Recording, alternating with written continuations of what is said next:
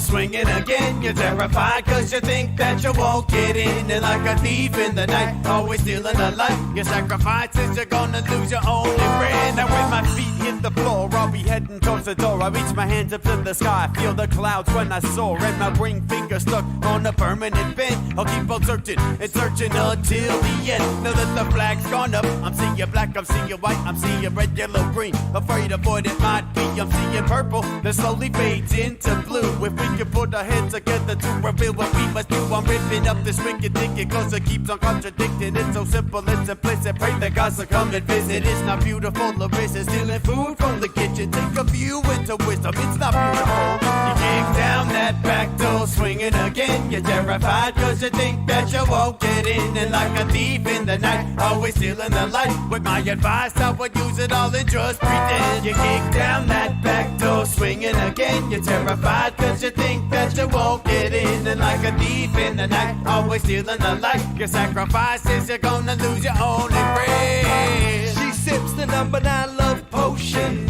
and moves her hips in slow motion. It's like watching a sinking ship as it slowly slips into the frigid ocean. And you're going down, and you can't be saved from the mess that you made. Another wasted day. In the line when they say that it'll be okay, they pat you on your back and send you on your way. They send you on your way. They send you on your way. They send you on your way. They send you on your way. You kick down that back door, swinging again. You're terrified cause you think that you won't get in. And like a thief in the night, always stealing the light. With my advice, I would use it all and just pretend. You kick down that back door, swinging again. You're terrified cause you think that you won't get in. And like a thief in the night, always stealing the light. Your sacrifices, you're gonna lose your only friend.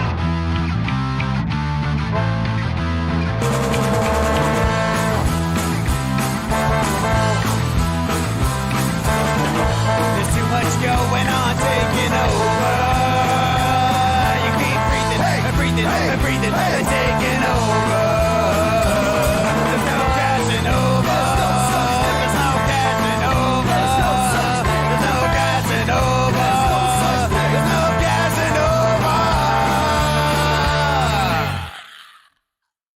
You kick down that back door, swinging again. You're terrified cause you think that you won't get in. And like a thief in the night, always stealing the light. With my advice, I would use it all and just pretend. You kick down that back door, swinging again. You're terrified cause you think that you won't get in. And like a thief in the night, always stealing the light. Your sacrifices, you're gonna lose your only friend.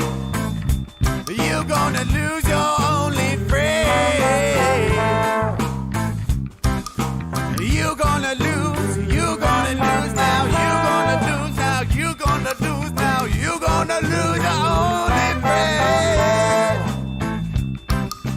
You're gonna lose your only friend.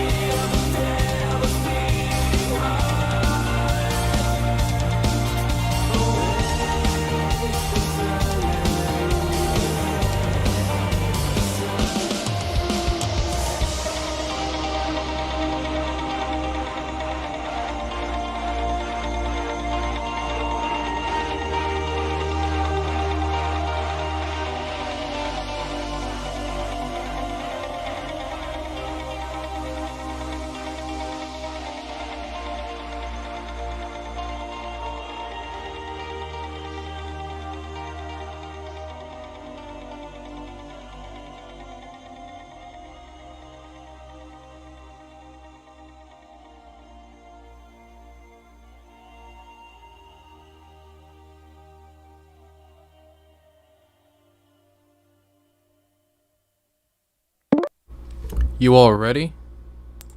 You all ready for a show? Because I know I am. Let's get this started. Usually this is where I'd play some WWE music or something else, but since we're on YouTube, we gotta be careful because I do not want to be smacked down upon by the gods of YouTube. So let's just get this started.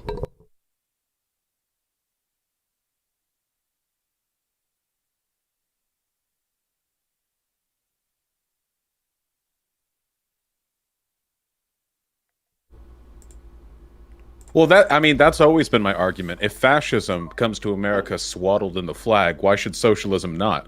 Why should we not be making arguments bathed in as much stupid nationalism as the Republicans go for, you know? Now, I can't do that. My allegiances are known. But I think there are other lefties who could do that better. I think Bo, the Fifth Column, does a decent job. Vaush, are you making unrecorded content for me right now? Are you not making me money while making political points at the moment? Yeah, I'm trying my best to. Do you want me to do it better? Okay, man. Let's get this started. I'm happy to have everybody here today for the first ever YouTube edition of the Hippie Dippie podcast. I was originally kind of worried that maybe not as many people would show up, but currently we're doing very well. A lot of people have really tuned in, and I'm very happy to see that. We have a broad cast of characters today. On the right, we have Vaush, Central Committee, Lycan, and Denmas. And on the left, we have Communist Sympathizer Rob Noor. We have CTV, Endernax, and Hardcore Communist ML last username. So I'm really excited to bring you all together. This, right? Yes, I believe so. Yeah. It's called appropriation. Y'all need to keep up. And Endernax, what happened to your mic? Where are you currently located? Are you in a bunker? Well, after the leftists stormed my house, the Antifa mob stormed my house. They threw water on me, or I'm sorry, milkshake. I'm sorry, concrete powder or something. I forget what the meme is on my computer, and it stopped working. So I'm actually at Sieg's house right now. You are you actually at Sieg's house? Yeah, actually, yeah. Wow. I also streamed from here today. See, that's right wing unity over there. I wish I saw more of that on the left. If only we could get along. Wow. Well, today I'm happy to say that this is the first ever YouTube edition of Hippie Dippie Podcast. I'm very excited, and I will start off by allowing everybody to introduce themselves before going into the rules. While everybody's introducing themselves, please try not to interrupt other people. I'm going to start in the top right-hand corner with Rob Noor. Hey everyone, I'm Rob Noor, Trump supporter, consider myself a conservative. I think the biggest issue I have in politics is ending corruption in politics. I feel like that our government hasn't worked for average people for 40 to 50 years, and that we should try to come together regardless of what side of the aisle we're on to get a government that comes together or that actually represents people. I ran for office for federal Congress in District 12, lost obviously, but I got a channel called Normal America with Rob Noor. That's a pun on my last name. You can find that on YouTube, DLive, Twitch, or Periscope. I also have podcasts that are put up on iTunes, Stitcher, and elsewhere. But thanks so much for having me. No problem, Rob. Next, I'm going to throw it over to Lycan. Hi, my name is Lycan. I do a little bit of casual political commentary on here. I have two shows, Untitled Morning Show on Twitch, and that is also released as a podcast, and then The Pod Thickens, which is just a little interview show I do. I'd also stream that on Twitch and YouTube, and that's it. Oh, did I say my political affiliation? Progressive. Yeah, liberal. Got it. Communist. Next, we're going to throw over to Denmis. I can't tell if you're trolling me or it's a meme. I'm horrible. Look, I've been having this problem for the last week of getting your name right, then getting it wrong, then getting it right again. Can you please help me out here? It's just like the pans. Super easy. Denims. Yeah. Denims. Okay, got it. I'm a SocDem. I stream on twitch.tv. I almost said com. And I just talk about how capitalism is a sham, but sometimes it's okay. And yeah, that's about it. Also, I wanted to close my window. I'm just going to turn off my cam so there's nothing sus. Got it. Next, I'm going to throw it over to small-time lefty commentator Vaush.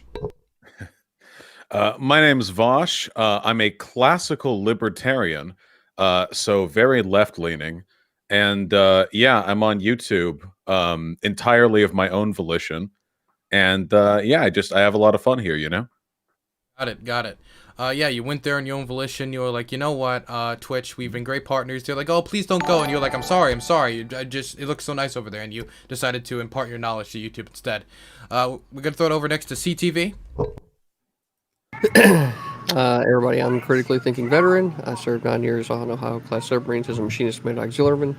I have a pretty big background in mechanics. I also drove commercial vehicles all over the country, and have a great love for the Constitution and love arguing with people. So that's me. Amen, brother. I'm gonna throw it next over to last username. I am last username, a liberal anarchist, more commonly known as an anarcho-capitalist. One of the few of those in Canada, and occasional streamer, and probably more occasional panelist. So good to be here. Wonderful. Next, I'm gonna throw it over to Central Committee. Yes. Hi, Central Committee. Mike from PA.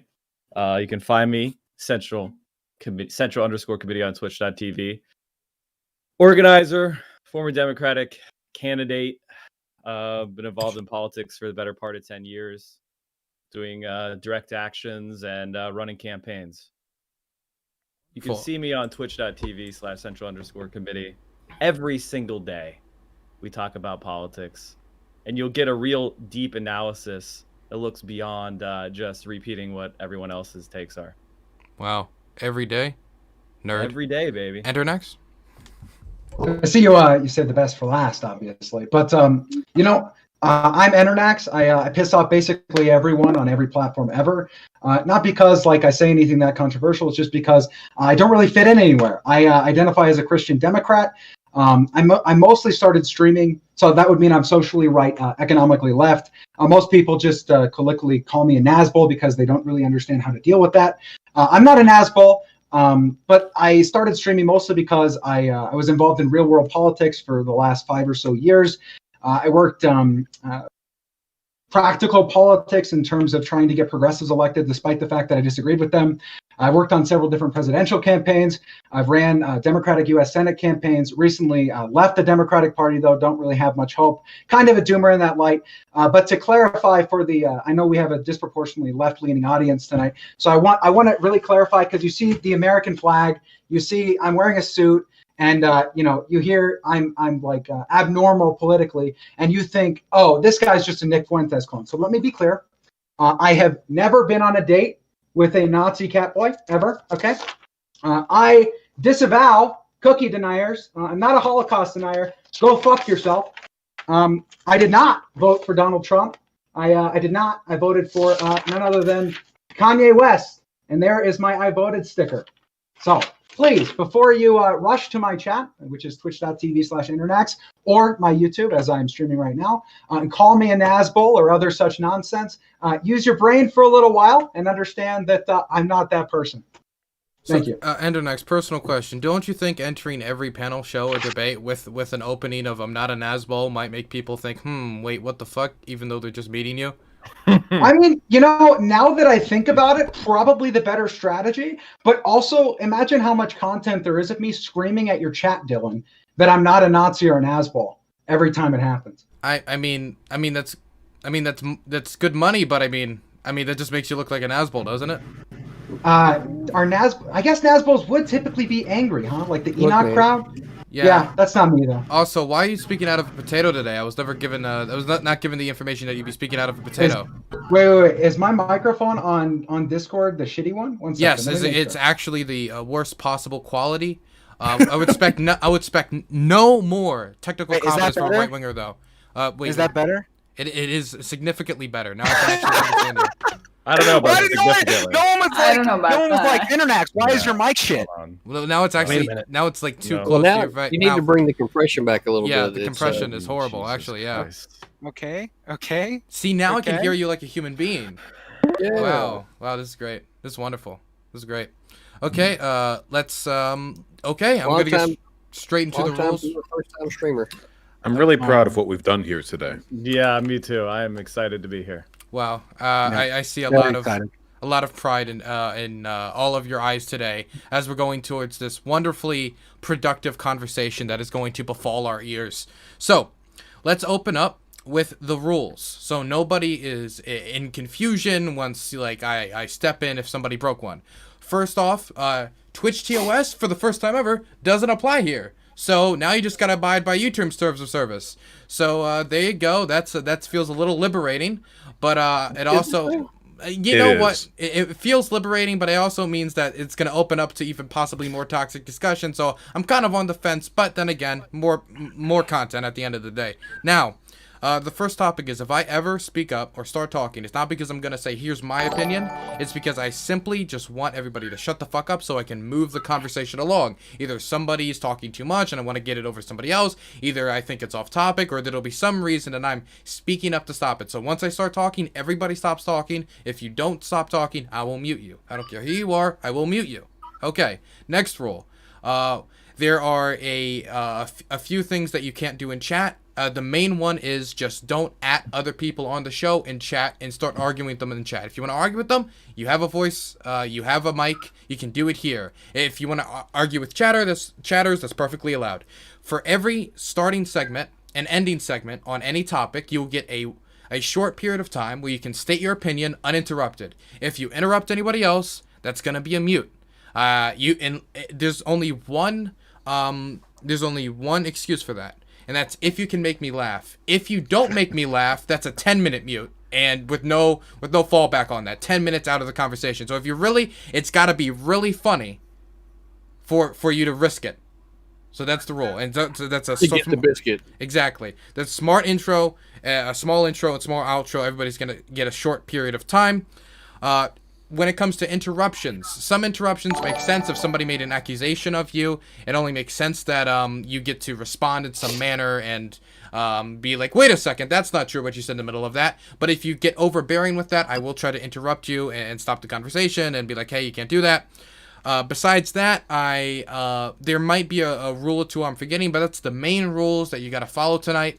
If I remember any more, I'll be sure to tell you. Is there any questions about moderation, rules, or anything like that? Nope. What types of jokes do you like? What types of jokes do I like? Just swing. Go for it. If you're gonna try, look, I'm not gonna encourage it by making it easier. You're just gonna have to guess. If you're gonna go for it, you're gonna have to guess.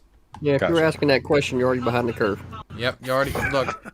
Exactly. Sorry, I don't have much Hippie Dippie podcast experience. Yeah. You don't. Wait. Neither of you watch every Friday? Wow. Okay. Both negative 10 points. Wow. Negative 10 points. The right is already dominating tonight once again. They're making up for Trump's crushing victory/defeat, depending on what you think of voter fraud. Anyway, let's get on to the first topic, which just so happens to be voter fraud, which is very simple. Was voter fraud a widespread problem in this election? I'll say it one more time. Was voter fraud a widespread problem during this election? I'm going to start in the top left-hand corner with Lycan.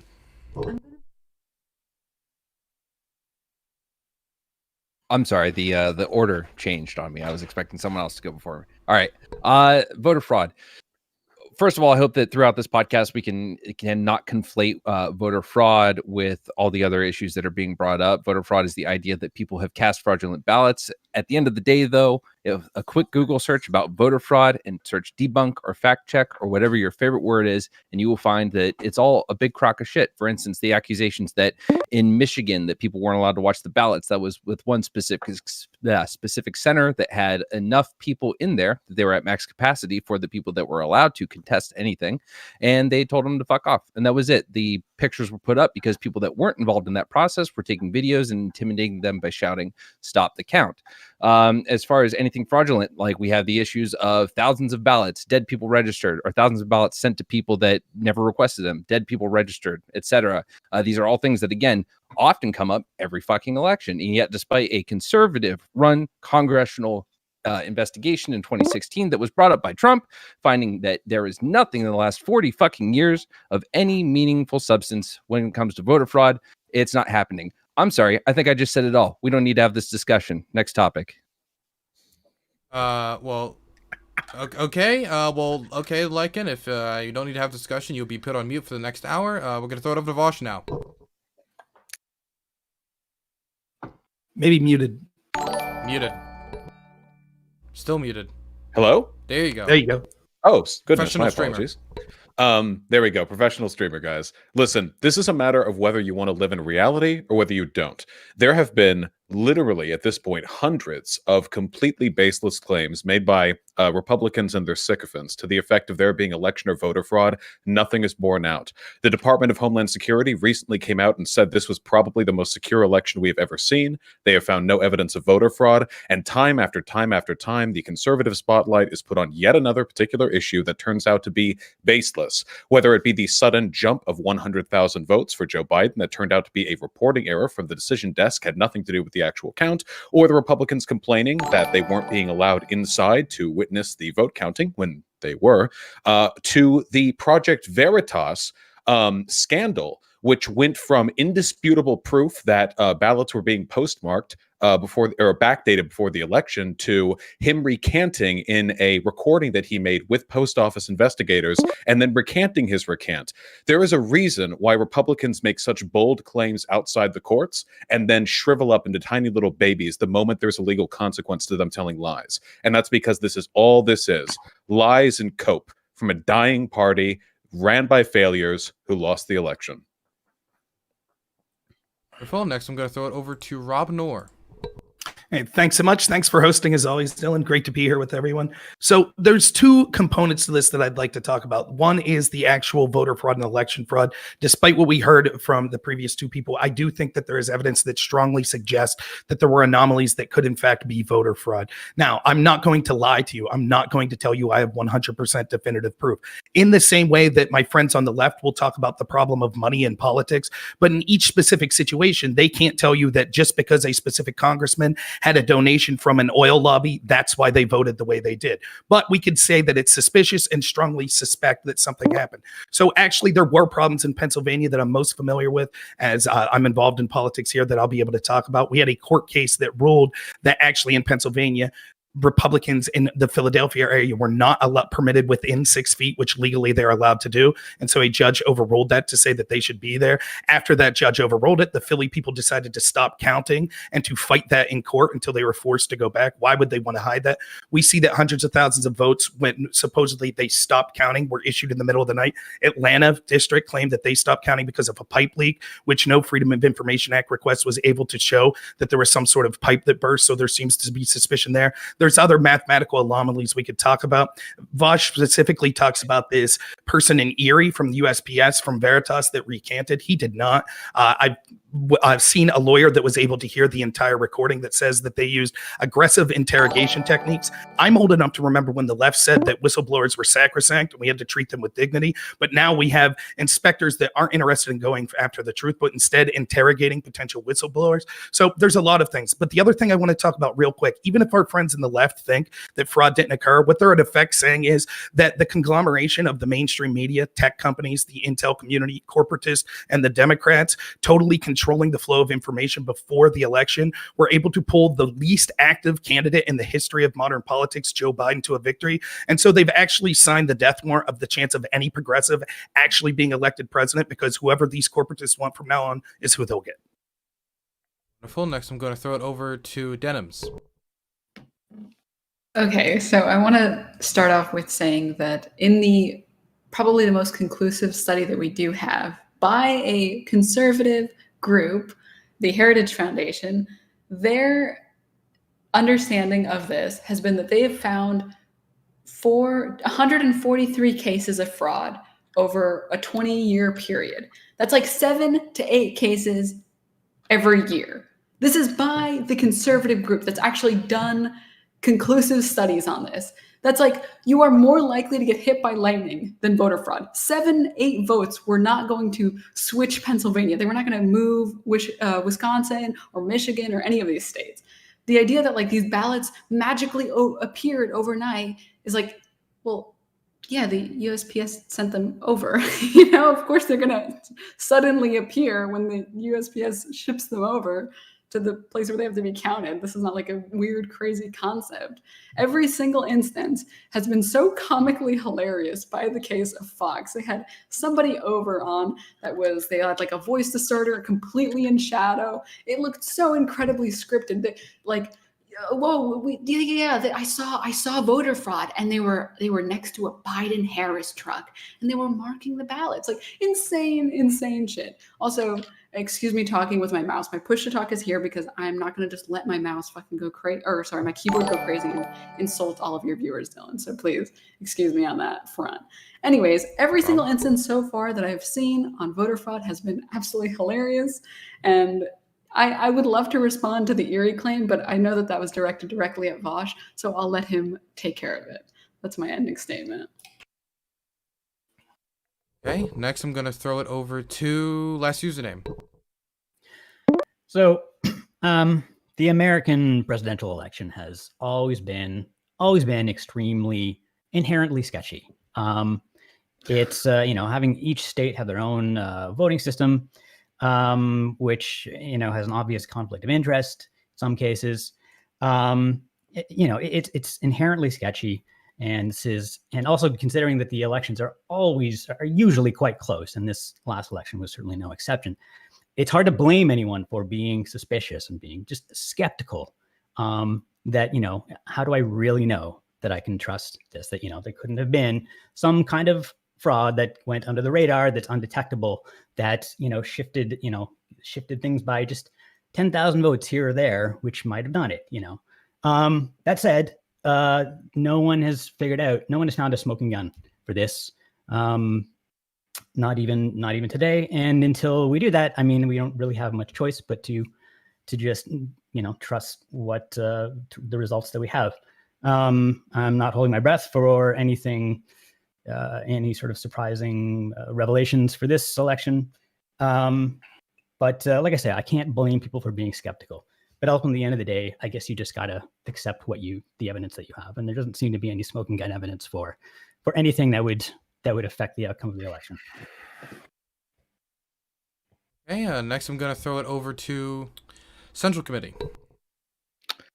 So there is absolutely no evidence of voter fraud whatsoever. The evidence that Normal America proposed was at best suspicion and not related to any actual indication of a single fraudulent ballot.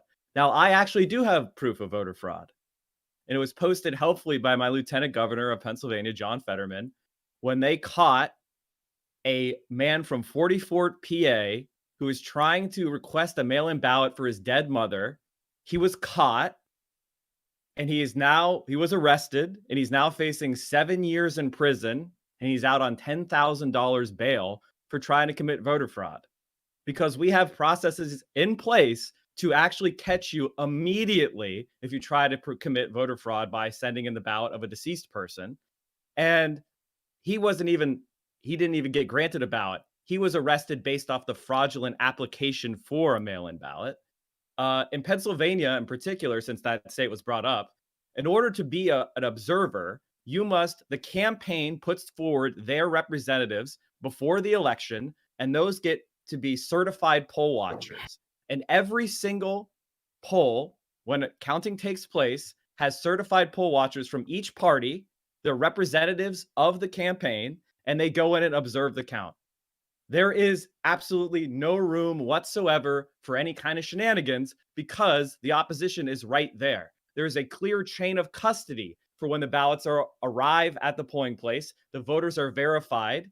The ballots are moved from the mail-in ballot within a secrecy ballot, so you have no idea who anybody voted for. And then that ballot is placed in a controlled location. There's clear chain of custody. It is open and above board for everyone to see, which is why Trump's DHS just today put out a report that this was the most secure election in American history. There is zero evidence of voter fraud. And COPE, it's pathetic, honestly. And it wasn't that particularly close, to be honest with you. It was close in the general sense, but as far as an electoral count sense, it was clearly decisive. Trump has no chance. He needs to concede, and every single Republican that continues on with this is either a knowing liar or a dupe who's being fooled and manipulated for someone else's benefit. So don't be either one of those. Okay, next I'm going to throw it over to CTV. All right, so some of y'all need to keep up because right now it's not even close. Biden won by 6 million votes, right? So it'll be more by the end. Oh, hold on! I thought this was my opening statement. Who it decided is. to jump in on It my is. time? That Who was wasn't that? very CTV. Was that? I mean, Central Committee. Was that a joke? I didn't haha. Didn't haha very much. Sorry. I'm sorry. What was It's that? okay. I'll let that one Get back in slide. line. I'll let that one slide since you're such a wonderful person. Thank you, bud. All right, so 6 million votes is what I'm showing on New York Times right now. They're keeping track of all this stuff. The curious thing for me, because I heard a lot of good points being made by everybody else, so I'm not going to beat their dead horse. We'll let them beat it themselves. The only thing that's really curious to me, because I'm naturally skeptical of pretty much fucking everything, right? Like everything is suspect. I look at the 2012 election. Republicans had 59.1 million votes. Democrats had 62.6. And then we jump to 2020, and we got 72.7 for Republicans and 78 million flat for Democrats, right? Now, I like everybody else would, seeing those numbers go, wow, that's a lot of participation. That's a good thing. But then it's like that is a much bigger jump in participation than what we have ever seen in one of these over time. So the question then becomes is, well, we have a lot more participation. Is there a chance for it? We've got a case up in Pennsylvania where things weren't being done right. I think that the most important thing to do is to go through the process and get the truth found out, whatever that's going to be. The security of the elections has to be the foremost number one thing for the American people. Okay, and we're gonna wrap this section up with Endernax. Yeah, you seem to have like this weird fetish for picking me last. But I'm just gonna say that the claims of voter fraud are well, if I think back to 2016, the God Emperor Trump done chose he set up a committee and said 3 million illegals voted, and so I believe God Emperor Trump 3 million illegal voted, and everything's fraud this election. Okay, that's Endernax's legitimate position. I heard no sign of humor there whatsoever. No, that was all real. Wonderful. Now I'm going to throw it to generally just discussion. We're going to get about 1 hour on this topic from this point forward, and then we'll wrap up and go into the next topic. You're all free to discuss. Do try to be somewhat cordial, but I'm not going to hold you to that. Go on. Okay, hold on. So, the main issue that we have right now is setting a standard for the burden of proof, okay? Anybody can throw out accusations, but those accusations need to be credible for anyone to take them seriously. Given the fact that there have been at this point literally dozens of accusations made by the Republican Party, which have completely fallen apart, why should we take at face value any claim they have unless they're capable of proving it in a court of law, which so far they have not? I saw every word of that USPS investigator interview with the guy from Erie, and he was, first of all, he absolutely recanted. He completely backed off his story. He said that it could have been anything else, that he made assumptions, that what he heard wasn't even hearsay, and that he had projected his own biases onto what he had heard elsewise. And the language of the investigators was completely appropriate. It's funny how Trump supporters on one hand, they'll say, take these claims seriously. You need to look into these. And then it's like, well, don't look into them that hard. You're just supposed to believe them. Don't actually investigate them. And it's really, really hard. Like, I don't know what the line is there. Like, it should be like, should we just assume every claim of election fraud is true, but never investigate it? Or I don't know what would make the Republican Party happy, to be honest. So you said that you said that he recanted. He ended up saying that he did not hear his supervisor and assistant talk about backdating ballots. He didn't hear that. That's what he said. Yeah, of course he said he didn't recant after he came out because he went and talked to James. No. Even in the meeting, he said, yes, I recant. That never happened. That's what he said. In the meeting, he said, and this is very specific. The investigator asked, if I told you that the words you had heard, it didn't mean what you thought they meant, that it was suggesting something else, that you were hearing pieces of a completely different innocuous conversation, would you believe it? And he said, yes. If you're not even confident enough in your claim to defend its legitimacy to investigators, this has no place being investigated further. This is a common tactic, and the left used to be concerned about these things in interrogation techniques where they use this pressure. And I went through an entire thread that a civil rights attorney that listened to this whole tape talked about how these are telltale signs of investigators using psychological devices and pressure in order to get someone to change. Just 1 second.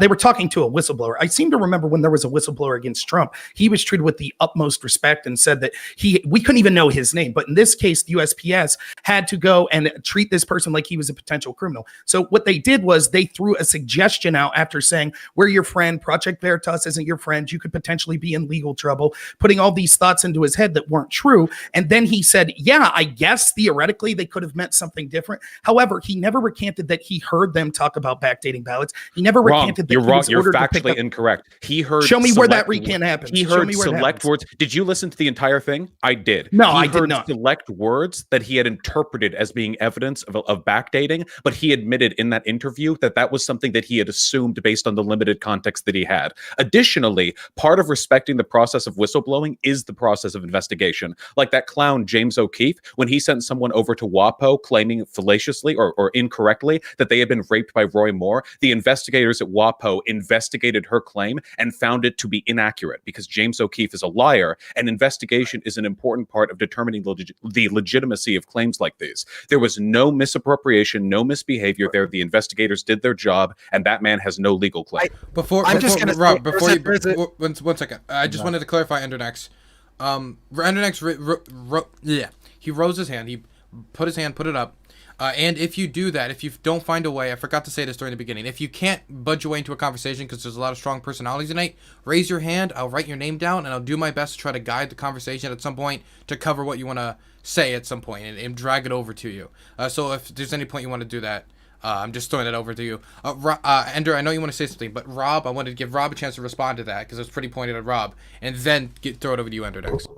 Yeah, so Leslie McAdoo Gordon, who's on Twitter, who's actually a defense attorney who deals with these interrogation techniques a lot. He says, quote, he never says the original facts of his affidavit are false or did not happen. The very most he says it's possible he may have misunderstood or made assumption. That is not a recantation. He's making allowances for the possibility that he might be mistaken. That is the sign of someone who is telling the truth, not someone who is lying. Honest people concede they could be wrong, even if they don't think they are. Even the agents tell him repeatedly they believe what he is saying. And although that can be an investigative technique also, it's clear they mean it here.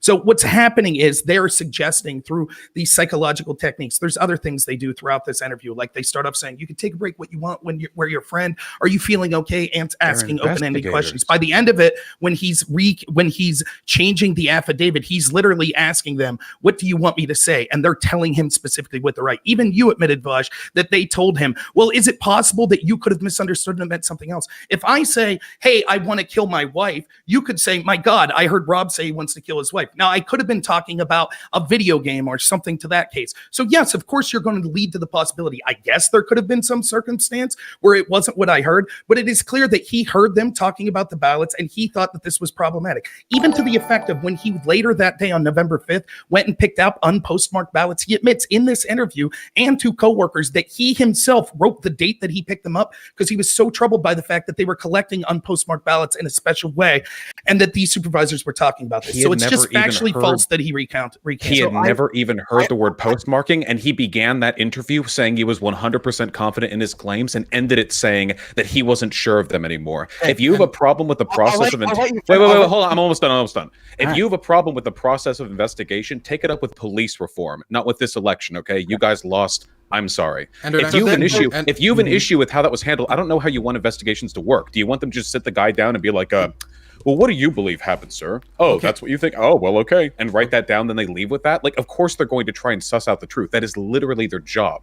Okay, Ender next. So I actually have whistleblowing experience. I interned at a sheriff's department as part of my degree in criminal justice, and I witnessed a lot of abuses insofar as like treatment of minority individuals and like people using racial slurs to describe people, workplace discrimination, all sorts of just horrible shit. And I went ahead and I did a video with the local advocacy group that's advocating for police reform, and because of that, I got contacted by reporters. I got contacted by eventually a private investigator. And the private investigator, I found out later, these two experiences were completely different. The investigation that the reporters did that were from news sources, the questions that they asked, the way they phrased things, the kind of information that we're getting at was completely different than the private investigator. And the private investigator did exactly what Rob is saying. Now, I don't know the facts of this case because I have not been paying attention. I saw Project Veritas on it, and I said, I don't really care enough to actually bother. Like, I'm good.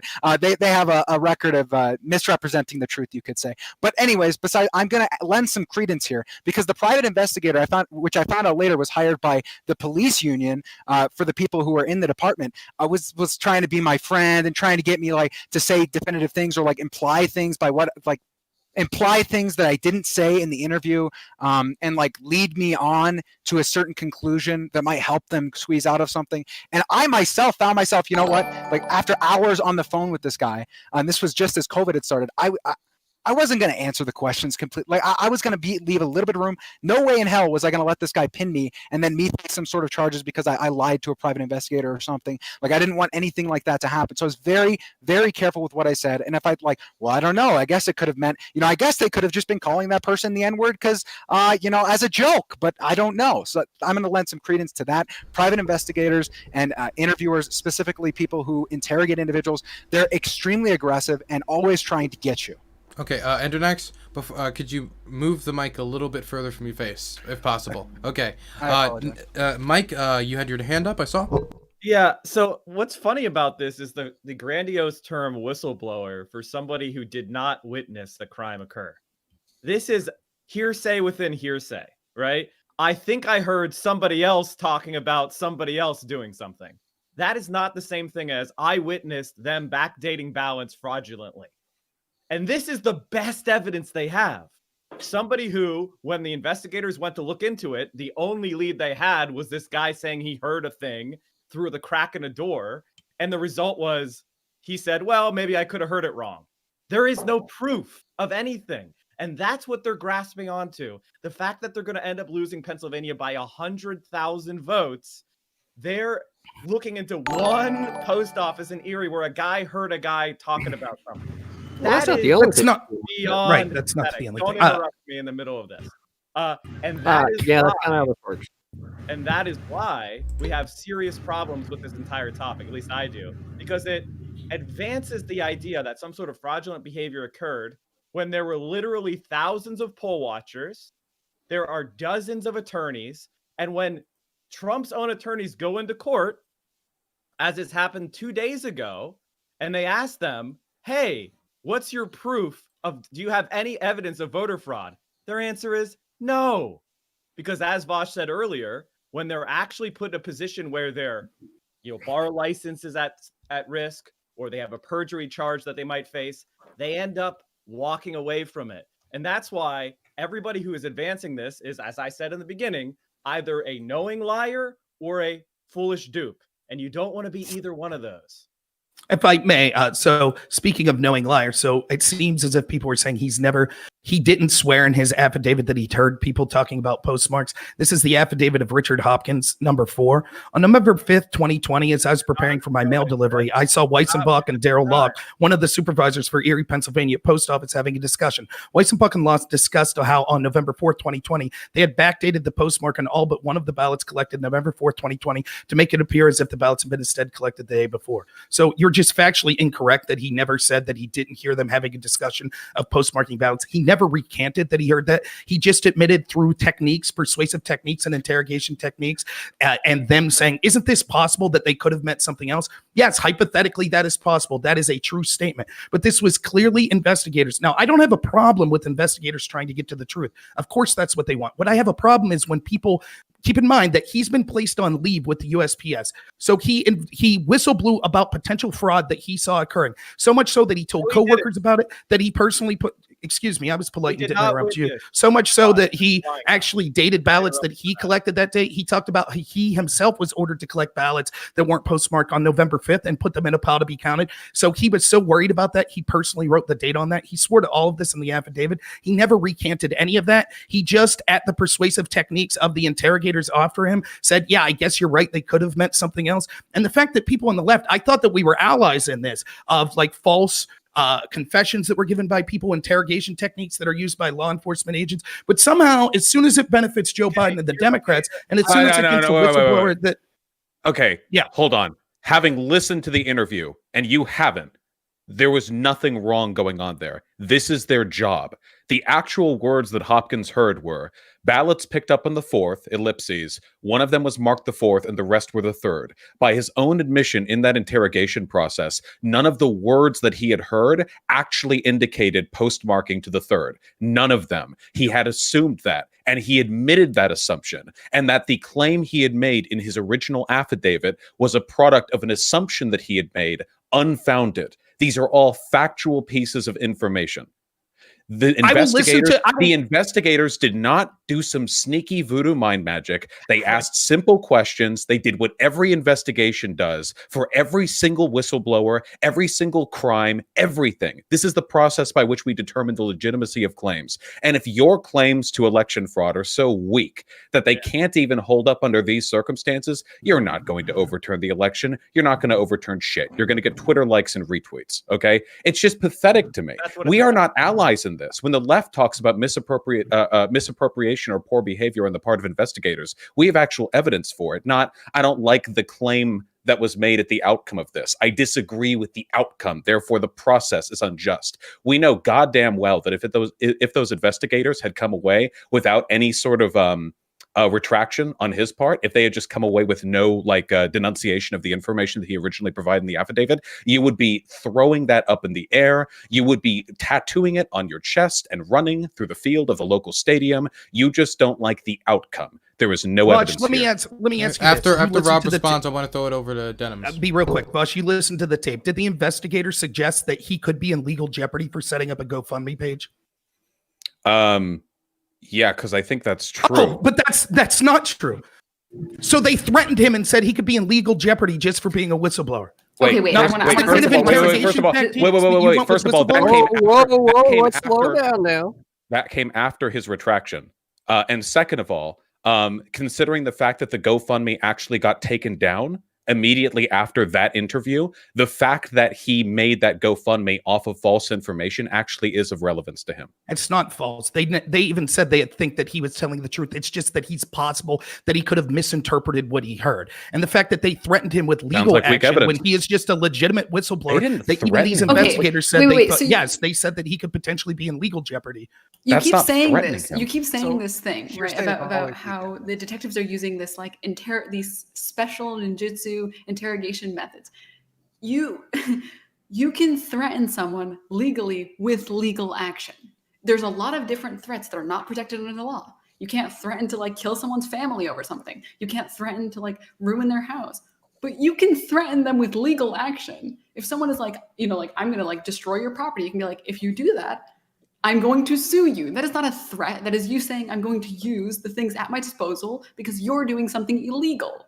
That's not a threat. That is perfectly valid and complete. Well, no, but what he is saying though, what he is saying is the idea that they're threatening him with legal action. Like if they pick up a person, they say, hey, we're going to put you in jail for what you did, but you didn't do it, right? But they're threatening you, so they're scaring you. He's implying that them threatening that legal action was an intimidation technique, but he's also operating under the assumption that the guy is telling the truth. So he thinks that because they did him a favor. If that guy ever steps into a court of law and he takes an oath, he could end up perjuring himself.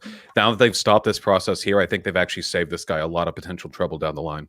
If you know that you're saying the truth and you know that someone your lawyer or whatever will defend you, and you know that you have everything that you're recounting is completely true, then this threat means absolutely nothing to you because you haven't done anything illegal. But that's just it. He doesn't know what's legal or not. They're Okay. using the system to go after him. And if I could just real quick, Enderdax, and I'll let you go. The trope is so bad. It's something specific that she said. This is used all the time in like by interrogators and everybody. It's like, well, if you have nothing to hide, why don't you just tell me? Why don't you just completely commit to everything that you say? This is how they get people to make false confessions to things that they never did. Ironically, like I don't know. They pressure you, they pressure you, they pressure you, they pressure you until you agree with them or that you say something that they like. Look, How about I this? Vaush did it. they do use like pressuring techniques. one They at a say, time. like, they'll push on people and until you agree with them or until they can get you as close to what they think is the truth, right? But you can't classify saying like, hey, if you are lying right now, if you genuinely are lying and you're not saying the truth, you will face legal like repercussions. That's not a threat. That's just them telling you, hey, just make sure you know what you're doing and that you're not actually, lying about something you're not supposed to be lying about. How about we let this go to court? We can just settle this in court. Just let him see if he can prove his case to a judge beyond a reasonable doubt, okay? And let's let that decide the metric for whether or not this is Rob, something we should take seriously. I see your hands up. If I may. I shoot down this entire line real quick.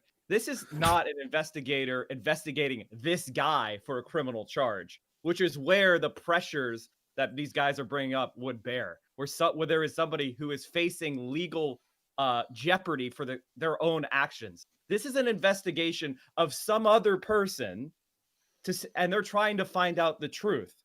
Implicit in what these conservatives are saying is that the investigators came here to debunk this accusation.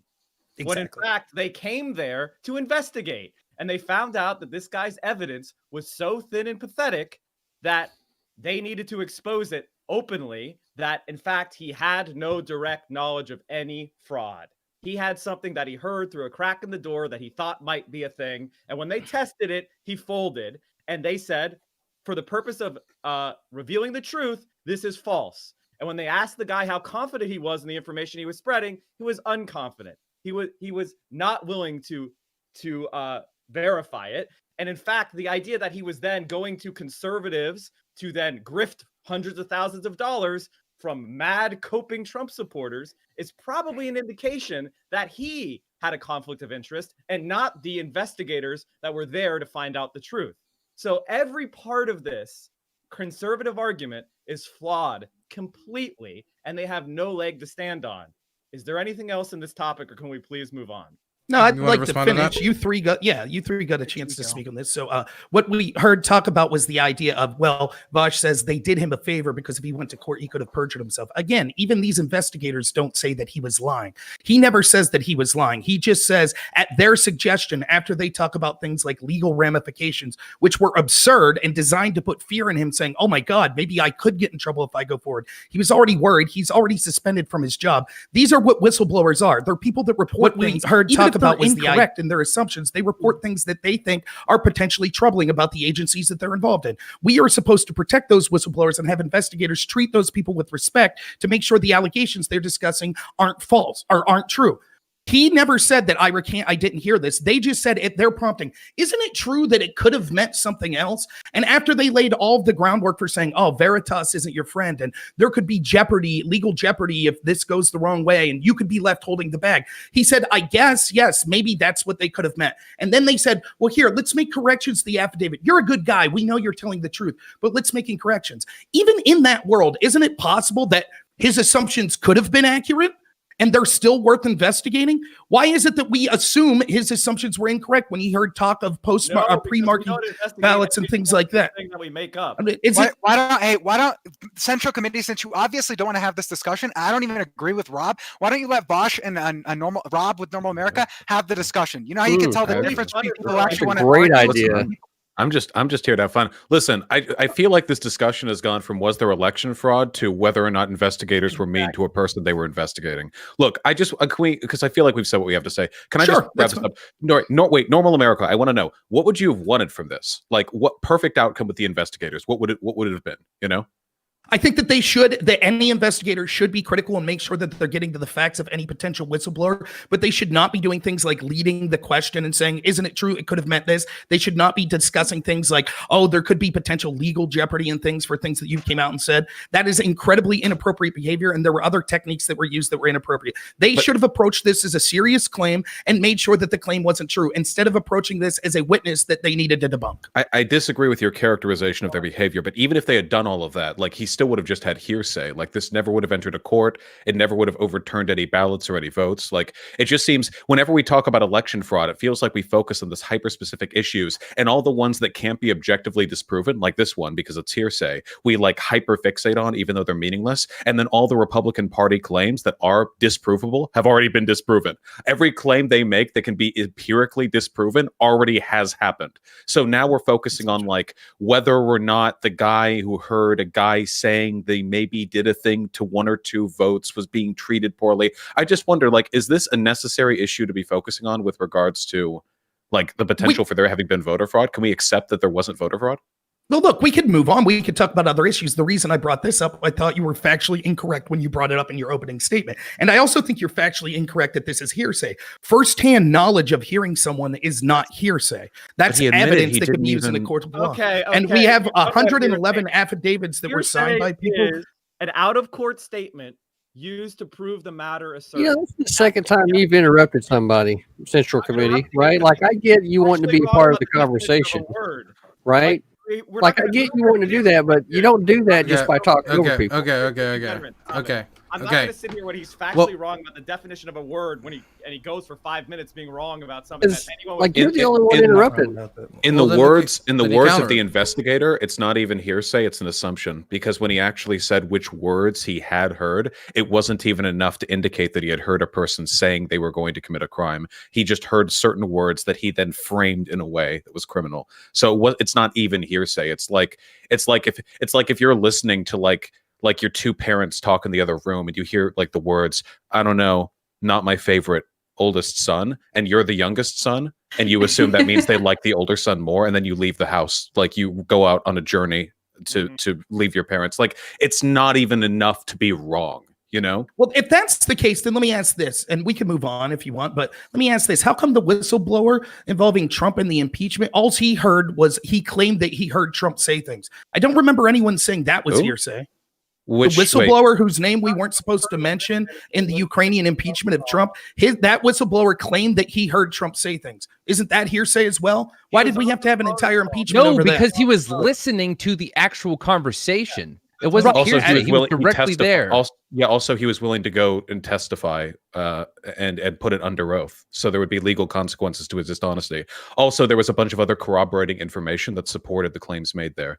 So not really, since they still didn't find corroborate those claims. The point is, if I hear someone say, "Hey, I just murdered someone," that's not hearsay. I heard them say that. Now, I could have misinterpreted what they were talking about, but me providing that evidence doesn't mean that it's hearsay. That is factual evidence that could be used in a court of law. I mean, I get that we're arguing the merits. Can't really hear you, Ender. I mean, it's hearsay, but hearsay can be selectively useful in certain instances, but it's certainly not enough to prove anything in this case. I mean, like if I said right now that I went to the post office the other day and heard a bunch of people in the back room saying they were going to like burn Biden ballots or something, I would have the exact same degree of like the exact same level of evidence that this guy has, you know? And it's right, like, I agree, and it should be investigated. I totally, and if but they I'm not a investigators, whistleblower. I go to Project Veritas. You would. Well, if you worked for the agency, that's the definition of a whistleblower. You work for an agency that you think corruption's occurring within that agency, and I would stick up for you if the investigator then came at you and said, "Vaush, is it true that you could have misheard this? You know, you could be in legal trouble. What are you doing with this GoFundMe account?" I would say that is not the way to treat Vaush. He legitimately had concerns, and those concerns should be legitimately investigated. Do you think it was appropriate? Wait. A last point I make. Do you think it was appropriate of Project Veritas to encourage this guy to make a GoFundMe, thereby implicitly suggesting that he would stand to make money the more popularity and the more traction his claims got? I don't think that there's any problem with that whatsoever. Okay, I think that it's something that I wouldn't personally do, but I don't think that someone who's afraid that they're going to be retaliated against and lose their job and set up a GoFundMe as proof of guilt. I would say the same if we see anyone that's accused of any crime from the police. Okay. Just because they set up a GoFundMe doesn't mean they're guilty. Okay. I've done all my points. I'm Okay. good. I have a few names written down of people who haven't talking much on this. Then we're probably going to move on. It doesn't seem to be getting away from this point to other examples or anything else. So I don't really see much reason to keep standing this. I have but that's fine. Go ahead. Okay. So I have other examples if we want to get to them. Well, I just wanted to give everybody the definition of hearsay. Okay. Well, CTV haven't talked much, so you can go first, and then after that I'll go to Lycan because it's all Lycan raised his hand. Right, because I feel like sometimes people are talking past each other. So I went ahead and did the thing for everybody and looked it up. And what it says is hearsay, information received from other people that one cannot adequately substantiate rumor, which means that everything that you hear from anybody is ever, right? Always hearsay. That being said, the fact that somebody has some type of knowledge that can lead to an investigation, right? That hearsay then becomes a statement of fact if it is able to be backed up by some type of evidence, which is where it makes that transition from just somebody here saying something to now we're like quote unquote a whistleblower because now we have some type of evidence, right? So, but there's a transition period how you get from one to the other, right? So if you're really about the process and making sure that our election system is 100%, you should be taking every single thing that anybody says seriously so that we can get it addressed and make sure that we have confidence in the system. I want to just say, I don't think that it's like you go from hearsay and then to evidence. You can go straight to like, I have audio recording proof of this being a thing. Like I heard them start talking about this. I don't live in a two-party consent state. So I took out my phone and I just started recording it. And this is what I'm providing as evidence, right? So you don't necessarily need to start at the hearsay. Vaush, do you think that Christine Blasey Ford set up a Rob, Sure. Next was Lycan. He hasn't really gotten to talk much. I saw him raise his hand, so I wanted to give him an opportunity to talk. And I'm going to do what I think we all want to do, and that's kind of move us past this because there's a whole lot of claims and accusations to be made. I'm going to take this a little higher level, though, than just specific allegations. I want to talk about the problem with the discussion we're having, right? We have already proven with as fast as these affidavits come out with these court cases, they're over 12. These are getting knocked down faster than they can come up. We've already had our study that has proven that in 40 years, there's negligible occurrences of this to the point that it's inconsequential. And then the idea that while people are on high alert because we know we're going to be voting differently and we know there's going to be a shit ton of election turnout, the idea that the paradigm shifted from free and trustworthy elections to something so corruptible that these 20,000, 11,000, 100,000 margins are going to be over fucking turned because there was fraudulence found is absurd. And it's a problem that we're asking that question. It doesn't mean that you're a non-patriotic person for demanding to know that the elections were done fair. It's that there is a problem with the idea of asking the question in the first place without any credible reason to do so. And by allowing it, by enabling it as either a media personality, as someone with a news platform, or being a dumb fuck pundit with a lot of Twitter followers like Tim fucking Pool, when you propagate these ideas, you do damage. You do harm. So, Normal America, I will direct it to you. Now, I want you to have that same level of you want us to like, well, if this is true, we must consider it. I want you to apply that here. Okay. If that is the case, are we not doing a tremendous amount of harm to the trust that Americans have in this election? Well, let me ask you this. Is it true that, what's his name? Biden's chief of staff, Klain, tweeted in 2014 to response to a Vox article that said 68% of Americans think elections are rigged, that he treated that's because they are. Is it true that Nancy Pelosi tweeted in 2016 that the 2016 election was, quote, hijacked? Did we spend 4 years talking about the idea of Russia stealing the election for Donald Trump, all based on disinformation that was paid for by Hillary Clinton, a plan that she concocted that was not sourced in part by a Russian spy? Okay. Oh my God. Wait, can I broadly? Give me a second. Okay, everybody started. Okay, Endernax, your mic. Number one, your mic. It's nearly impossible to hear you. I hear that you're talking, but I can't hear the words you're saying. Maybe replug it in or something. I don't know what's going on there. Get a new toaster. Your mic oven. sucks. I don't know. Yeah, exactly. The CTV once and for all the most base person on the panel. Okay, so everybody started talking at once, so obviously that isn't great. So everybody who wanted to respond to what was just said, please raise your hand, and I'll probably go with the person who has talked the least out of them. Lycan just got a point to talk. Vaush, you've been talking a good amount. Endernax's mic is fucked. So Wait, is it better? Say something. Hello. Move it from your mouth. Dude, your mic please. sounds like you got it out of a Cracker Jack box. It really all right? does. It really does. Okay. Okay. The best mics are the free ones. Okay, so I'm gonna go to Ananex. I'm gonna give you some time to just mess with it. I'm gonna have Mr. Geek pull you out and mess with your mic to get it working better. My moderator is gonna help you out. Vaush, you can respond since Lycan just talked.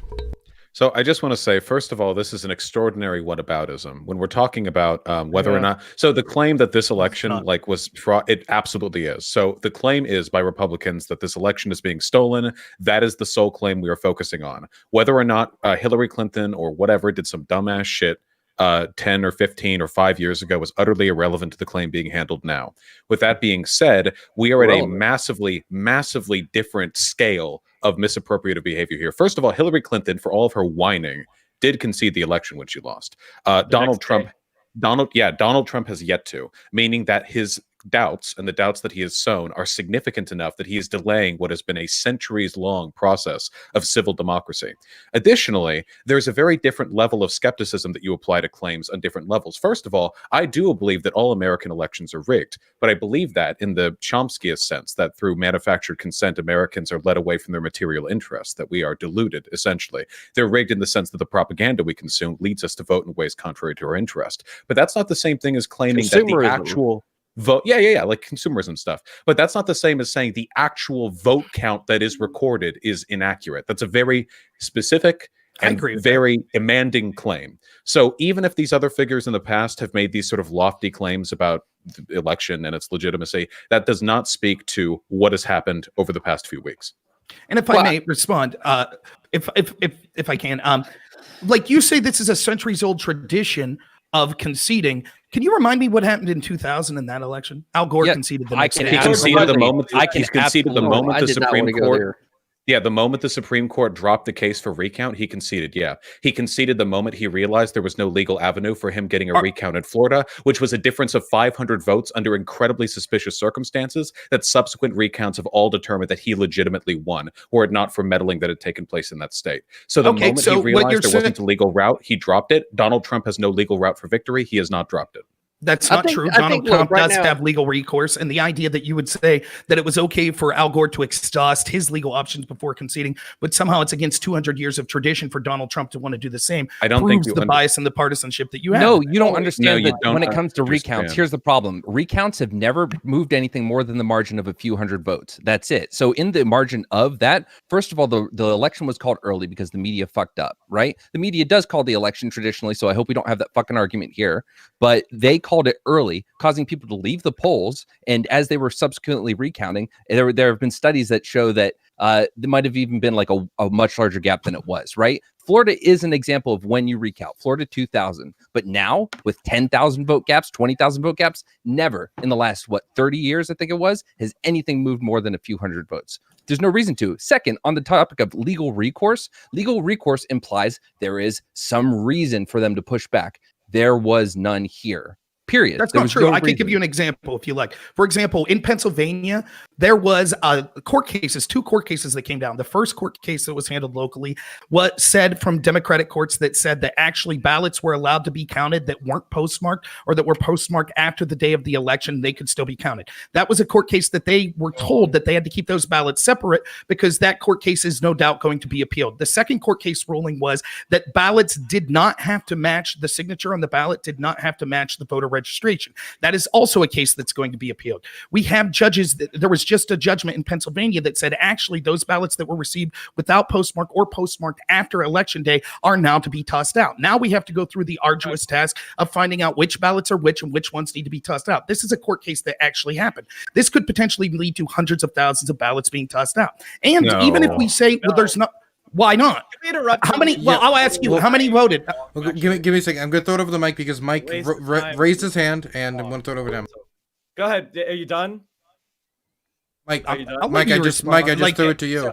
So the court case he's talking about are ballots that were postmarked by election day but arrived after the original statutory deadline, but within the period where foreign military ballots can be received by federal law. They can arrive up to 6 days after the election.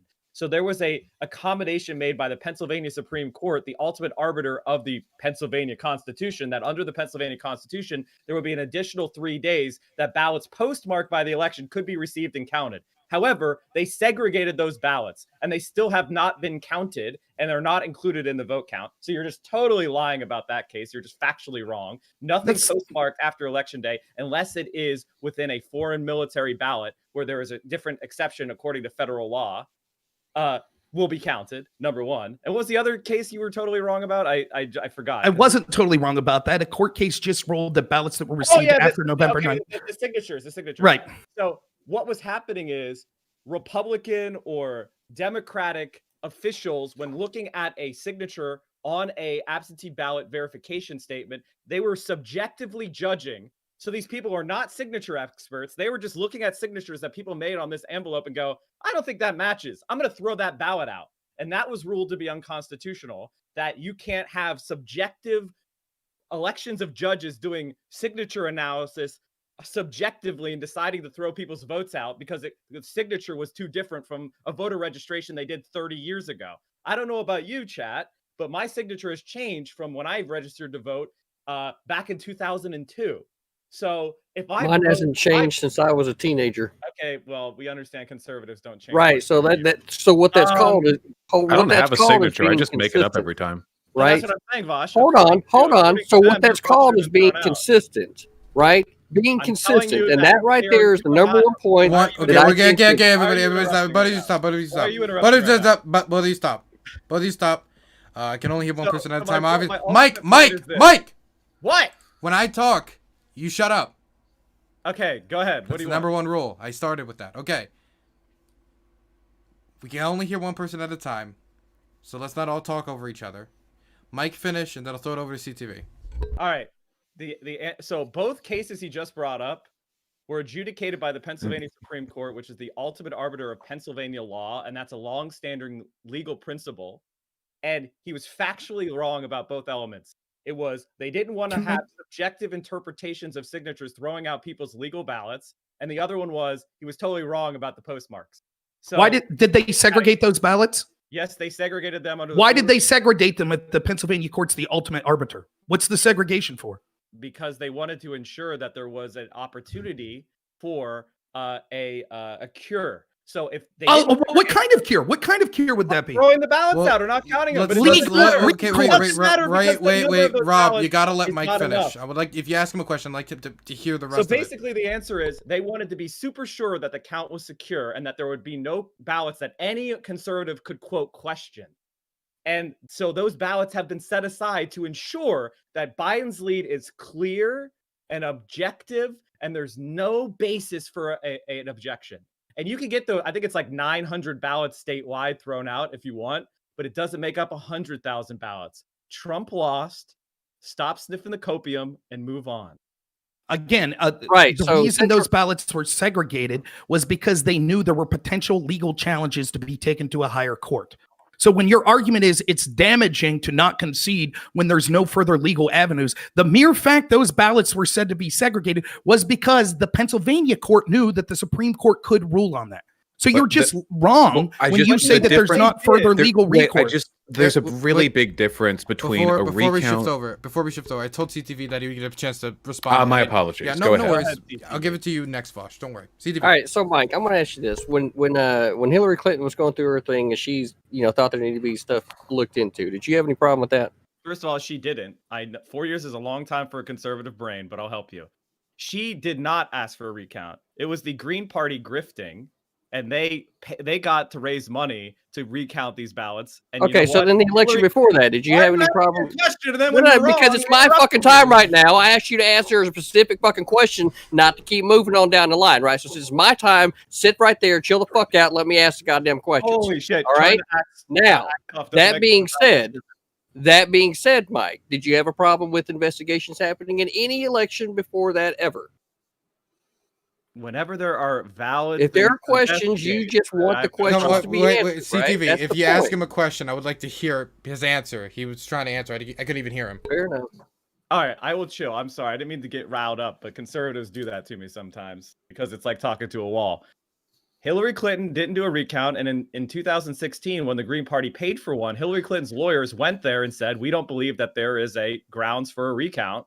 We believe that Donald Trump was the clear winner here. And the results were closer in many of the states than they are now. And so, okay, so I guess we'll take this all the way back to 2000 with Al Gore. Did you have a problem with them doing any type of looking into? Do you have a real problem when people have questions of them being allowed to go through the investigative process to find out what the truth is, so that everybody's mind can be put at ease? Or are you only concerned about it whenever it's your candidate?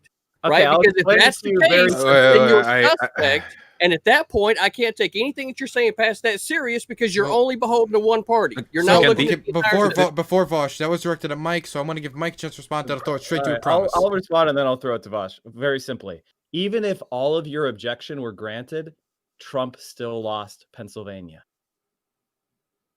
Hey, Vaush, there you go. Okay. I just want to say this really frustrates me when conservatives do this, okay? What the conservatives will do is they'll throw literally like hundreds of completely bad faith or factually disproven arguments at the wall. None of them stick. And then when they're getting ready for another 100, you're like, hey, dude, chill out, okay? You lost. And you're like, well, 20 years ago in that incredibly close, historically close election in Florida, remember when you did that one recount? It's like, come on, man. The Republican Party and Donald Trump have been engaging in an insane amount of disinformation. We can count up piles of false claims like that. The old lady they brought on, remember, to say that when she tried to vote, her vote had already been cast, and it turns out that it had been cast by her and she was the one who attempted voter fraud. Or the claims with regards to the them shutting out like Taco. People in my chat are spamming Taco. Did something happen? I think it's the cat's Don't name. worry about it. That's the cat's name. It's a beautiful cat. The fact of the matter is, like, we know what the result of this election was. There was no combination of legal avenues here that's going to change the outcome. If you want, you should investigate legitimate claims, but let's be real here, okay? Conservatives aren't. That's why all the most egregious claims they don't bring to court. They just keep it to Twitter. We know why they do that. And it's because these claims do not withstand legal scrutiny. So they keep it on social media. If your goal is to investigate the truth, that is fine. Let the courts take as long as they want to sorting out these claims. Acknowledging, however, the fact that Biden won, and there's no combination of legal outcomes that'll change that, unless you find some extraordinarily, magically stupid shit that nobody else has managed to find in one of the most scrutinized elections in all of history. Or if you want to keep it to social media and just get a bunch of retweets and likes angrily accosting Democrats of, silently assassinating Republicans on their way to the post office to mail in their ballots or whatever, then do that. But let's stop pretending that there was an equal level of good faith being held here between both sides of this equation, okay? As far as I'm concerned, if the RNC supported even one easily disprovable claim, that, as far as I'm concerned, that's evidence to not take them seriously anymore. But they've done this dozens of times. So I don't know, like, what's the end game here? We disprove all this crap, then you come up with another 100 people who say they overheard people claiming that they were going to engage in voter fraud. When does this end? Okay, so I see there's two hands raised right now, but before we are getting towards the period, we're gonna have to start wrapping up. So I'm gonna ask you both. I'm just gonna ask you both if your these things you want to say, could they be part of your ending statement? Would that be possible? I withhold all comments to my ending statement. I could do that. Okay, everybody. Okay, so he just walked away, but you fools, all of you are fools, because this man has been quiet the whole time, powering up, listening, absorbing your information, getting ready for a response. You're all gonna be blown out by this ANCAP. Okay, you're all gonna be blown away because this man's he's been charging up. I'm ready for whatever he's gonna say. Let's use name. Do you want some? You haven't talked at all, so I'll give you some time now if you want to, or do you just want it for your ending statement? Well, now that you hyped me up, I guess I have to say something. I mean, isn't democracy wonderful, right? Like, there's just not much to say. Like, if you had you need evidence, and some guy who can't keep a story straight is not evidence. There's lots of reasons to be skeptical about the American electoral system, but you need a smoking gun. All I can say is really, it would be good if you didn't leave the electoral process up to each individual state. I understand the value of giving a lot of autonomy to states, but the election process should probably be something handled, in federally and in a universal, uniform way, you have much less potential for these kinds of controversies. I mean, you wouldn't be none, but this would happen much less often. That's all I can say. Okay, so we're going to go into ending statements. We have about 15 minutes of time allocated for ending statements. So, but we also have about 8 guests. So do try to keep your ending statements kind of reserved to about a minute 30. If you go too far over, it's going to start chipping into other people's time. So I'm going to start this time in the bottom right, because he doesn't like going last. Endernax, I'm going to start with you. Does my microphone work this time? It sounds Holy wonderful. shit, that's so much It sounds better. wonderful. You got to do ASMR for me later, okay, baby? I mean, a friend. All right. Yeah. Listen. There was no election fraud that we know of. Yeah. Cool. Great. I'm glad you all had fun. Points for brevity. Next is going to be CTV. I myself personally haven't seen it. That being said, there are people out there that believe that they have. So, since I'm all for people's rights and them being able to make sure that they can put their mind at ease, let them do those investigations to their heart's content until everybody's happy and we know the truth. Beyond that, all you would really be trying to do is to suppress people or control them in such a way. We need to do that within the system of government in which we all agree to live under.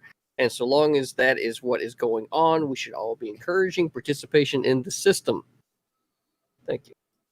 Okay, and next I'm going to throw it over to Central Committee. Every single anecdote you've heard about voter fraud has been so thoroughly debunked, it's embarrassing that we have to do it.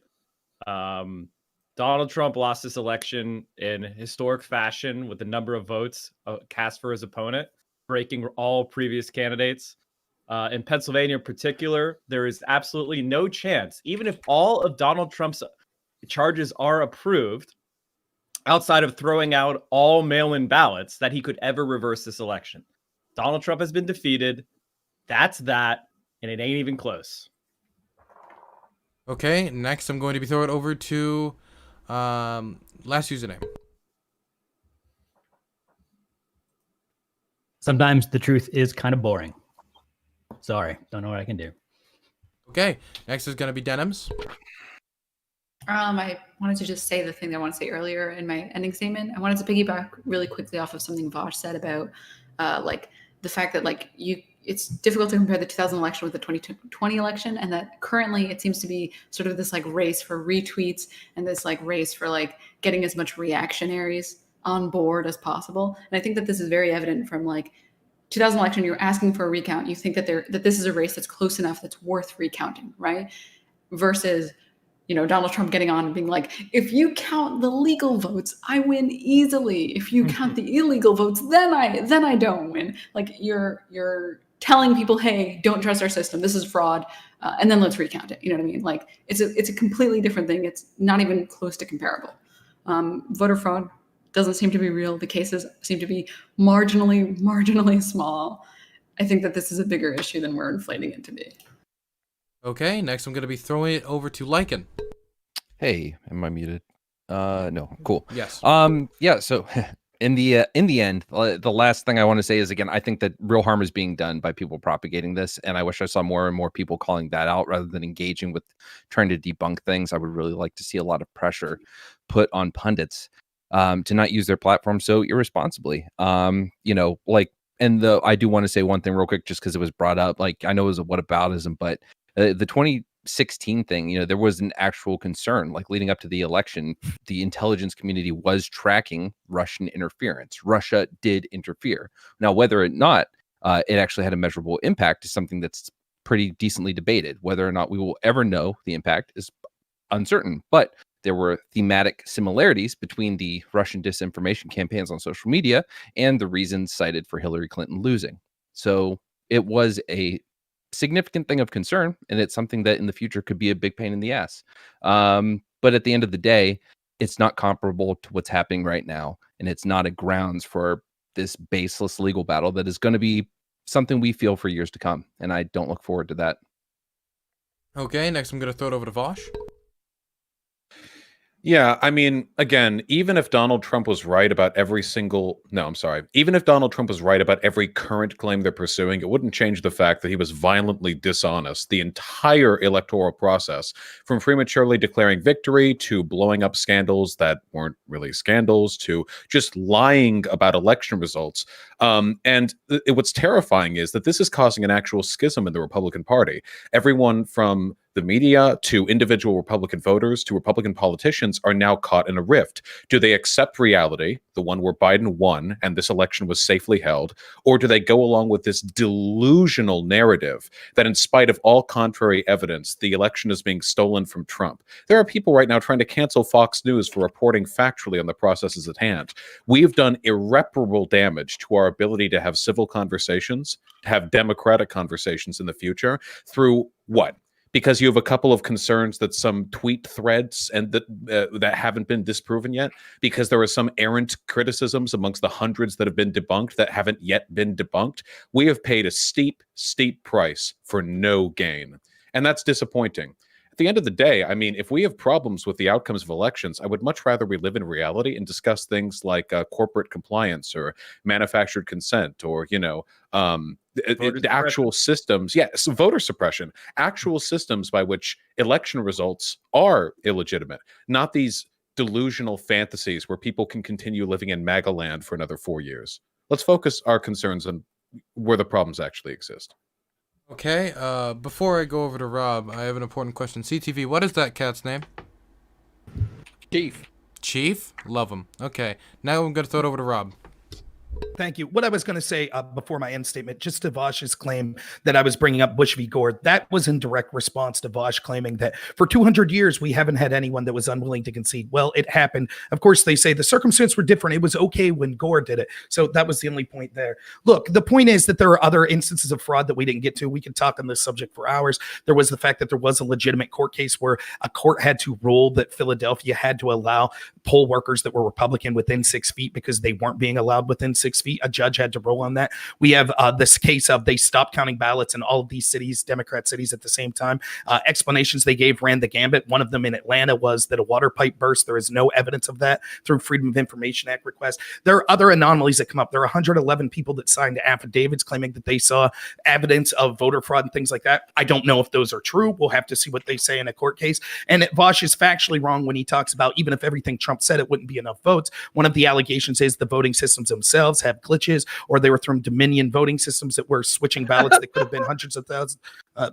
Again, would you like to interrupt again, Central Committee? It seems to be something you're quite good at. I was good. I was just laughing to myself. Poor Right, Mike. I know that. Well, hey, you have to laugh at yourself. No one else laughs at you. So yeah, there was all kinds of things like that. So there are allegations out there. Now we'll see if they bear out or not. Again, no one touched the fact that even if we say that there was no actual votes. Oh, by the way, we see legitimately dead people cast votes and things like that. We know that people got ballots that shouldn't have got the ballots. But even if all of it's true and there is no fraud, again, what no one talks about is the fact that the mainstream media, tech companies, the intel agencies, and the Democratic Party have all aligned means that we'll never see a true populist president, even a progressive one like a Jill Stein or something like that. So they're cutting off their nose to spite their face. In regards to this kind of cheer for, oh, we're causing irreparable damage. Funny to hear people on the side that said Russia, Russia, Russia for 4 years, claiming that Russia stole the election based on paid for disinformation that was opposition research by the Democratic Party. It's funny to now hear them say, you have to accept the results of the election. How about this? What if Trump concedes and then spies on Biden for 4 years? Would that be acceptable? Would that be magnanimous? Would people be okay with that outcome? I think Hillary not. Clinton So the idea Vaush, and real quick, just to finish up here with my, It's gonna be the point. last. Okay, they talk about one second, Rob. I'll let you give like 10 more seconds on that because you've spoken longer than everybody. But I just want to make clear from now on during the segments. Hot tip: the warnings are gone. Just have your mic muted during other segments. It makes it a lot easier. You can laugh all you want with your mic off, but I just want to make sure everybody has some allotted amount of time to make an ending statement. Okay, you got 10 seconds, Rob. Yeah, and it's funny that we're talking about real damage being done. I don't see Trump supporters burning things down like after the 2016 election. So the calls to come together from the people that were defending the side saying Russia, Russia, Russia, and burning things down seem disingenuous. Okay. That is the first topic. Let's say you heard something from somebody that you're like, I feel like it's kind of weird. I can't get to respond to that. Don't worry. During your intro to the next topic, if you want to use your time, to also counter something said during this ending topic, you can. But after that, you cannot talk about it whatsoever. I don't want to drag every conversation into the next one and not make it about what we're supposed to be talking about. Okay, so is that clear? Wonderful. Okay, we're going to go into the next topic, which is what should Trump's legacy be? Not what will it be, not what this person or that person says is going to be. What do you think it should be? Okay, we're going to start in the bottom left-hand corner with Central Committee. I think Trump's legacy should be the complete destruction of legitimacy of the federal courts of the United States, and why we need to have a complete restructuring, pack the court, preferably by adding at least 4 judges to the Supreme Court, double the size of the federal judiciary. And also, his legacy should be one of complete taking over the Republican Party. The old, slick, Jeb Bush approved, compassionate conservative era is dead. The Republican Party is now a crypto-fascist party, proto-fascist party, whatever you want to say. They are a cult of personality who didn't even bother writing a platform, because their platform is whatever Donald Trump says. And that is what his legacy should be: the destruction of the Republican Party and the undermining of all legitimacy of the federal judiciary. So those are the things that I think all of us should take a look at. And as far as the Russia stuff, I don't know who the fuck you're talking to, because I'm pretty sure Vaush and I were not walking around going Russia, Russia, Russia. We were talking about the legitimate problems that Donald Trump had with his administration and the myriad crimes he was committing on a daily basis. Okay, and next I'm going to throw it over to CTV. Well, what should Trump's legacy be? It's funny that Mike brings up what he brought up. So, what I will say is that it comes down to a difference in ideology. You're absolutely right that before Trump, that the Republican Party didn't really have a direction. So Trump came in there and was able to take, really kind of take control of the party itself and then give people something to believe in, right? What we've seen over the years is that there's any type of conservative thought, and I'll just pick out one issue in the way of gun rights, that as soon as you're willing to concede any kind of ground, then there becomes even more reasonable restrictions further down the road, i.e., you let the door in for a background check. Now all of a sudden we've got a candidate in office that says that we're going to put in magazine restrictions. We're going to do a lot more things to restrict your fundamental rights to be able to defend yourself. So it's only natural that you would end up having a stronger personality come in and kind of lead the people in a direction to fight back against people that think that it's okay to come into my life and tell me how that I choose to defend myself. So if anything, Trump's legacy is going to be the people's attempt to fight back against a system that is continuing to fuck with us and we don't like it. Okay, next I'm going to throw it over to Endernax. What should the legacy be? I'm gonna take this as what should we take away? Because there's a lot of things that I think that people should take away from the Donald Trump presidency that are not great. But the key takeaway for me anyway is that there is a large segment of the population who is willing to pull the trigger on the Orange Cheeto Man talk show. I'm sorry, reality TV show host, crazy dude. Because they felt like their needs were not being serviced. You had districts that went plus 20 for Obama in 2008, that went plus, I think it was like 15 for Trump this election cycle, with almost the same demographic makeup in those sections. We had 8 years, ever since the realignment of the two-party system under Goldwater with the fulfillment under Reagan, we've seen a failure upon failure upon failure of neoliberal policy to address the needs of everyday Americans, regardless of your class, your race, whatever, wherever you live. It is a complete and utter failure of the system that people are willing to vote for Donald Trump for president.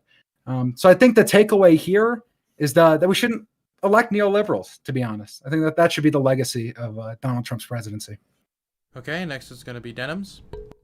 I have two things I want to say. First, I think what everybody is thinking. Last username, what is the name of your cat? Flash. Okay, thank you so much. Now I can focus on the political stuff. Thank you. And then the second thing I want to say, maybe I'm high on hopium, okay? Maybe I'm not based. Maybe I'm not a lib enough or whatever. I genuinely think that we should look at the Trump presidency as oh, how did we fail Americans so badly that we got Trump elected by by the narrowest of margins, like 70 million people this election voted for Trump. This should be a case study of what the fuck are we doing wrong that we can't even reach the group of people that we're trying to reach. The Democrats are trying to reach people who are like working class Americans who are suffering under capitalism. And we're failing to reach these people, horribly so. Like, there are people who are living under the poverty line, but just because they live in middle America, they don't trust the Democrats at all. Like, clearly there is some obvious failing on the Democratic Party side, and we need to address it more so than the fact that, like, Trump is a racist or Trump is a sexist or any of these other things. So that's basically my statement. Okay, next I'm going to throw it over to Catman, last username. Yeah, I think that Trump's legacy should be a complete disillusionment with the sort of narrative of democracy. I mean, the idea that, you'd think that regardless of what happened in 2020, in the 2020 election, it would be something decisive, something, something overwhelmingly, significant. But at the end, it was just another, election that was split right down the middle, right? Half of America voted for Trump, half didn't.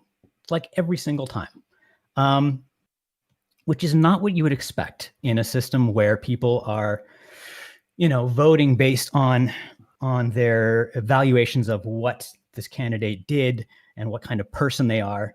You think they'd have, there would be some kind of major shift in people's feelings about the president after his first term, given everything that's happened, given the enormous, all of the crazy things that Trump's done and said.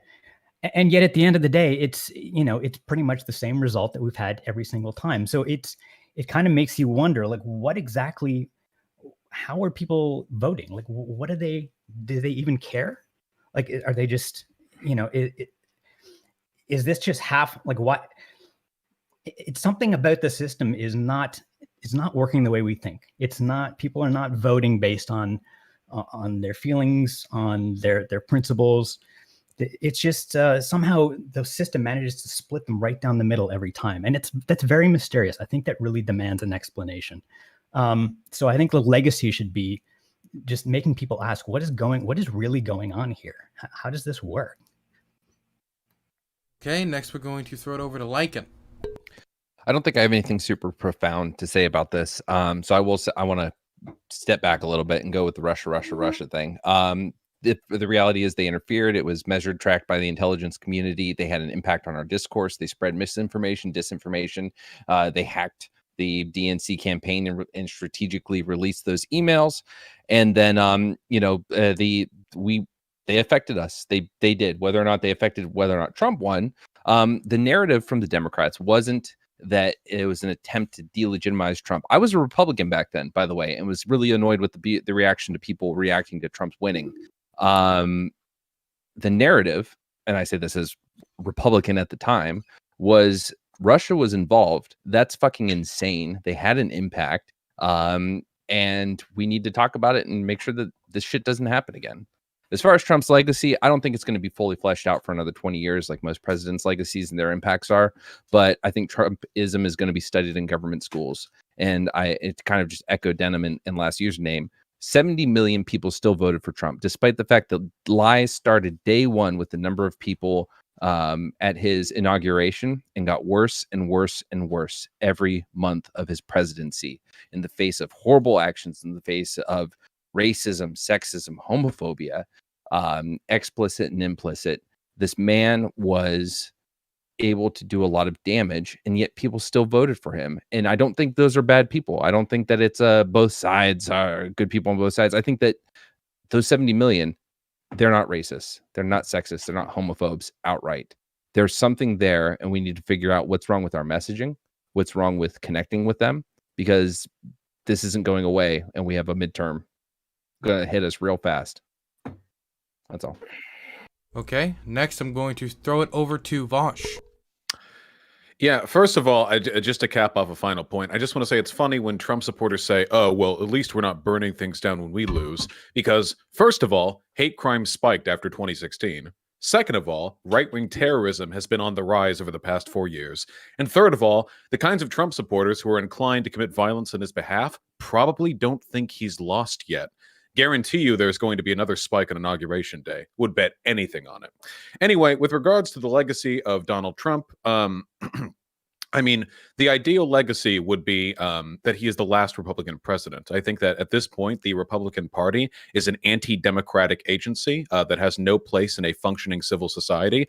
It's simply a matter of if we want democracy to survive, we cannot allow anti-democrats to run or to be able to participate freely. I would gladly, if I could, just disenfranchise the Republican Party.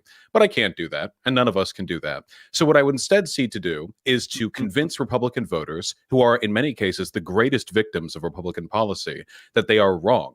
I think that Trump's presidency should be, in hindsight, a hallmark of the failure of the Republican Party. He was a failure in every conceivable way. He messed up the coronavirus pandemic on a global scale. All he did was handed a functional economy from Obama and then slowed its growth through poor tariffs usage, ended up hurting our local economy, and then trashed it all with his poor COVID performance. He withheld and withdrew civil rights. He attacked the media. He withdrew First Amendment protections. He did everything in his power to make this country an objectively worse place for the people who live inside of it, including the people who voted for him. This is a product of manufactured consent. This is a product of people being taught to focus on issues which don't affect their lives, trans bathroom bills, Antifa burning down cities, rather than focusing on things which actually affect their lives. The quality of our infrastructure, of our healthcare, of our education, the quality of our retirement, the quality of our upbringing. These are the things that actually affect people's lives. And if you actually measure the success of a presidency by those characteristics, Trump is easily bottom tier. Biden is better, but we can do much better. Much, much, much better than Biden. And that's what I want to show America. Okay, next we're going to throw it over to Rob Knorr. I think the legacy of Trump will be one of the reason that I voted for him, which was not because he's playing 4D chess. I never believed that. I think he's a smart man, but I don't think he's some overarching genius playing 4D chess. But he outed the corruption by being someone who was not the hegemon of the establishment Republican or Democrat Party. And they thought they didn't want Bernie Sanders or Donald Trump in 2016 because that meant that they would lose control. So they allowed it to be Trump versus Hillary because they thought they had it in the bag. And when they lost, they had to pull out all the stops that proved their corruption. We see now the average person sees how corrupt the media is, how one-sided they are. We see how corrupt the intelligence community is. We see how corrupt bureaucrats in places like the State Department are. Even this whistleblower or this anonymous person that said there was probably only 4 people around Trump that had his back. A story broke today showing that the generals admitted that they were lying to Trump about how many troops were in Syria because the warmongers that are now supporting Biden actually won us in these forever wars. And so they had to lie to Trump so that he couldn't pull our troops home. So this was all happening, and we see the corruption around thanks to the election of Donald Trump. However, Trump failed in that he did not hold those engaged in this coup and this corruption accountable. The proper people did not face legal recourse. Another thing that happened was we see the radical nature has come out of the left, and simultaneously how we have people that think they're anti-establishment on the left. They're now out there rioting or holding protest demonstrations sponsored by Nike, sponsored by Amazon. They are now all in with the corporatists. The propaganda has been so effective that people that would progressives and wanted Bernie Sanders elected a 47-year-old veteran of Washington that is the quintessential insider that will screw over the American people just like he has for 47 years. The Democrats are the party of corporate America. They are the party of censorship. They are the party of tech. They are the party of the CIA. They used to be against those things. The Democratic Party is now the party of forever war, putting neocons and neolibs around Joe Biden. He has 41 lobbyists that are now in his administration. They could have stood up and said, hey, we don't like Donald Trump, but we're against the corruption we see from the intel community. We're against the fact that our media are now just propagandists that are going after him and not telling the truth. But they didn't. They embraced it because Orange Man bad. And now we have set a precedent that we won't see another populist president for the next 30 years. That will be the legacy of Donald Trump. Okay, I'm going to open this up to general discussion. Yeah, I just want to say that As a socialist, the idea that Donald Trump is an anti-establishment pick when he's a born with a platinum spoon in his mouth billionaire who appointed a bunch of RNC cronies to high-level positions, bankers and lobbyists who funneled tens of millions Y'all of dollars literally from don't understand taxpayers Trump at into his all. private businesses, who refused to divest from his own industries because he knew that his businesses were failing and he needed to make every cent he could while he was president. The guy who, I mean, the idea that this guy's anti-establishment, I'll give you one thing, okay? He's anti-establishment in the sense that he's stupider than your average American president. Rather than being a complicit tool of the system who does and says what needs to be done and said to keep America functioning, he's just below the IQ level necessary to keep this country functioning properly. Right. Most of what Trump supporters call the establishment supporting Biden is actually the functional processes of America, flawed or otherwise, needing a president who isn't Trump.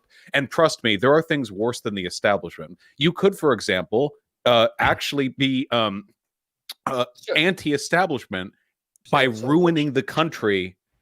This isn't necessarily a good thing. And this is a perfect example of what I said earlier about focusing on issues that aren't actually issues. Every time Trump supporters defend Trump, they bring up this weird conspiratorial, like the DNC is the party of the tech, the party of censorship. These points could be individually destroyed, obviously, but like no mention of policy, no mention of healthcare, no mention of education. When they talk about the economy, it's only in broad generalizations, never actually policy. It's so clear they don't want to talk about actual reality. Right. So then you have to take each one of those issues, right, break it down and decide whether or not the federal government is the one that should actually be doing it. So if the federal government isn't doing something or should be doing something, needs to be the discussion that's being had. I think on the conservative side, like, I don't know, ending the fucking war on drugs would be something that I think would be the first thing to start off with. So get rid of like the DEA, rid of whole divisions of fucking government that aren't doing anything that we need them to be fucking doing anyway at a federal level. If the states want to take that issue on, then they can take that issue on themselves.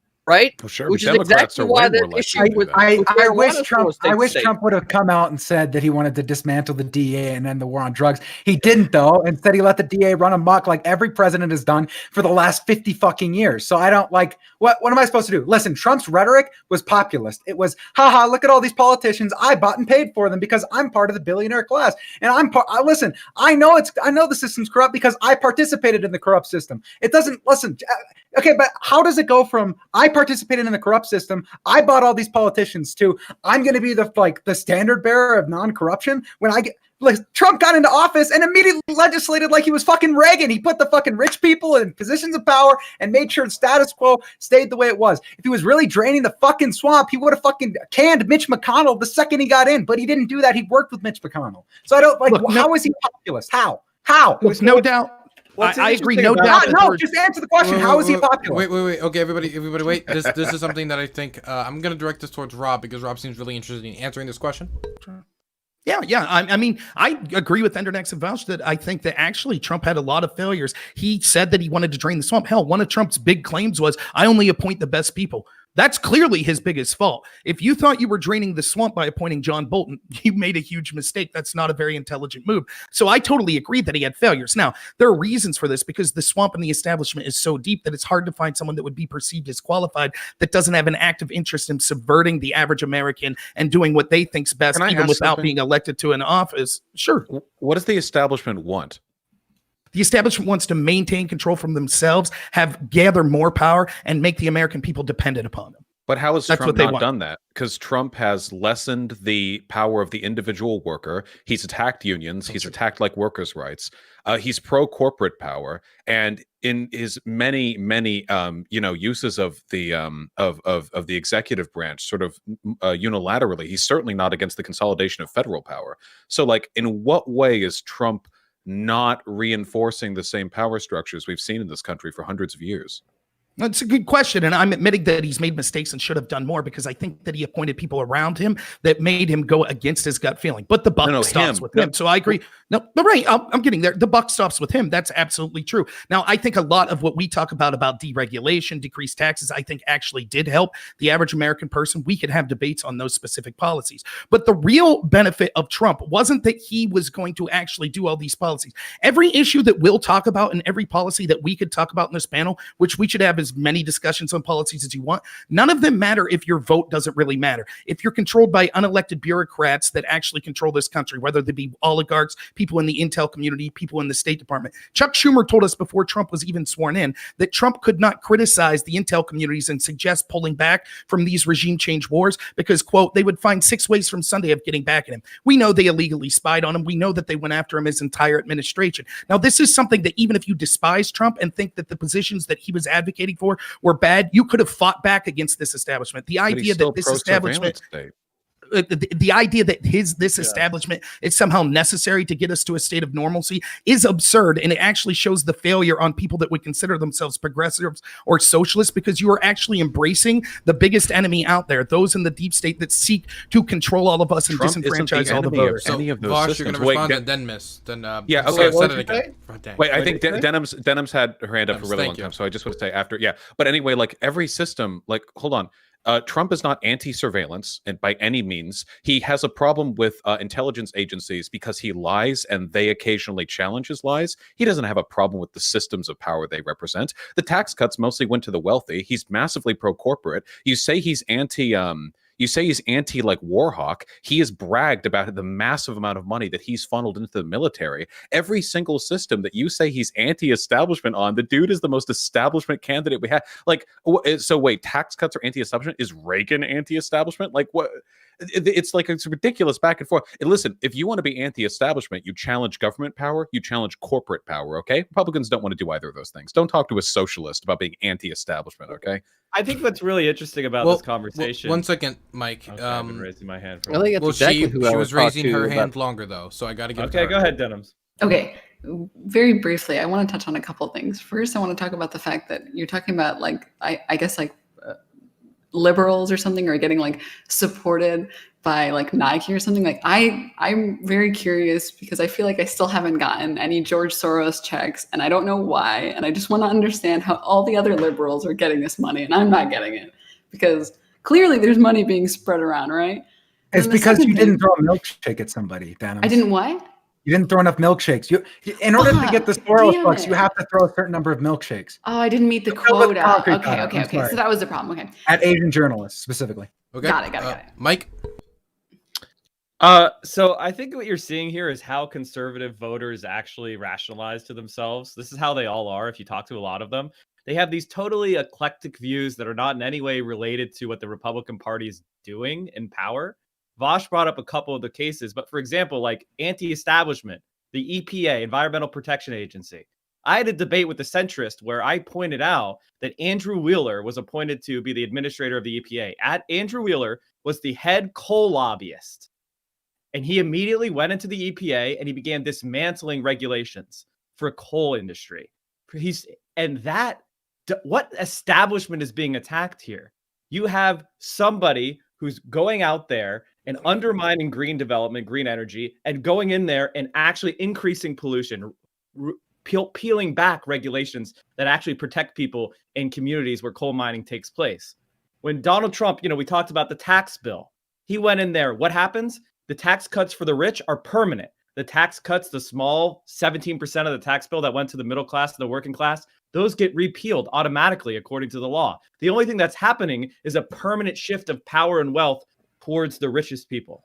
And you go from issue to issue to issue. The judges that Trump put on the Supreme Court and put onto the circuit courts, to put into the federal judiciary, they came directly from the Federalist Society, a Republican establishment organ that's been operating for decades. Every single issue you go down the line, Donald Trump is literally the Republican establishment's wet dream. And Mitch McConnell was the one who dictated policy. He was a fucking loser and a mouthpiece and maybe something that's more appealing to conservative voters. But all he did was reinforce and rebuild the establishment power in this country. CTV, you want to say something after? It's going to go to Rob. I see his hand raised. Yeah, I mean, look, Mike, I can't imagine why, I don't know, I'm going to pick a state here since we were talking about coal miners, right? West Virginia, right? I can't imagine any reason why representatives from West Virginia would want to be able to laxen restrictions on coal production so that the people that live in those areas can go back to being able to get to have a job and have an income. Right? I can't imagine why they would want to do that. Now, while you would say that you are serving the greater good and the EPA and those restrictions, right? Who do you really care about? You would argue and say, well, I care about the entire world, and that's why we just need to stop doing this. So fuck the people that are there that this entire industry has been funding these people's way of lives for generations. Right? TTV. Do you know that in parts of West Virginia, the life expectancy is literally 60 years old because people are dying of cancer and like black lung and like these coal companies, if you're going to tell me that deregulating coal companies, which have actively worked to make workers' lives shittier and to kill them and not provide them health care for the shit that they're like, that's actually affecting them. That's fighting the establishment. What I'm literally saying those industries, really? What this I'm is literally right. This is what I'm literally saying. Internext, and you asked a question. You got to let him respond. Right. So what I'm literally saying here is, man, is that these people want to work in this industry. This is what they've been doing, right? So just because you want to come in and play Papa and tell them whether or not they can do what they say that they want to do and they're committed to doing is really neither here nor there, right? You're not their daddy. That's what they want to be able to do. So the only other thing that you can do is argue the environment. Right. And I see that there's points to that. So having reasonable restrictions to make sure that it's clean is one thing, but shutting down the entire industry where people can't make an income, that just doesn't make any sense. So originally he asked me a question. People were working 80-hour weeks in mines and dying. So like we put in restrictions. We were like, hey, maybe you can't work like these coal miners to death because, well, that's kind of fucked up. And you're saying, well, they chose to go die in those mines, even though that's the only labor that's provided to them in their local community. Like, what do you mean? They have no choice. Of course it's their way of life because there's no other industry there. They have no other way of making money. So they're forced into that job and they don't have enough money to fucking leave either. Because nobody wants to buy their goddamn houses. Okay. Right, so CTV respond, and we're throwing over the finish with the mic since the question was posed to Mike, and then we're gonna go to Rob. He asked about. Well, first I said CTV was gonna finish it, responding to the end. Go ahead. So this is why we have to make sure that we get to the discussion of what's actually reasonable, because shutting it down completely is not reasonable. These people still need to be able to earn an income, but the regulations that you put in place shouldn't increase the cost so much that it makes it unfeasible for these people to be able to make an income at all. Right? This is where people that actually have half a clue as to what's going on both sides of the fence need to be involved. Hey, Mike. Okay, and so this is kind of what happens when you get in these policy discussions. The coal industry is failing because the price of coal is too high. It does not compete with natural gas and renewables. It's not failing, and the regulations are necessary because of the environment. So no matter how you look at coal, it's a failing industry that's going away. Like the buggy whip was when horse-drawn carriages stopped being used for transportation. Coal is going away, whether you like it or not, from a free market perspective or from a perspective that actually recognizes the science of climate change. Coal is finished. The only group of people that have a coherent plan for what to do with West Virginia are people who support the Green New Deal, people who support relocating and re-educating and retraining coal miners and people in these industries and areas that have relied on fossil fuels. Donald Trump, Mike, your that would camera's actually... Well, let him finish. Say again? I just wanted to say your camera's it's like freezing. That's it. But it is kind of freezing up, yeah. Here, So- let me. It's the shadow jutsu. Oh no, they're doing it. So are we still good? Oh no, we are. You're good now. You're good now. Okay, hold on. So what I'm trying to say is that the Green New Deal, those are the people that are actually relevant. Donald Trump goes and makes empty promises to coal miners to get their votes and then laughs at them. It was only Bernie Sanders who was pushing the United Mine Workers Union was pushing for a bailout of their black lung fund because all those coal companies are going bankrupt and all their investors are escaping with gold parachutes and their riches, and the coal miners are left in the lurch because the companies are no longer there to pay for the medical care they need for digging up coal. Only Bernie Sanders was there, actually supported coal miners. So if you really cared about being an anti-establishment person who wants to see the people of West Virginia thrive, you'd be supporting Bernie Sanders. You would not be supporting a known proving liar, huckster, failure who did nothing for the people of West Virginia. Okay, Rob. Yeah, Vaush so- afterwards. Rob's just had his hand up for a while. Thank you. Yeah, so it's a good conversation. I agree. There are certain regulations that we need more. We'll talk about this more, I assume, in the next topic about energy and what we could do with climate change and things like that. But again, the fundamental misunderstanding here is in the effort, it's not exactly that Trump's specific policies were always geared towards fighting the establishment. The mere fact that Trump was elected meant that he was a potential outsider that forced the establishment to come out against him both barrels. It was a unique opportunity for people on the right and the left to say, look at this blatant corruption we see from groups such as the FBI. Look at the blatant corruption we see from groups like the media. Look at blatant corruption we see from never Trumpers in the establishment Republican Party and the establishment Democratic Party. Instead, it co-opted people on the left that I thought would be my allies in fighting this corruption by supporting someone like Joe Biden, by supporting the corrupt FBI, by supporting the corrupt CIA, the same people that lied us into the Iraq war. I now have friends that marched with me on the left in 2004, 2005 that were against the Iraq war and Afghanistan war that are now telling me that I changed because I want to bring troops home from Afghanistan. And I'm racist and xenophobic like Trump for wanting those troops to return home. In an effort to say, oh, Trump is bad, Orange Man bad, he's a racist, he's a Nazi, you have now aligned yourself with an unholy trinity of these establishment people in the media, in the intel agencies, in the State Department, and in the establishment Republican and Democratic Party, all of which were for Joe Biden. The neocons are for Joe Biden. The neolibs are for Joe Biden. Overwhelmingly, the establishment corporations that you talk about were for Joe Biden. Overwhelmingly, the establishment people in the media were for Joe Biden. Overwhelmingly, the establishment people that control the tech industry were for Joe Biden. Overwhelmingly, the establishment that controls academia were for Joe Biden. These people will take away the voice of the average people like they've been doing for the past 50 years. And to think that you're involved in some sort of... To think that you're somehow involved in some revolution by supporting a 47-year-old veteran supported by every institutional power in this country is laughable. Okay, Vaush, you're next. Couple points. First of all, nobody thinks they're a revolutionary for get Joe Biden elected. That's a straw man. Second of all, once again, you can't actually name a way in which Donald Trump is anti-establishment. He doesn't support any anti-establishment policies. What you think anti-establishment means is when people in power don't like you. The reason they don't like Trump is because he's an idiot and a terrible leader. That's why. He's not He's not anti-military industrial complex. He's not anti-corporate power. He's not anti-federal power. He's not any anti-actual power. He's just an idiot. If there was a sentient piece of shit that was elected to the executive branch and everyone disliked him for it, you would say that piece of shit was an anti-establishment candidate, okay? I'm sorry, being disliked doesn't mean you're a champion of the people, okay? Joe Biden is unironically more anti-establishment than Trump because at the very least, he's going to support people's right to get easier access to education. He's more likely to support workers' rights like a higher minimum wage, and he's more likely to transition us out of the just disgusting, degenerately entrenched oil and coal lobbies.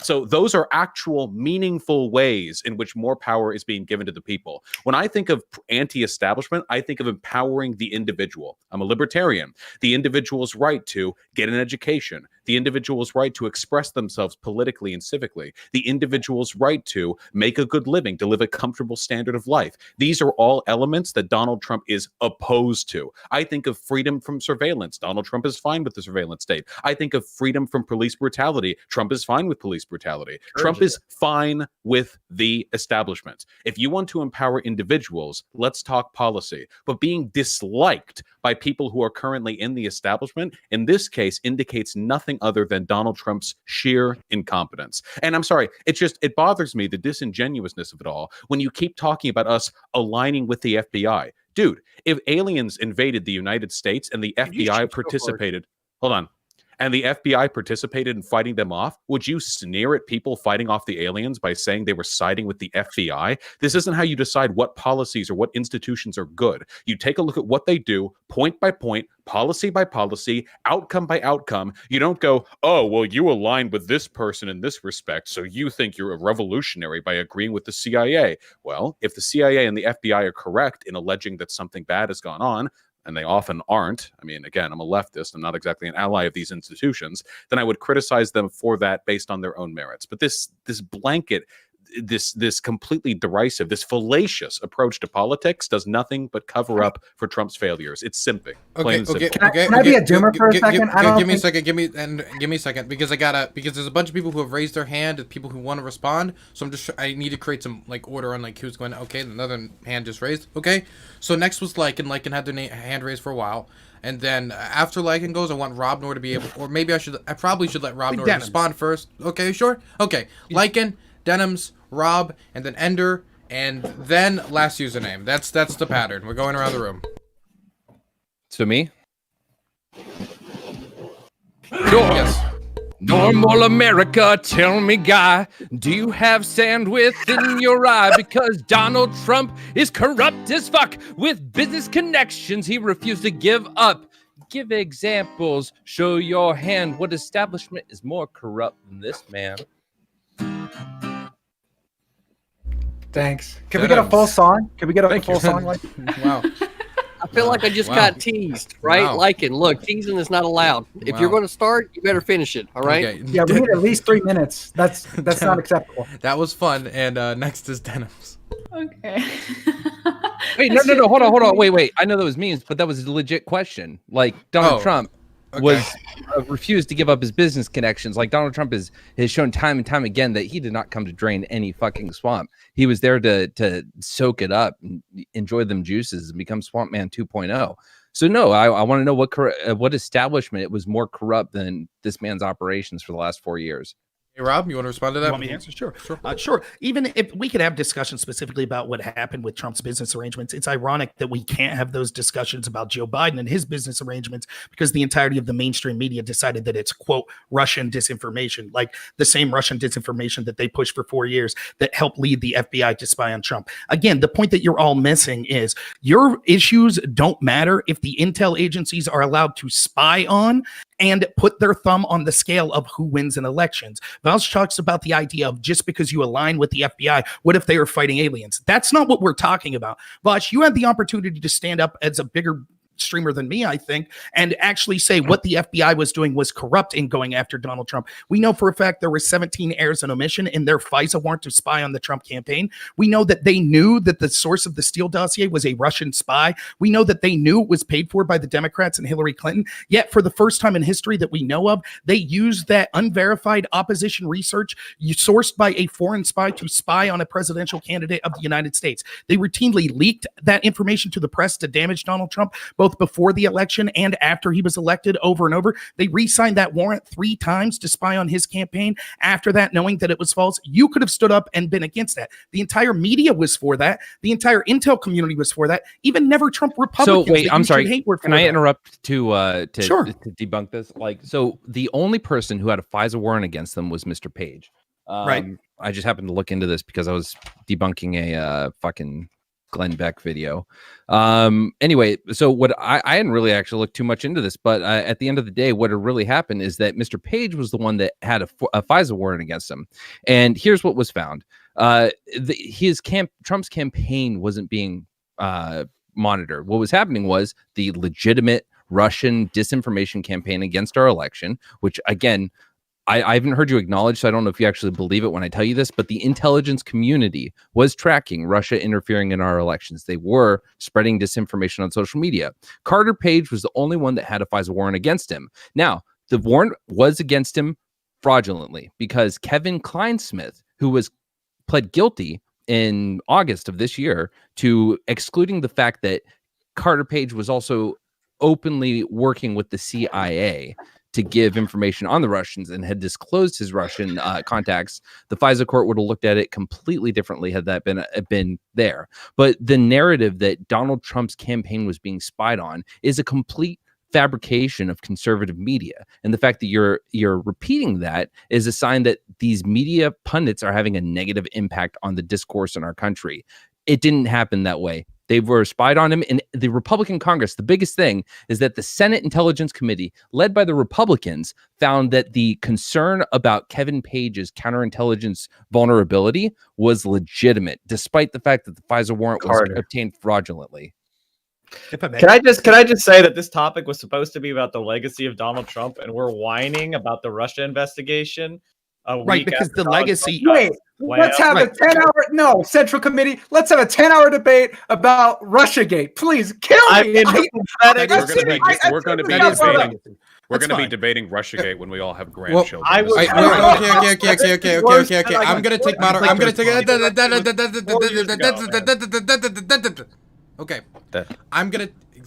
I'm gonna take moderator's privilege here and say that there was a major investigation into the President of the United States during his term in office, and if we're talking about his legacy and the fact that he was a president, one of the very few who did get impeached while in office, that does feel like should be discussed when discussing his legacy. Whether you are angry about how much it's being discussed, that when the thing is turned over to you because I have your name written down on the notebook, then you can express your opinions about something else. Because that's the wonders of panel shows. Entertaining show.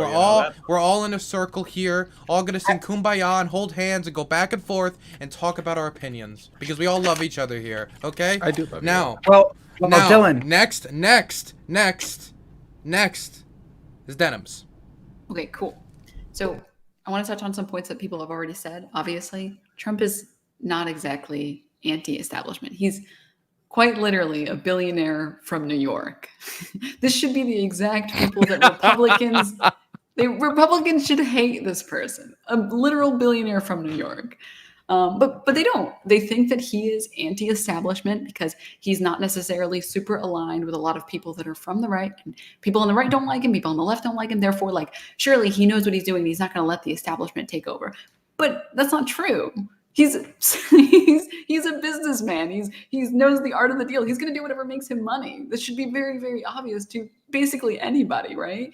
And I do think, like, on the opposite end, because I don't want everyone to just like pile on Rob on like he feels like he has to defend against literally everybody else, which seems kind of rough. I do want to say that, like, very obviously we know that there's lobbying on both ends. Like, there's no like crazy idea that, like, oh wow, like the Democrats that they would take lobbyist money, like they believe in corn subsidies or something. No, that is like pretty clear. I think most people would say that the DNC is maybe, I don't know, like a little not great for like on the mild end. And I do think that, like, especially people who are like Bernie fans or Warren fans or whatever probably can relate to this and think that, like, the DNC scams fuckers and it's not okay and we should do something about it because they're just as establishment because libs fucking suck, et cetera, et cetera. And I do think that when things come out that feel fraudulent or whatever, like the big fear on the right is like big tech, right? Big tech feels they're coming for everything that we know that's good and true. And then when you like look at stuff, you can defend stuff and be like, no, big tech isn't a big problem. And then you realize, like, oh, Google, like the search platform. Yeah, they do some censorship and they don't tell you that they do it. You know what I mean? If you Google something on Google, it'll tell you one thing, and you Google it on DuckDuckGo and it'll tell you another thing. So yeah, I understand people's concerns with this. And I think that this goes back to my opening statement, which is like, sure, the Republicans constantly defaming the left doesn't exactly help the left, but this is also kind of on the left to find a way to combat this, right? Like, we can't rely on the right to build a case for us. Obviously not. We have to rely on the left to build a case for us. We have to rely on like the left to like find a way to see these people who really they're voting Trump only because they hate the establishment. How do we prove to people that there are candidates on the left that actually do care about people, that aren't completely entire shills, that don't only care about lobbyist money? There's some failing on our part to be able to counteract this idea. Okay, end of statement. Wonderful. Now I'm going to throw it over to Ender. Wonderful. You can talk about whatever you want. You know, I was gonna like doomer pill everyone and say, like, I don't know, that Dick Cheney is a foreign policy advisor to Joe Biden. That's gonna end well. But you know what? Let's not doomer pill people on Joe Biden's presidency. It hasn't even begun yet. Who knows? You know, after the Republicans win their 2 seats in Georgia, I'm sure he's gonna get a lot done. Anyways, that's besides the point. I actually wanted to respond more to something Denims was saying, which is that Democrats' messaging to these people has been entirely awful. It's incoherent. The Democrats that are on the national stage don't appeal to these people. You have people, dumbasses like Beto O'Rourke, going out on the stage and saying, hell yeah, we're going to take your AR-15s. And that's blasted on every single fucking Republican talk show, news show, like across the country in every rural state. They hear that every day.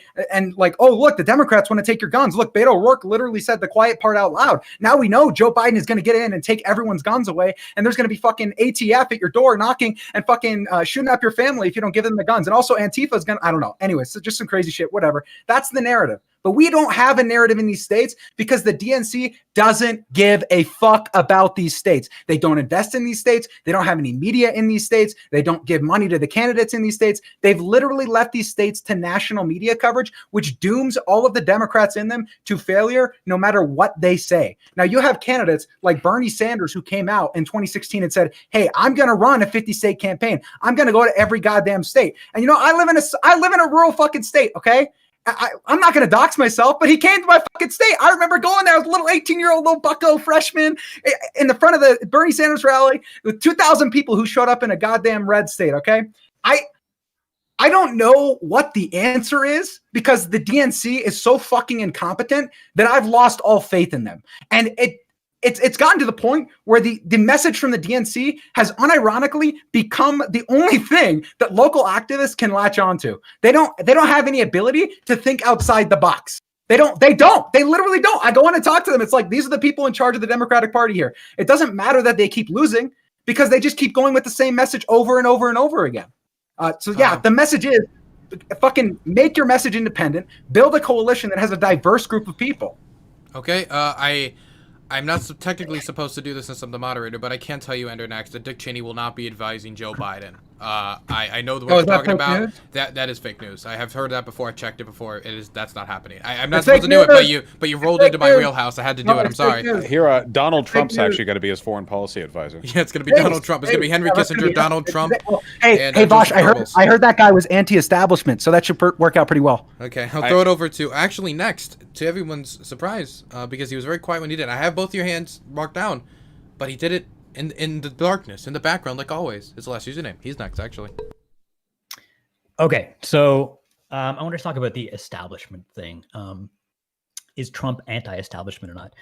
As we can see from this discussion, the kind of establishment versus the people, the kind of populist narrative is not a good model for understanding how politics works, because who you consider to be the establishment seems to, depends heavily on which variety of populism you subscribe to. I think the reality of the situation is something more like there are several different establishments, and Trump certainly ruffled the feathers of some of them, not all of them, but some of them. Like the media seems to be a kind of establishment in that.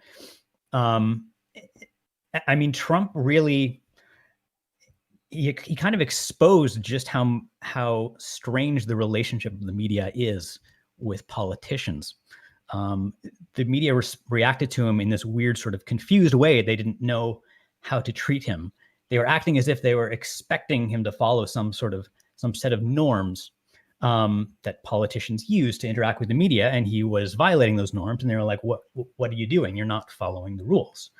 And I think that was really illuminating to people, because they were asking, wait a minute, what? There aren't supposed to be any rules. The media is just supposed to report on things and tell the truth. And he sort of revealed indirectly that wasn't exactly what was going on. And there are lots of other establishments, like with the administration. He certainly seemed to piss off the FBI and the intelligence community and such.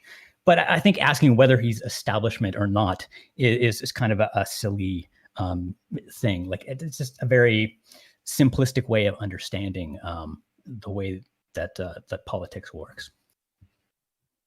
Okay, next is Rob, and then after Vaush. Yeah, and I agree totally with last username. Look, labels are necessary for humans, but often they can be clumsy. And I actually agree exactly with what he's saying here. Like, just because you're rich, in some way that may make you some form of establishment. But what I'm talking about is all of the institutions that control our narrative being geared one way, and that is to the establishment Republican and Democratic Party. Particularly at this point, the Democratic Party that had never-Trumpers like the Lincoln Project, John McCain when he was alive, Jeff Flake, Mitt Romney, etc. Beyond that, Liz Cheney, the list goes on and on. on. Look, Lycan says that they only spied on Carter Page. Bill Binney, who's a whistleblower for the NSA, talks about the 2-hop rule. The 2-hop rule means that they're able to spy on everyone that Carter Page had communications with and everyone that those people had communications with. In addition, that wasn't the only person that was spied on. Stefan Halper and someone with the code name Azra Turk also spied on George Papadopoulos. They used human intelligence to spy. This was all based on garbage that the FBI had agents warning. James Comey at the time was a disinformation campaign concocted by Hillary Clinton to distract from her server. We saw the FBI go as light as possible on Hillary Clinton's side, etc. I'm not going to get into it. I can see that people aren't interested. The point is this, though, that I'm not suggesting that we should, just look at this and say someone's establishment and anti-establishment. What I'm suggesting is this. Joe Biden was the least energetic candidate probably in the history of modern politics running for a significant office.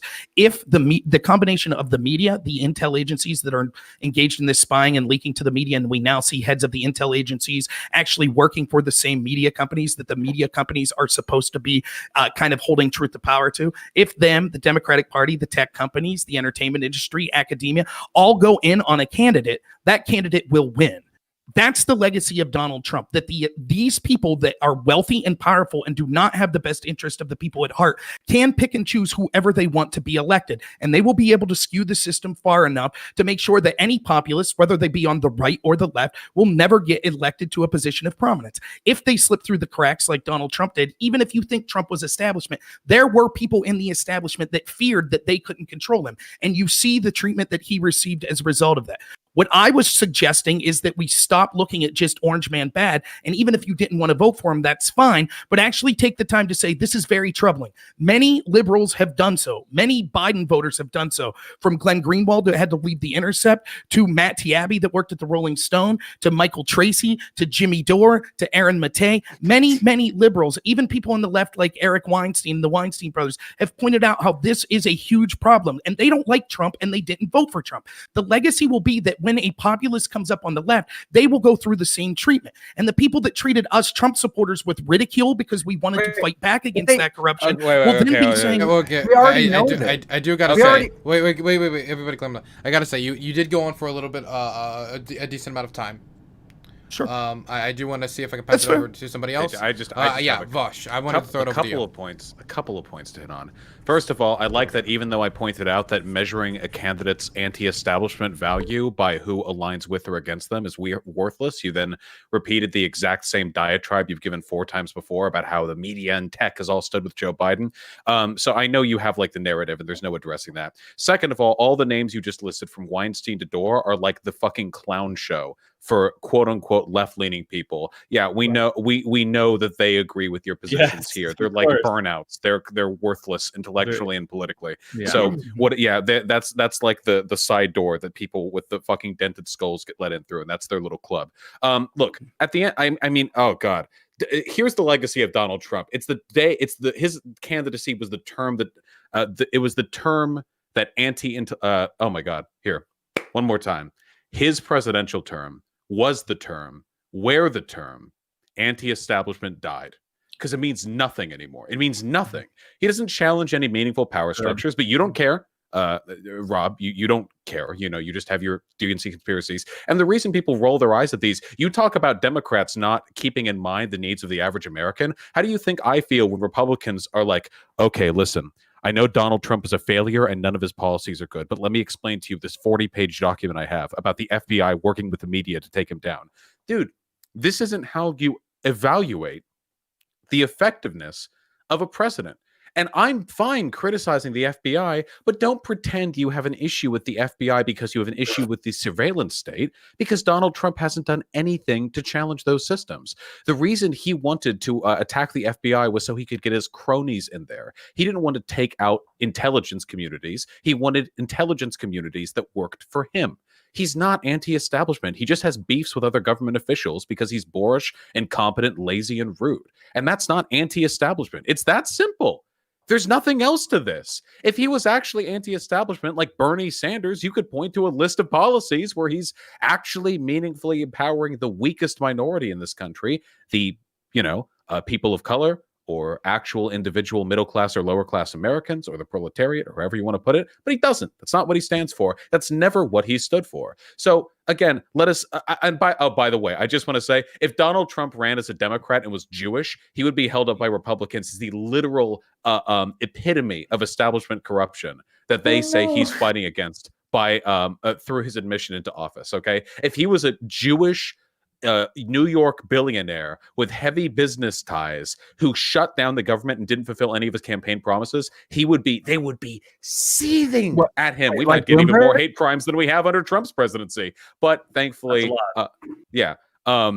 whatever the case may be, just man, I don't think Republicans. You say Democrats don't care about like average people. I don't think Republicans give a fuck about themselves. Even there are Republicans who are like You've laughing been going off on for a decent amount. There's at a lot to some point, respond there's like here. a break, right? We got final word. Final words. Let it Focus on Final policy. Focus on the individual. Trump does nothing for either. Hey, was that directed at anyone in particular, or should I go back down the list? I think that's Keep going. Okay. Then next is going to be it's actually going to be Mike, and then Ender next after. All right, so they keep bringing up this talking point about Silicon Valley because this is a new favorite conservative talking point, which is hilarious, and I'll utterly destroy it here. Donald Trump appointed Ajit Pai as the chair of the FCC, which was primarily responsible with destroying net neutrality. Conservatives love being in the pockets of big tech when it was for their benefit. And in fact, in Facebook, they actually had meetings with Ben Shapiro and Jared Kushner in ways that they could help boost conservatives, while at the same time removing left-wing publications like Mother Jones and Jacobin from the algorithm, intentionally, and the Young Turks, intentionally deflating the shareability and the performance of left-wing institutions and directly boosting right-wing institutions. The only reason conservatives are complaining is now with abject, irresponsible lies. Places like Twitter and Facebook are like, okay, these are verifiable lies and it's going to possibly cause a civil war. Maybe we should do something and put a little blurb about how it's disputed underneath. That's not censorship, motherfucker. You have done, and your party has done everything it can to increase the power of corporations and increase the power of tech monopolies. And now you're belly aching because a few of their owners are personally against Donald Trump, when you have done nothing to change the power of the internet. So please stop bringing that up. It's stupid and it makes you look bad. Okay, that was directed at Rob, so Rob should get some time to respond, and then after is going to be Ender. And it's just, if it's directed at somebody, you got to give them time to respond, Ender, okay? By the way, I don't think that cape is up to flag code, okay? Rob, you're next. Yeah. Again, I think that you're conflating the issue. Do I think that there are a bunch of people in the Republican Party that also hate Donald Trump and want to get back to the normalcy of the established two-party system where neither party cares about the individuals in this country? Of course I believe that. So the fact that Mike Lee, or that even Trump, I acknowledged in my opening statement that Trump's legacy would be that the corruption outed itself, not necessarily because he outed it, but because these people thought that he was a potential threat to their hegemon of power, but that he failed to actually bring to justice anything to end that corruption. That was my initial take on this. So yes, I agree there were things he should have done. He should have broke up these tech companies. He should have ended the 230 protections and things like that. But saying that Ben Shapiro or other people talk to people in the tech industry and therefore it proves something, it's just disingenuous. It doesn't answer the point. And the problem is when you say, well, they're only censoring things that are untrue. That's just a lie. The media and the tech companies pushed every garbage story they could, most of which ended up being Russian disinformation sourced from a Russian spy about P-tapes about Trump's people trying to get, steal the election for shares of Rosneft, about all of this garbage that we saw over and over. They pushed it for 4 years. They pushed allegations of Trump being a gang rapist that were never substantiated. They pushed all of this over and over and over. Then they arbitrarily decide 2 weeks outside of an election when we have emails and other compromise that would be shown of Joe Biden and his family, including interviews with the business party that by any objective standard would be newsworthy. They all arbitrarily say, well, we're going to make sure that no one can discuss this. This sort of censorship is a danger to democracy. When media companies and tech companies talk about the need for a fair press for democracy, they're actually right. And it's a shame that we now just have propagandists for the intel agencies and for the establishment Democratic Party instead of fair media. And mark my words, when you support a legitimate progressive candidate that that this same media goes after, you'll be saying, hey, what happened? This doesn't seem right. When one of you gets censored from a tech platform because you criticize corporatist policies of Joe Biden, you'll be saying, this isn't fair. I will be there standing up for you. I think that your voices matter as well, anti-establishment voices on the left. So the fact that you want to make fun and say, no, it's fine for these media companies and these tech companies to censor people like that. It's fine for these intel agencies to go after a candidate like that. That's what the legacy will be. The people that should have been the staunchest allies on the left and right coming together to fight this corruption. Now we see so many on the left saying, well, as long as the corruption favors us, we're okay with it. And predictably, it will be used against you. Who's been banned for supporting Trump? For example, there's been plenty of conservative people that have been banned, demonetized from all sorts of platforms for reporting things that were defensive of Donald Trump, including the New York Post. Being banned. Yeah, the New York Republican Post. Nation's actually one of those Okay, guys. they weren't. Okay, so what you're talking sure. about? First of all, you didn't address anything I said. Wait, on- wait, can I just Not can I- a with my single turn next- thing. on the internet. I'm just gonna say this: if they cared about being like, "Ha, fuck the establishment, they're screwing us over," don't you think they would have, like, I don't know, been like Bernie or Busters after like Pete Buttigieg and Amy Klobuchar got a call from Barack Obama and they were told to drop out? This isn't like a conspiracy theory. I have actual political operative friends who literally told me the day was happening. They're like, "Hey, dude, Obama's on the phone. Obama's on the phone with fucking Pete Buttigieg and Amy Klobuchar right now." I'm like, well, fuck, this sucks. Anyways, they dropped out and endorsed Joe Biden the next day. It's not that hard to see. Obviously, the establishment aligns behind their guy, and their guy this time was Joe Biden. So wouldn't they have just abandoned the DNC and become Bernie or Busters at that point? Like, why even take the time to try to convince them that, like, oh, well, you know, that they're establishment and you should be against them just because? Like, it doesn't even make any sense, because they don't even accept the premise in the first place that Donald Trump is anti-establishment. So, like, why even bother going down this rabbit hole? Point is, and I'll be real quick here.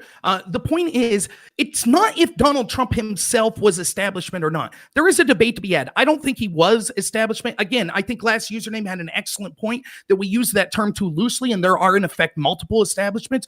But the wealth of Donald Trump, or if he actually issued policies to fight the establishment, that is secondary to the fact that every one of us on this panel and every American saw information right in front of your face of how this establishment went all in together against Donald Trump. And we have so many people on the left that claim to be like Bernie supporters, that claim to be anti-establishment people that are against this establishment system, that went fully along with it, including Bernie, who supported the treatment of Trump from the FBI and the media. Mike, Okay, nobody's been banned for supporting Trump. Mike is next. I gotta throw it over to Mike. Okay, so basically, he just said everything we need to say when you talk to conservatives. It doesn't matter what the policies were. Can't you see how somebody was banned on Twitter? And this is kind of, you could see the center of normal America's politics here, which is conservatives need to get an algorithm boost because I don't have enough followers on Twitter. It must be because Jack from Twitter or I don't know, Twitch is not promoting us enough. That's the main focus of your politics, not Agit Pie getting rid of net neutrality, not the meetings between Zuckerberg and those conservative figures to boost them and add them as fact checkers, even though they're partisan websites. Not anything where that's now been admitted where they forcibly downrated left-wing publications within Facebook. None of that's important. It's just because a bunch of people looked at Donald Trump, saw that he was an incompetent boob and a moron and offensive and didn't like him, and so they endorsed against him. That's not a sign of any kind of corruption. That's a sign that he is a real fucking idiot. And nobody who has a functioning brain wants to support him. See? And then here comes the insults, right? That's pretty typical on the left. So what I'll say, I mean, let's imagine a world. Let's imagine a world, right? I'm sorry, you Hold on, are you gonna melt? Like, come on, man. I waited. You were done, right? Like, just your because entire you politics get around making smacked a Liv little bit, cry. keep going, Your right? entire politics is So, about Liv cry. let's imagine elected. His first post after he got elected was, let's "Cry for Liv." imagine, And now right? you guys are crying about insults? Let Come on, chaos man. reign. Okay. So let's imagine, right? If you know a world where, because you named off all of these particular problems, right? And you're like, well, this problem's what matters more. This problem's what matters more. But let's just imagine that I'm just some simple-minded person, right? And really the only thing that matters to me is gun rights. That's the only thing. Right now, I'm looking at both of these parties, right? What's the policy for the Republicans on guns? We want you to have guns. What's the policy on the left side? Well, we think it's all right for you to have guns so long as, say, federal law. We want federal law to prevent hunters from hunting migratory game birds with more than 3 shotgun shells in their shotgun. Right? Did you say gamers? No, migratory. Okay, if we agree that you can have your okay. penis expanded, can we move on to something else? Right. So the point is, right, is that for somebody that understands that there's a myriad of reasons why somebody might want a weapon in order to defend themselves from whatever threat that it could be. If I'm looking at these two particular political parties, what I see is one that says we want you to be able to do what you want because we trust you as being a law-abiding citizen, and this one says we think everybody is suspect, so we need to start restricting anybody's ability to be able to have this thing. And then we go, we want to be able to have our guns because that's it, and it's spelled out in the Constitution. So the left side, the Democrat side, when it's on the Joe Biden website that he wants to hold gun manufacturers accountable, right?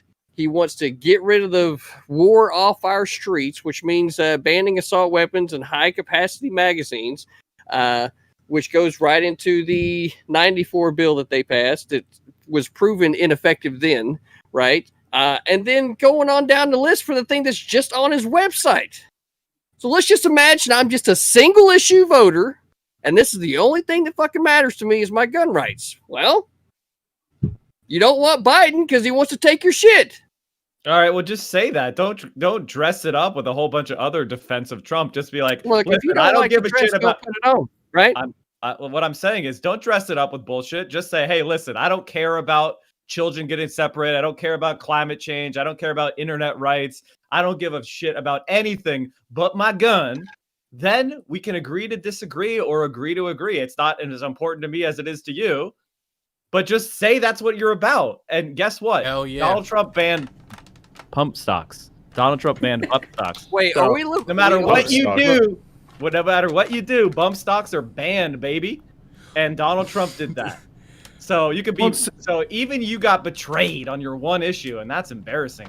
Well, similarly, all I'm asking for people on the left is just to admit we're okay with a corrupt FBI going after candidates we don't like. We're okay with the media going all in with companies. We're okay with the intel agencies working in the mainstream media. We're okay with the entire narrative and every major institution basically being behind one of the establishment parties. We're okay with that if we think Orange Man bad. If it's targeted at someone we don't like. The only person here who keeps repeating Orange Man bad is you. Every other person here who's criticized Trump has given specific reasons. You have a very specific wait, hold on. You have a very specific diatribe. It's a dialogue tree that you run down. Even though every individual point that you just recited has been addressed, you continue to repeat the exact same thing.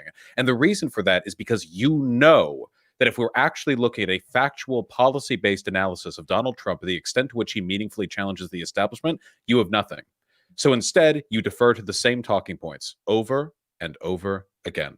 And it's tiring and it's upsetting to me because in all likelihood, you are part of groups that has been negatively affected by Donald Trump's presidency. We all live in this country. We're all suffering from COVID.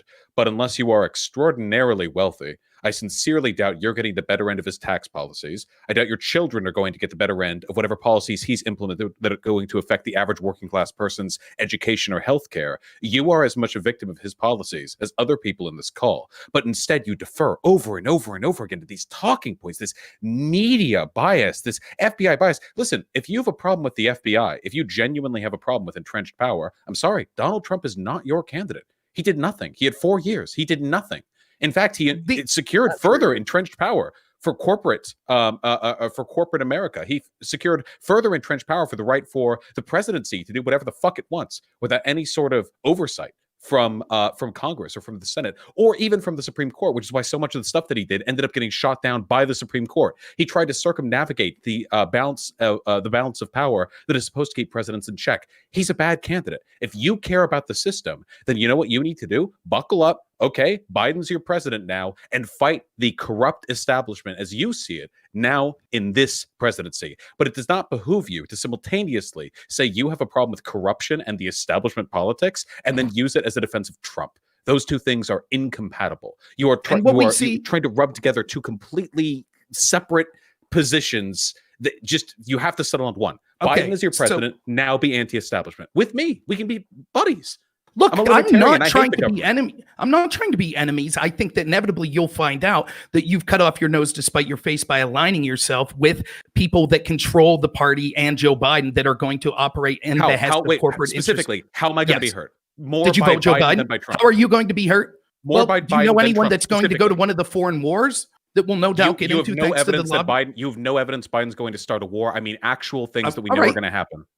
How do you know anything that's going to happen? That implies that we think that Biden's going to hold all of his. From a reasonable assertion based on the policies that they have said they want to implement and the platform they have run upon, how am I going to be more hurt by Biden than I am by Trump? Or do you have to defer to conspiracy to even make this argument? Well, I could make up, for example, he's going to be weak on China. He refused to call China an enemy. China is our biggest geopolitical. Trump has been insanely weak on China. All Trump did was a bunch of. First of all, he's been incredibly willing to praise Xi Jinping. Can we stop for one moment? I do want you to go back and forth, but wait, give me a second. So I need to use the bathroom terribly. So what I'm going to do is something terribly unwise, which is leave you all alone for a moment. And I'm going to hand moderator privileges to CTV. Why not? It'll be fun. Okay, I'll be back. I just want to say I like going point by point because I knew you were about to list a bunch of points. With regards to China, apart from his constant insistence, he had a point to make. So let's. But can we leave Vaush go with China? Leave Vaush go with China. That's fair. I'll listen to him. I just want to say, like, apart from tariffs that didn't work and hurt our country more than China and performative denunciations with regard to coronavirus, he has done nothing to challenge China by pulling out of the international trade agreements that would have allowed our companies to actually barter and leverage for a greater degree of copyright respect from China to force them to respect our copyright laws. By pulling out of that, Trump has secured China's position. China has gotten massively more powerful in the past 4 years. And when Trump pulls out of these trade agreements, they leave a vacuum that large, powerful countries like China can take advantage of. If you take a look at all the trade relationships they've been building over the past 4 years, China is insanely strong right now. Isolationist political and economic policies only empower China. Trump postures to isolationism. He is pro-China. He helps China. Both parties in this country for the past 40 years have kowtowed to China and other foreign countries, which have massively shipped our labor movements out. That's why you're seeing so many pro-union people that actually endorse Trump, because the massive trade deals and things like the TPP, well, many did, but many of the individual union workers that you talked to were actually. But you can say what you want, but many of the pro-union people actually understood the problems with things like the TPP and shifting jobs overseas to places like China through the very trade deals that continued to happen under Trump, and the majority of unions voted for Biden. Besides the point, okay? My position on this is that neither of these candidates were anywhere near as strong as they needed to be on China. China needs to be treated as the new Nazi Germany. They literally have 1.2 million Uyghurs in concentration camps. They're sterilizing women.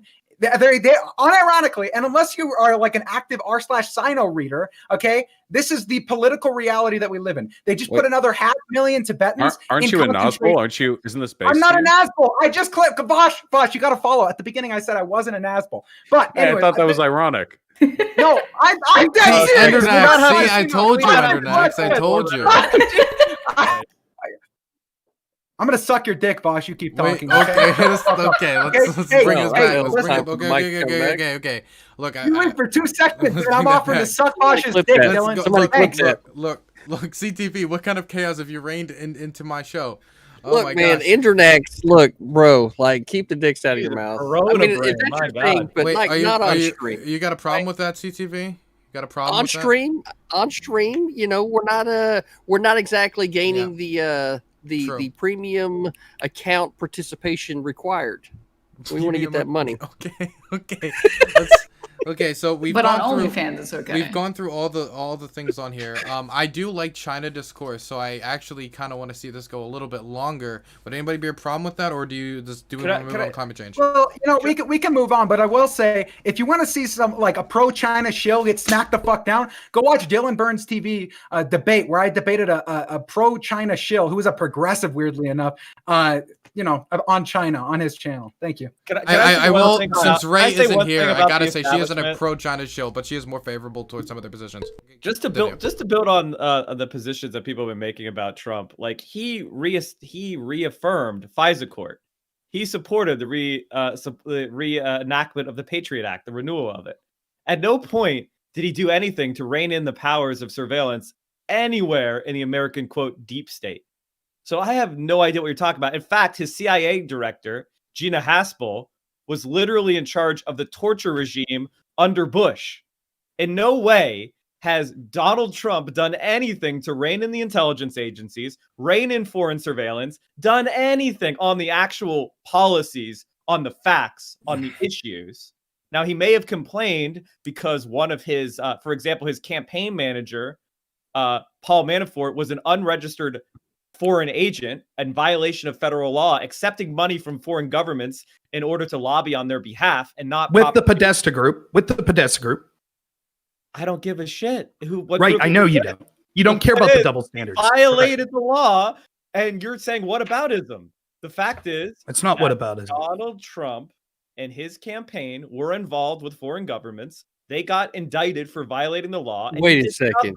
To rein in. Hold on. Wait, Mike, let him phone. wait. Wait. Like, you gotta let Mike finish. I'm trying to follow He him. did nothing to rein in the powers of any of these agencies. So all in all, you don't actually believe the problems that you're bringing up are a problem. You just think they're a problem because it hurt Donald Trump. And that's the way you operate, is you look at the conclusion. Conclusion was hurt Trump, therefore process bad. And then you construct arguments after the fact to try to support that position of hurting Trump is bad, as opposed to having some sort of principled belief in civil liberties or opposition to these programs. Because guess what? Daddy Donald Trump didn't either. Right. So there's a completely different way you could look at this as well, right? We'll call this the exact opposite, right? So let's imagine a world where you're the one that has a specific problem with Trump, right? And we assume that the reason why the president has people involved in foreign policy is because we're not the only nation on the planet, right? So there are people doing their job, right? Like they're supposed to be doing it. And if I just don't like Trump, then I'm going to look at everything that they are doing and assume that there's some bad things going on and just be mad and pissed off about it. Right?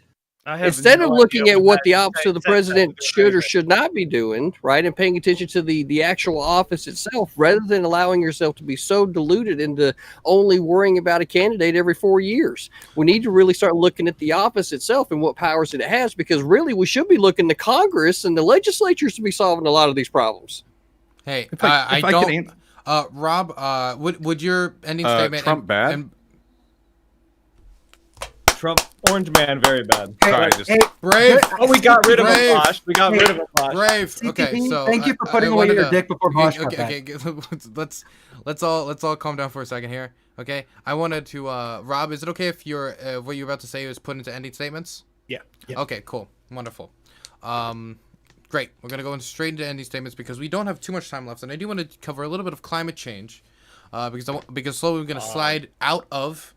We're going to slide out of election talk for future Hippie Dippie podcasts, hopefully, because I want to get back into actual policy discussions. Despite what Mike wants, which is to stay on election coverage. We're going to start with Lycan in the top left-hand corner. Hey, thank you very much. Other side, Vaush. Oh, Vaush? No, Vaush I was pointing at Lycan. Yeah, no, okay. It's wrong one on my stream, though. Sorry. Which is the correct stream to be on, which is at Dylan Burns TV on YouTube. Okay, continue, Lycan. Yep, listen to him. I just want to say the intelligence community isn't corrupt. The intelligence community did not target Donald Trump in the way that normal America is implying, and no one has been deplatformed for being a conservative or supporting Donald Trump. Tim Pool failed to make a great use of his chance to talk to Jack Dorsey and Vijaya Gad, the at least at that point, I think she was the trust and safety head at Twitter. Everything he talked about was something that was understandably pushed back on. He couldn't grasp the reason that Twitter might not want the topics that he was talking about on there, such as like anti-trans rhetoric and shit like that. So it blows my fucking mind when people will bring up these examples of conservatives getting deplatformed. Alex Jones is a great example. Alex Jones wasn't deplatformed for being a conservative. Alex Jones was deplatformed for espousing conspiracy theories that were hurting people's lives. So there's no example of a conservative just saying, I support Donald Trump, or anything reasonable, rational, understandable, logical, not fucking brain dead, and then getting deplatformed. It doesn't exist. If it does, I will give you $500 on the fucking spot. Swear to God. I'll give you Taco. Taco's not even mine. He's my roommate's cat, but he adopted me. But I will give him to you if you fucking prove it, because it doesn't exist. Okay, Fuck hold it. on. I'm gonna prove Hold it on, right now. hold okay? on. Hey, Hey, okay, Texas- wait. No. I understand. Okay, unless one of you are gonna say a really good meme and make me laugh. Does anyone want to take the 10-minute risk? No. Okay, we're gonna go on to Vaush. Oh, yeah. My main issue here is that I have anarchist leanings, and the idea of an anti-establishment candidate being the president, I don't know how I feel about that conceptually. When I think of anti-establishment, I think of action. I think of activism. I think of taking to the streets and mutual aid. I think of securing education and healthcare for the working class. I think of unionizing. I think of building solidarity along those lines. When we talk about anti-establishment purely in the context of the candidates we elect, I believe it is only responsible to do so insofar as we were endorsing policy positions they believe in. I don't like Bernie Sanders because he was an independent and not very well liked by Hillary Clinton. I won't deny it. I like that Hillary Clinton doesn't like him, but that's not why I like him. I like him because of the policies that he believes in, the things I believe he would do if he was president. I feel similarly about candidates like Ilhan Omar or Rashida Tlaib or AOC. It's not the aesthetic of anti-establishmentarianism that attracts me to them. It's not the fact that they bicker with Pelosi. It's the fact that the vision they have, the policies they represent are better for this country. And I think they're anti-establishment. And I think that when you get right down to it, an anti-establishment political candidate, an anti-establishment set of policies. This ultimately comes down to the empowerment of the minority, of the working class person, of everyone in this country who's never really been given a fair shot because the conditions of their life were dictated to them by their zip code, by the mayor who runs the city they were born to, by the police commissioner who will be dictating whether or not they get sent to jail or just get let off if they get caught smoking weed. I want power in the hands of the people. So if we're to use that term, anti-establishment, let's use it in the right context. Okay, next I'm going to throw it over to Rob Noor. Thank you. So, yeah, I think it's ironic when we talk about the idea of these policies. As I mentioned at the top, if we have people that can control a narrative and control who could be elected because they put all their weight behind one candidate, then the policies you advocate for are irrelevant. You better hope that whoever these establishment voices that control the media, the tech companies, academia, the entertainment industry, the intel agencies, and these corporations that actually pick who our leaders are agree with you. Because if they don't, then you will not get the policies you like. You brush it off as people... you, the collective you, and other people not in this panel from the left brush it off as, well, who cares if the FBI lied and had someone lie to be able to spy on people connected to the Trump campaign? Who cares if the media, oh, by the way, like, and I'll take your $500, the New York Post was censored. The story they put was far more reasonable in source than almost all of the allegations that we saw tech companies allowed to. So what was that, Vaush? Sorry. Vaush. I didn't even chuckle, man. What a I already failure. apologized. Damn. Okay. And Rob. It's fine. I don't mind. It's fine. But it was censorship because they removed that story from the tech companies wouldn't allow that story to be placed.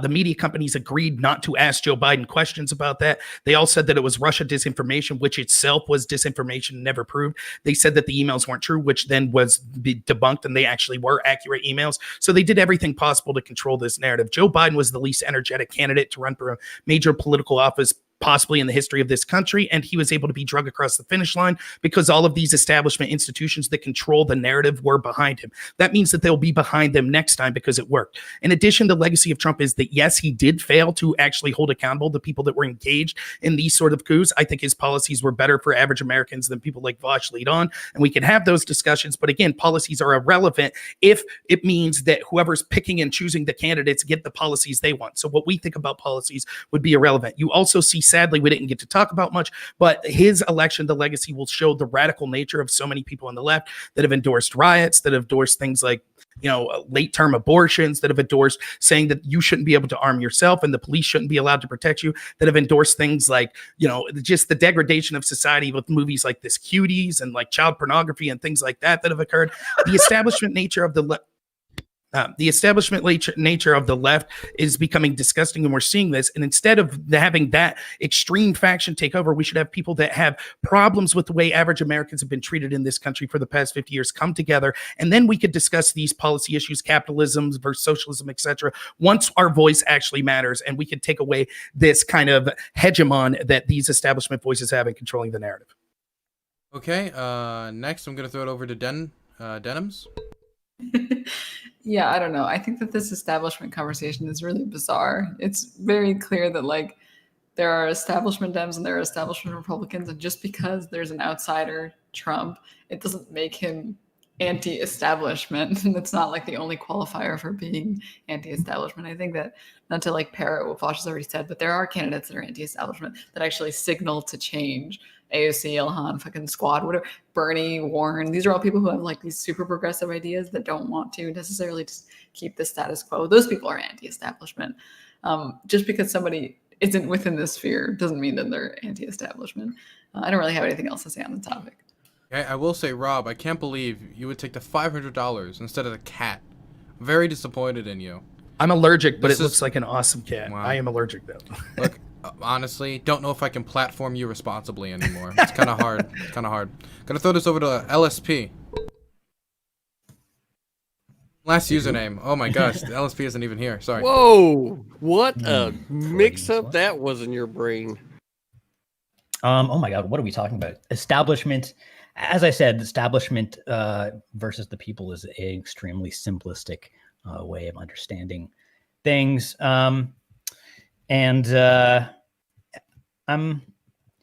are a lot of establishments. The tech industry establishment, I can speak a little bit about that from personal experience. I work in that industry.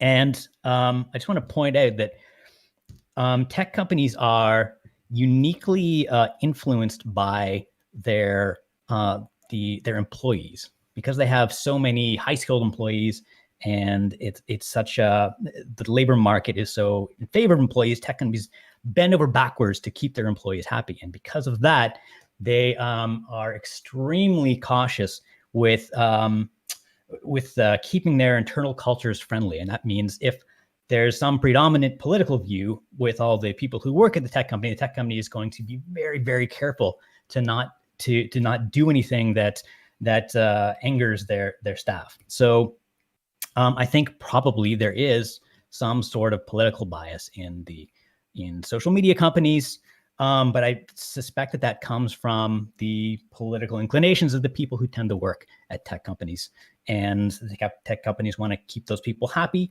and so they tend to go along with them politically. Is it a problem? I guess so. It's somewhat less nefarious problem in the idea of like shady, powerful figures in the shadows controlling things. It's not really what it's about. It's really just about, different cultures of people, and the people who are in that industry tend to lean some way politically. So that industry tends to lean that way politically. Okay. Next, I'm going to be throwing it over to Central Committee. Bringing it back to Trump's legacy as one of a convenient puppet for the Republican Party and the corporate and elite interests that support it. It's probably right to say that there are different establishments, and politics is really a discussion of interests, right? And the different interests have aligned within different coalitions represented by the two political parties. And Donald Trump has been firmly behind every one of the interests that support the Republican Party, be it from banking, the banking industry, be it from the oil and gas industry. You go down the line, he's been anti-teachers, anti-public school. He has every single issue that the Republican Party has advanced, he had advanced before. He has done nothing. And that's why he had such a great working relationship with Mitch McConnell, because Mitch McConnell saw him for what he was a perhaps more palatable to the Republican face of boring Republican Mitt Romney policies. And that's what Donald Trump will be remembered for. And also his incredible failures with COVID-19, his ability, he continued to build up the military industrial complex. He did nothing significant to reverse any of the major problems that we're facing today. And, we're now spending almost $1 trillion combined in the military, from veterans affairs, our costs in the wars, direct military spending, retirement costs, et cetera, et cetera. We are spending $1 trillion. That's his legacy. Failed economy, ruined COVID-19 response. And he's pretty much a joke. And everybody in the entire world who looks at this sees Donald Trump for what he is, a total and complete failure. Next, I'm going to throw it over to CTV.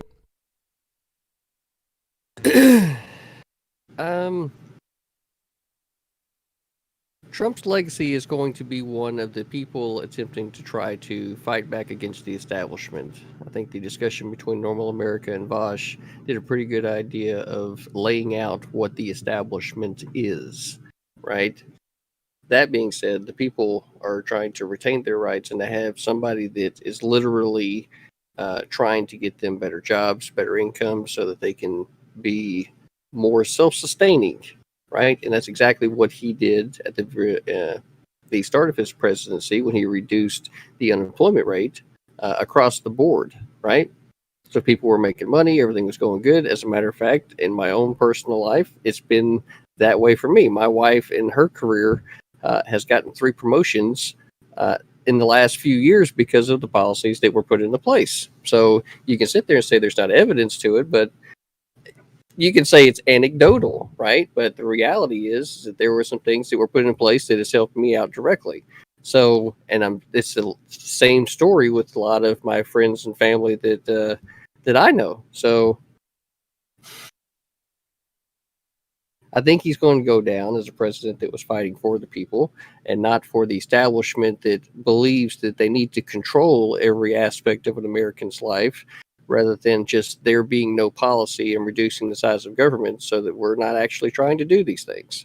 I'm not saying that Trump was the guy to do that, but with his policies, with the attempts to deregulate the government, that those were meaningful steps that needed to be had. So there's definitely an argument to be made for his response to COVID, but at the same time, there's also a fundamental breakdown that happened at the beginning with the CDC and their test kits going out. To me, that pointed out a problem in the system, that if we had a CDC at the head of every state, that would have been a much better response, because then each state would have been more worried about its constituents, and public health gets closer to each individual state and their needs versus it being handled at a federal level, which we see a lot of failure at anyway.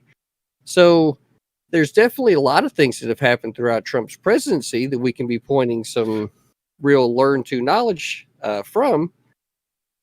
But he definitely was, considering the 8 years of Obama before him, and then with his candidacy against Hillary, was kind of the anti-establishment candidate.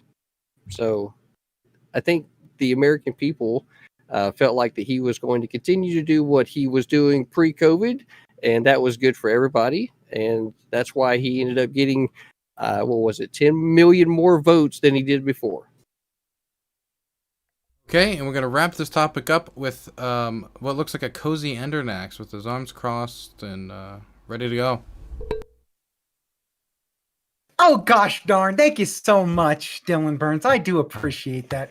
All I'm going to say is it's just rhetoric. Like, Trump is anti-establishment insofar as he went, haha, corruption, haha, you're all corrupt, haha, you're stupid, haha, yeah. And then he got in office and did the same thing every Republican's done since Reagan. And he went in and he gave establishment Republicans power in institutions. He deregulated business at the expense of the worker. He fucked over the American people by literally giving direct tax cuts to the corporate class while making the working class tax cuts temporary. They expire in 10 years. Oh boy, I wonder if an establishment Congress is going to get rid of those like literal crumbs. Okay, so it's like, hey, we cut rich people's taxes by trillions of dollars, but hey, we saved the American like the poor people like $50 billion. Okay, look. It's all fake. It's all rhetoric. If Trump was actually a populist and an anti-establishment, as soon as he got in there, he would have bucked the establishment. He would have put in heterodox people in positions of power, and they would have made policy that actually helped the American people, that didn't screw them over. Conservatives conserve Nothing. They conserve nothing. They kill rural communities. They ship jobs to cities, and then they complain, oh my God, look at these liberals are coming out of the cities. Oh no, why are they all liberal? Well, they fucking lived in cities, dipshits. Like, what do you fucking expect, morons? Where do you think conservative culture is ingrained and like brought up in people? It's in communities, you fucking dipshits, and you shipped all the jobs away and gave tax cuts to the corporations to move to the cities and leave our country. Fuck you. All right, that's it. Bye. I'm sorry. Endernext, next time, can you speak up a little bit? Thank you. We're gonna now, before the last topic, I just want to say thank you for everybody for tuning in. If you want to get more Hippie Dippie podcasts and more Hippie Dippie, well, I have to say Roundtable because there is somebody else who already has the podcast label out there. I'm gonna fight them in the Thunderdome for it. If you want to get more of that, usually this is actually streamed on my Twitch channel, which is Dylan Burns TV on Twitch. If you want to find updates about the show and just my random ramblings for whatever dumb reason you want to listen to me, you can find me on Twitter at Dylan Burns 1776. That's DYLAN BURNS 1776. On Twitter. Every single person here follows me on Twitter because they are all big brain, and that's the only reason why they're on here. If they did not follow me on Twitter, they would never get on here. So if you have the big dream of one day getting on the show, you have to follow me on Twitter and give me a large bribe, which everybody here also had to do. Okay, we're gonna go into the last topic of the night. Do not suggest that, please, Lycan. Okay, we're gonna go into the last topic of the night, which is climate change. What should the future? Well, we know what his talent is. I'm just gonna let that sit there. Nothing. I'm gonna let God that doesn't sit. give Nothing, lips like this to white people for nothing. Neither of you have impressed me tonight. Okay, we're gonna go into the last topic. It's gonna be climate change and what the future of America's climate change policy should be. We're gonna start. I think I've done every corner, so this time I'm going to start.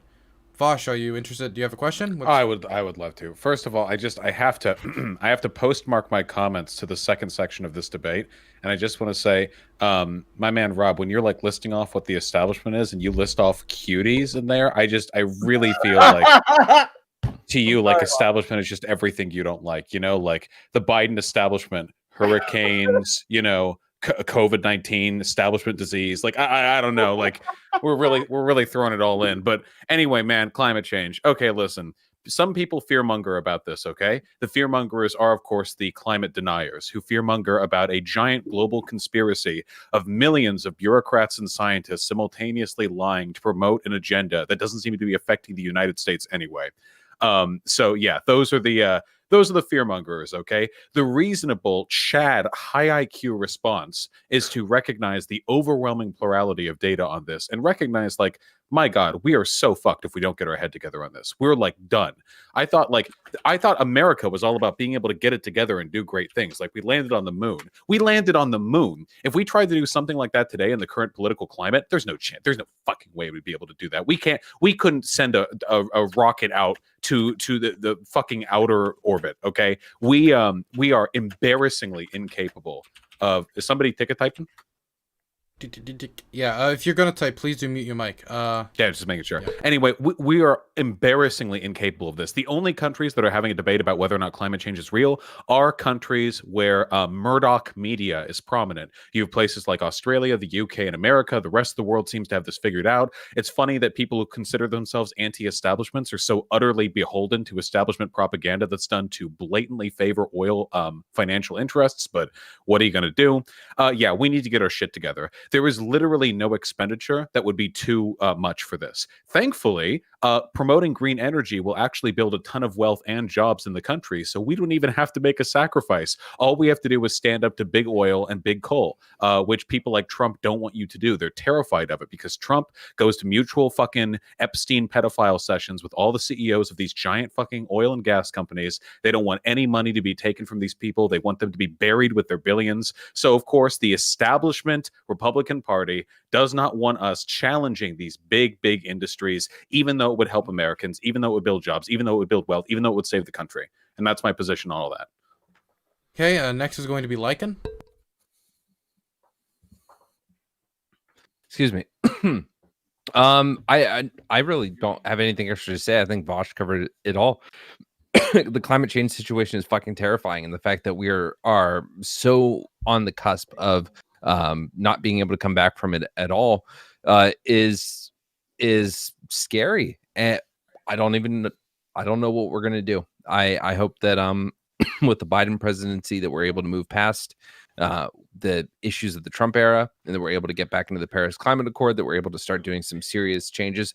Personally, if I were to add something unique to this conversation, I think that we should rethink, and I say this as a foodie, as someone who loves meat so much that I would cook taco himself if it meant having a nice, crisp, delicious entree. I believe that we should rethink how meat plays a role in our meals. I don't think it should always be the star. I think it should sometimes just be a side dish, and we can make vegetables the star, and that would significantly reduce our carbon footprint. That's all I have to say about that. Okay. Next, I'm going to throw it over to Rob Noor. Thank you so much. So just to clarify, I wasn't saying that Cuties was part of the establishment. I said a separate legacy is that we see people on the left that are getting more radical, like, and I think it's ironic that Vaush brings that up because apparently he has said in the past, there are allegations that he said child porn should be legal. I am willing to say that was probably taken out of context, but I would like to hear his take on that. But I just thought, I thought that was ironic. It's supposed to be climate change, dude. Come on. It's the opening statement. What are y'all doing? I mean, I will say that it feels. I think I have to defend myself on that. I will. Sure. This feels very off topic from climate change, but sure. I will allow him to respond after you finish your statement. Yeah, and I only brought it up because he brought up me saying Cuties was part of the establishment. That's not what I was talking about. I was talking about radical things on the left that are becoming like wanting to burn down cities and thinking that's a form of speech and things like that, thinking that things like a MAGA hat is a form of violence and things like that. So I just thought it was something, if he wanted to talk about it, fine, we can talk about it. Anyways, when it comes to climate change, I think that we see that there is a progression towards lowering emissions that's occurring naturally. I don't mind some policies being issued to focus on climate change. I think that we should actually have policies that are more focused on environmentalism and other issues that don't require climate change. Things like overfishing could be a possible issue. Other things, I mean, I don't care if you're on the right or left. It's a damn shame that Flint had water that couldn't be drank. That should not be happening in our country. Oftentimes problems like that get overlooked, though, in the name of climate change. And I think that we should focus more on those environmental problems we could see. Like I said, we see renewable. Hello? What? Help. Can you hear me? I can't hear any of you for some reason. Give me a second. Maybe it's just me. Give me a moment. Huh. Yeah, my audio is actually just completely screwed. Give me a second. There you go. Now my audio just fixed. Okay, there we go. Continue. So actually, the United States has lowered emissions under Trump and is better at meeting what they would have had to meet in the Paris Climate Change Accord than places like China and India that are biggest producers. The last thing I'll say about this is we oftentimes hear that there's a consensus on climate change. I agree the climate is changing, but when we talk about a consensus, that's really a misnomer because there's a consensus the climate is changing, but how bad, what solutions do we need? Think there is a consensus. I would be interested in hearing when we get off of opening statement how long we have to fight climate change before we're all doomed. I'd be interested to see if there actually is a consensus. Hey, I usually would go to everybody else to get a thing first, but I mean that one thing was pretty directed at Vaush, and I want to kind of nip it in the bud here because I don't want to talk about that anymore. But when it's about to be about climate change. I fail to see the relation. I mean, you did essentially say the Cuties was like an establishment leftist thing, or like Biden directed Cuties. Whatever your insinuation was, whatever the case is, there are a couple of out of context clips out there from me saying that I feel it's really hypocritical for people to be super on board with hating child porn, which is good, but then they're really defensive of like global commodity production chains that involve child slave labor. Like they'll talk that off like really readily, you know, like, oh yeah, dude, like cobalt that's mined up is done by child slaves, but you know, like whatever, that's just how the economy goes. So that's the thing I criticized, and if you clip that like at very specific points, it sounds like I'm defending CP, but yeah. That's fair. I assumed it was, everyone was bringing it up. I assumed that it was out of context. I really did. So, gotcha.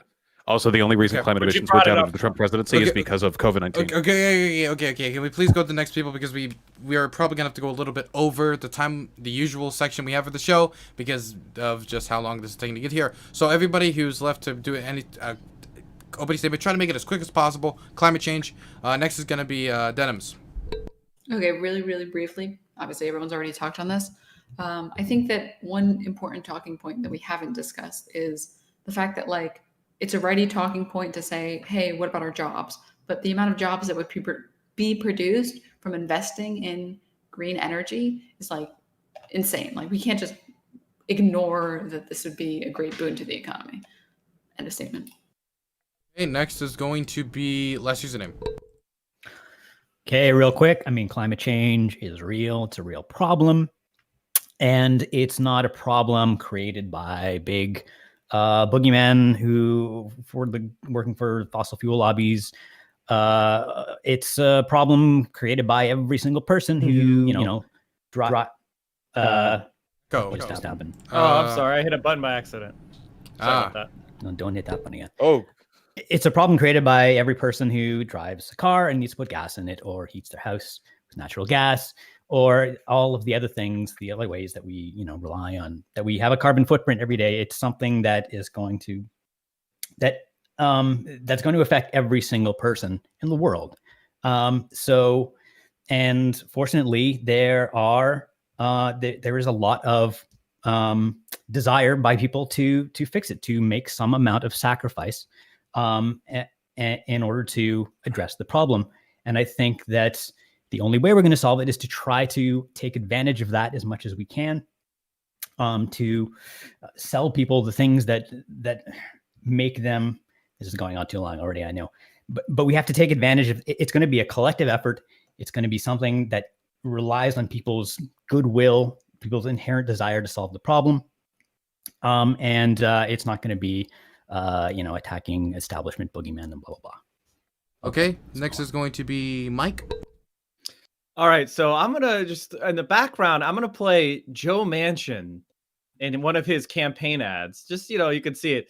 He'll be shooting a copy of the cap and trade bill, and no matter what happens in Georgia, Joe Manchin is going to be the 50th vote for the Democratic majority. So the reality of what's going to happen for climate change is, even in the best possible world, where we win both seats in Georgia, the cap and trade bill is fucking toast. And that's what I consider to be a far too conservative bill. Now, at best, we may re-enter the Paris Climate Accords, and everybody would agree that they are not sufficient whatsoever to avoid catastrophic climate change. And the reality, like, the conservatives are kind of ducking around. Like, it's funny to watch them, because I've been talking politics for a long time. And, 10 years ago, climate change wasn't real and it was a conspiracy. And then it was like, well, climate changes. That was something that happened under the George W. Bush administration with Frank Luntz. They changed it from global warming to climate change. And then recently, it's I'm not an expert, blah, blah, blah, blah, blah. And pretty soon it's going to be, well, it's too late. And China, India, they're polluting a lot. So we just need to grab as many resources as we can, as fast as we can, build higher walls, and prepare machine guns for the 1 billion climate refugees that are expected by 2050, according to studies of where we are currently right now. I hate to be a doomer on climate change, but the reality was that Bernie Sanders' policy and the Green New Deal is the moderate policy. It's the only policy that keeps us even in a semblance of the status quo over the long term. And, and as we know, Joe Biden will not be able to advance his relatively ambitious plan. It was about 20% the size of the Green New Deal. And unfortunately, unless something radical changes with the structure of the American government, the veto power of the United States Senate and a 6-3 conservative Supreme Court is going to prevent us from averting catastrophic climate change. I would recommend that everyone read a book. I know this is a streaming community, so not a lot of you do that, but there's a book called The Uninhabitable Earth. You should check that out. if you're a doomer on climate change, it'll make you realize that you weren't a doomer enough. And let me tell you, hopefully in the future, I hope I live to see the International Climate Court that goes and prosecutes all the climate criminals that will kill millions. That is my one thing that I'm hoping for in the future, to see that day. Okay, next is CTV. Mike, usually you say something interesting enough for me to address afterwards, but there wasn't really anything there. So I'm going to address Vaush, right? So Vaush, right? It was very clear to me when I was listening to you that you seem to have what you think is an understanding of American capability, right? So I'm going to go back to what I said in the opening statement, which is that I served on submarines, right? Specifically Ohio class submarines, right? Every single year, as a part of testing of military systems, we actually shoot two Trident 2 D5 missiles from the boats as a test, right, for the other nations to view, and they release the data from those types of things, and we have the ability to hit with inside of like a football field, right? So there's a lot of capability when it comes to being able to launch things, right, and to be able to harness nuclear energy, right? And normal America, kind of got into it a little bit whenever he was talking about the actual powers of nuclear energy.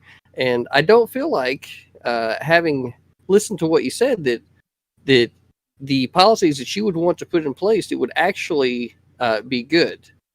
Because just as an instance, the wind farms, these big wind vanes that they put up, are not the most efficient things when it comes to actually creating power. And I've talked to quite a few people that are on the left side of the aisle that don't understand the true capabilities of what a nuclear power plant can actually do, right? So, like, I was talking to another friend that's in California, and he keeps telling me that they're having electricity and water problems. Well, a nuclear power plant would be just the thing to be able to pump seawater in, from the shore, desalinate it in a reactor, so then you have clean water and you're producing electricity at the same time, all with one nuclear power plant. So there are ways to be able to get to clean energy and being able to affect real meaningful change in society when it comes to the carbon footprint.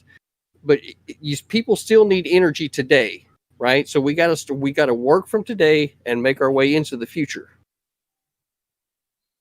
Okay, we're gonna wrap this up with Endernax. Saving the best for last, as always. Central Committee didn't go far enough. Doomer pilling everybody. Let me really black pill you, okay?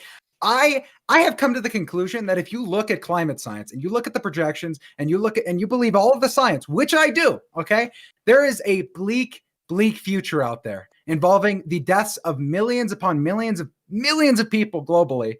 Mass starvation. Europe's probably doomed to fascism. Unironically, it's just the worst type of world you could ever imagine.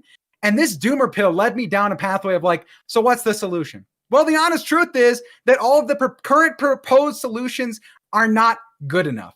If we wanted to solve the climate change crisis, and all the projections are accurate, even if they're not entirely accurate, if they're overselling it, okay, we would have needed a complete communist takeover of the entire world to solve this problem. That's how much central authority on the economy you would need to solve this problem. And it's too late. We're fucked. Listen, people are going to die. At this point, it's about harm mitigation for me, okay? It's about subsidizing the agriculture industry in the United States and food production services so that we can export food to everywhere on the planet to make sure that people don't die off in mass starvation. It's about setting up enough refugee camps in different parts of the world to move people out of areas where they're not going to be able to live for very long, where the climate is going to get so bad that they're going to die from being outside, okay? So we need to make sure that this... I don't even know how to go about this. I don't know how to actually make a plan for this to work other than to push for, I think, personally, pro-nuclear policies and pro-agriculture policies. Because the amount of energy needs that the world has and that we keep needing year after year after year, okay, at the same... Let me rationalize this. I'm sorry for going on a diatribe. It's just very complicated for me anyways, because I'm starting at a point where you would have to stop consumption in the United States to like 80%. You would have to stop like 80% of mass consumption in the United States. And I just don't think that that's actually going to be something that you can sell to Americans, even if you drum up the fear of climate change. Even if you go to like these communities and say, hey, we're all going to fucking die unless you give up like your Oreos and like your 12 different brands of goldfish. Like it won't connect. So my doomer mind is like, okay, we need to promote nuclear, we need to promote food production, and we need to be way more humanitarian and act like we need to preemptively set up refugee camps. Okay, I really want to. Okay, we're gonna start with we just open it up. Whoever grabs it first, go. I would love. Okay.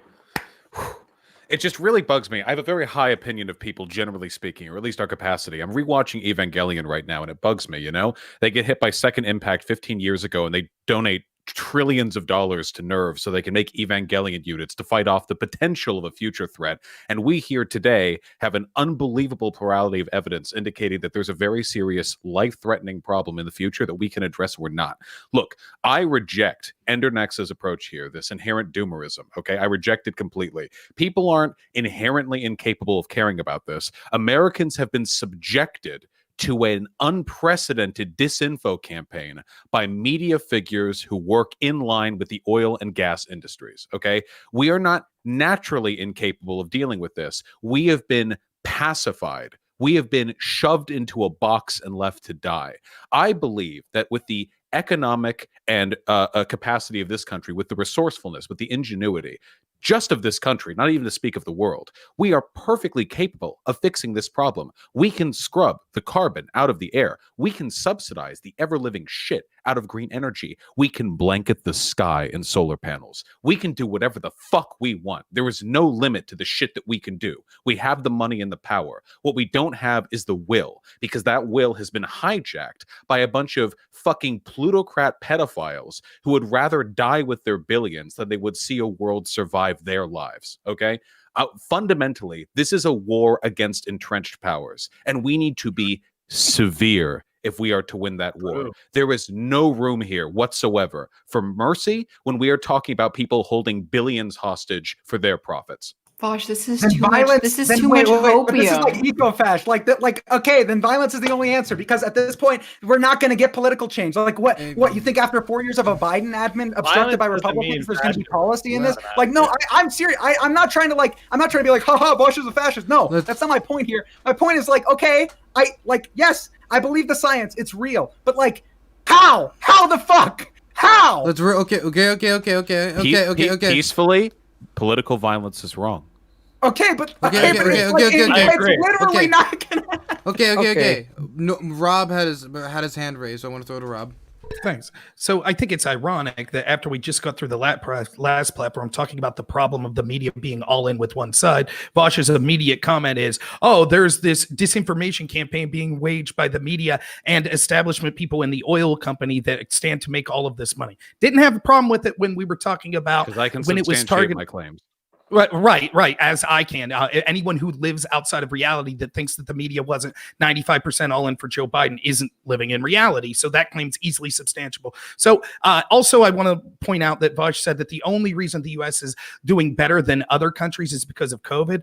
Here's an article from Business and Politics. It says, the United States saw the largest decline in energy-related CO2 emissions in 2019 on a country basis, a fall of 14 million tons or 2.9% to 4.8 gigatons. The Paris-based International Energy Agency revealed in a report on Tuesday.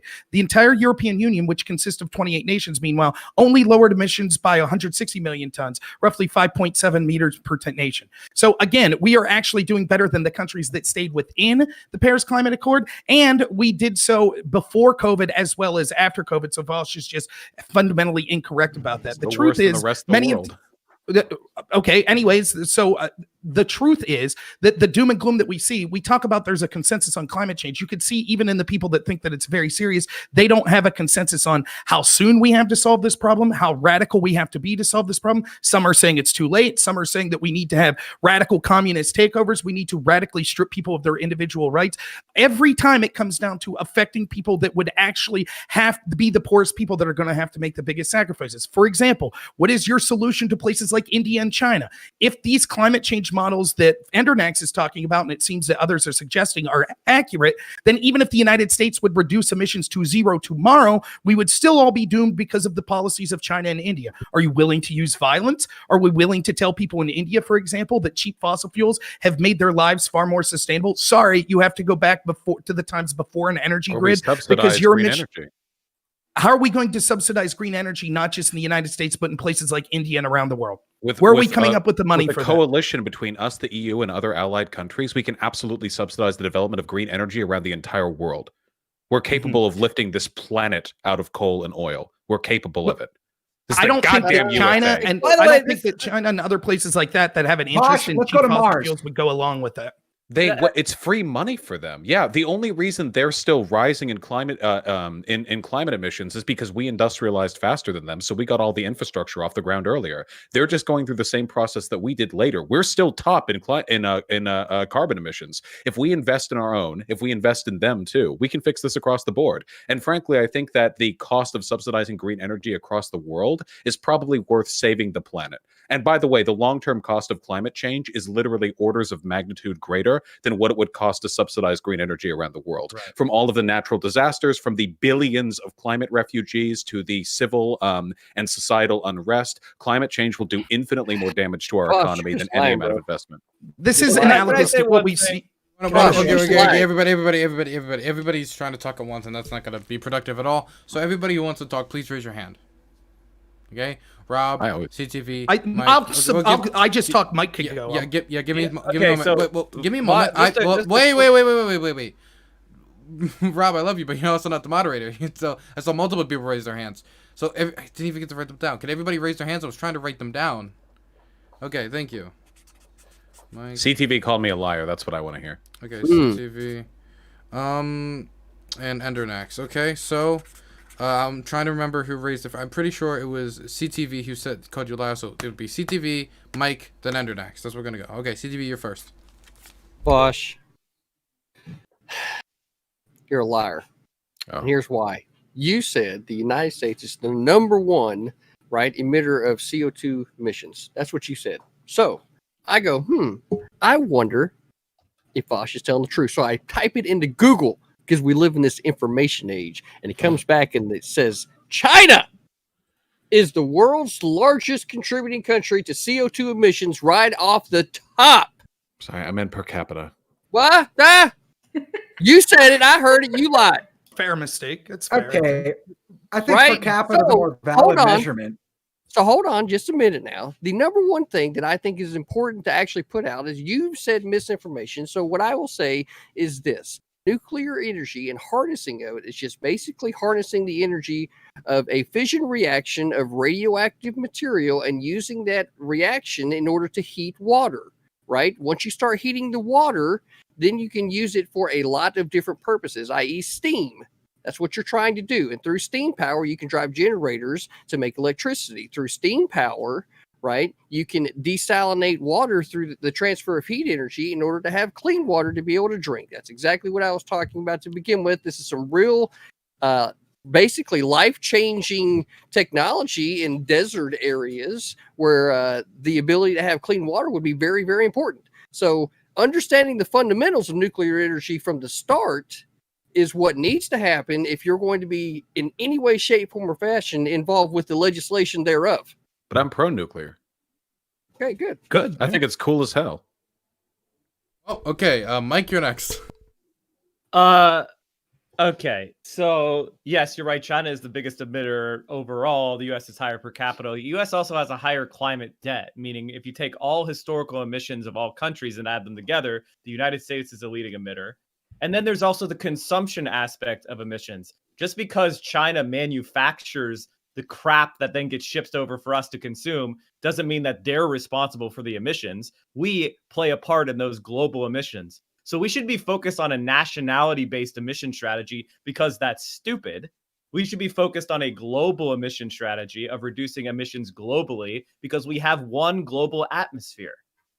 And so the idea that you could just fix this with nuclear. First of all, nuclear energy, fine, but it's more expensive than renewables now. Renewable energy is now cheaper than nuclear energy. And as far as developing the rest of the world, I'll give you an analogy. If you were going to build a phone system in a country that doesn't currently have one, you would not go and string copper wire. You would go and build cell phone towers. Similarly, as these countries develop, we're not going to go and build coal plants and fossil fuel plants. We're going to go and build wind farms and solar panels and dams.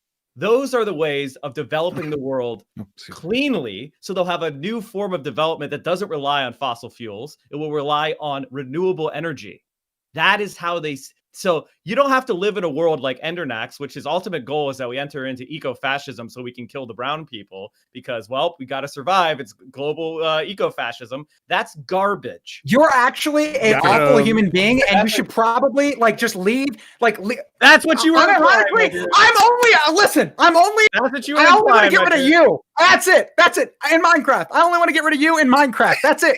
But you're the only person. So that's real. Okay, let's bring this back. Bring it back. And no, we're not gonna do the in Minecraft memes. Okay, that was pretty directed towards Ender. Okay, let me finish. Let me just finish the point. He screeched. He screeched in the middle to say that. Yeah, because you accuse me of being an evil human being. Go fuck yourself. Okay, I see that you're triggered. Calm down. No, really? When you accuse someone of being a shitty person, they get mad? Holy shit, Central Committee! Oh my god, what a discovery! Debate Go or are you fuck yourself! Are you gonna be triggered, motherfucker? Oh my god, look at him, he's triggered! Where are you? Oh my god, look guys, he's triggered! I don't care! I don't care! Fuck you! Everybody stop. Everybody, holy moly. Can I finish my point? Oh my god, I love my job. Jesus. Okay, Mike, finish and then Ender. Okay, so the black pill is actually the false pill. That's the dumb pill.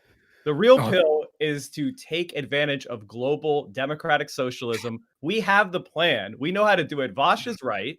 We can build better. We can build a clean, renewable economy that doesn't depend upon destroying the planet for fossil fuels. And when we develop the rest of the world and we promote equity in the world, when we develop everyone, that will create a global system that doesn't rely on exploitation, that doesn't rely on, brown people being kept out of the modern world, like certain other people were implying with the black pill.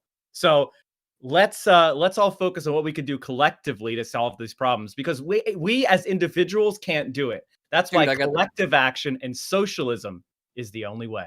I got the purple pill for you. Wait. CTV, you gotta let Ender respond to. Just the absolute brainworm that you'd have to to connect my doomer take of fuck, we are so fucked. We should focus on mitigating harm at this point. This is an eco-fascist who literally wants to murder brown people. Are you fucking stupid? You got to be just the most morally corrupt human being who's ever existed in this world. And it's no wonder so many people don't like you on Twitch politics. Go fuck yourself, Central Committee. Holy shit. I don't know. I feel pretty good. Wait, would you murder white people? It's one way or the other. I wouldn't murder anybody, Vaush. This is not my ideology. How are you? Would you wait? Endernax, would you call that a third position? No, I wouldn't. Okay, I'm sorry. I was just. All right, Endernax, I have a question for you. What is the liberal position? No. What do you want? Oh my god. Go ahead. Question. Okay, so assume that there's not resources enough for the carrying capacity of the planet. We have too many people. That's not what my position is. Are you dumb? I'm asking your position. Stop freaking out. So your position is we will have enough resources for everybody in the planet? Yes, if we focus on food production and making sure that people can live, yes, we should be able to handle that. Yeah, that was my entire point. It wasn't, we're going to run out of resources. The reason I said, Vaush, you're basically advocating for eco-fascism is because there's so much violence that would be necessitated by all the reactionaries and people who don't want to give up power worldwide. I'm just imagining literal the People's Union of Union's Liberation Army who would be like Stalinists in Nepal, who would kill the people who are coming in to try and give them green energy because they wanted their industry.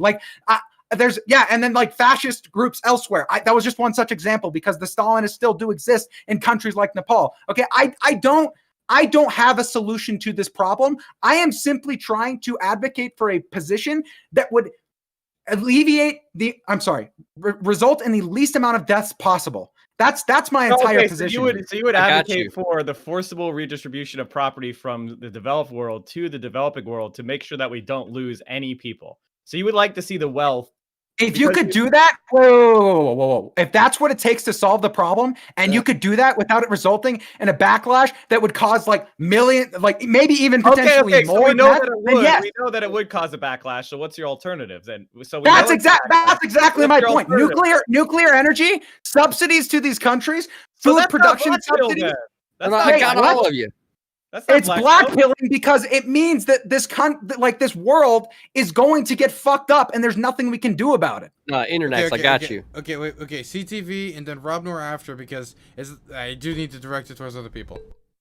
So internets, dude, I got you, right? No black pill here. This is the purple pill. What we need to do, right, is decide how the powers of the world are going to end up being able to come underneath one so that we as a species can colonize other planets, right? That's what we need. Now, follow me here through this logic. What we need to do is reduce the powers that the federal government has when it comes to control of certain things like, i.e. substances, as an example, to where that's a decision that's made at the state level. We attract the rest of the nations of the world into joining us under ours because we want to be able to colonize other planets, right? We want to bring green energy. We want to do all of these things, right? And harness the power of the sun to do that, right? So that's what we need to do. Man, I just want to say. Wait. Well, next was Rob. Okay. I mean, all of that aside, again, I think that the problem is again, I don't think anyone could give an actual consensus on when the time frame for this stuff is, how bad things will get. There is a consensus the climate's changing and it will have negative effects. There's not a consensus on how much man-made has to do with it, what solutions would be necessary to be able to solve it, how quick those solutions would be necessary, what the cost of those solutions would be. And we've seen these kind of doom and gloom climate predictions occur since like the 50s and even before it. We're entering another ice age. We were going to see the East Coast was going to be underwater by 2010. All of these claims have been made before. And the irony, I mean, I thought I was pretty polite leaving you guys talk there for a while. So if I could just finish my point.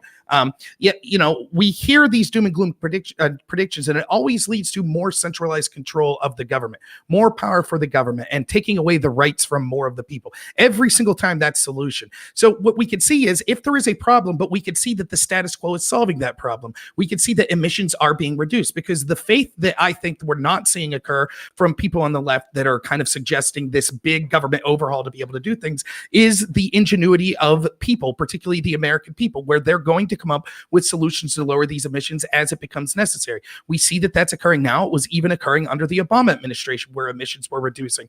They want us to just say, no, we're all going to die. Therefore, we need massive government control. That massive government control, massive communism and socialism will fail like it always does. And it will lead to more harms for the people that are at the lowest socioeconomic status. So I think that what we're seeing here, just like we saw with COVID, was we have to strip everyone's rights away. We have to lock them down. But then it ends up having negative consequences that weren't necessary to be able to fight the apocalyptic predictions that people were making.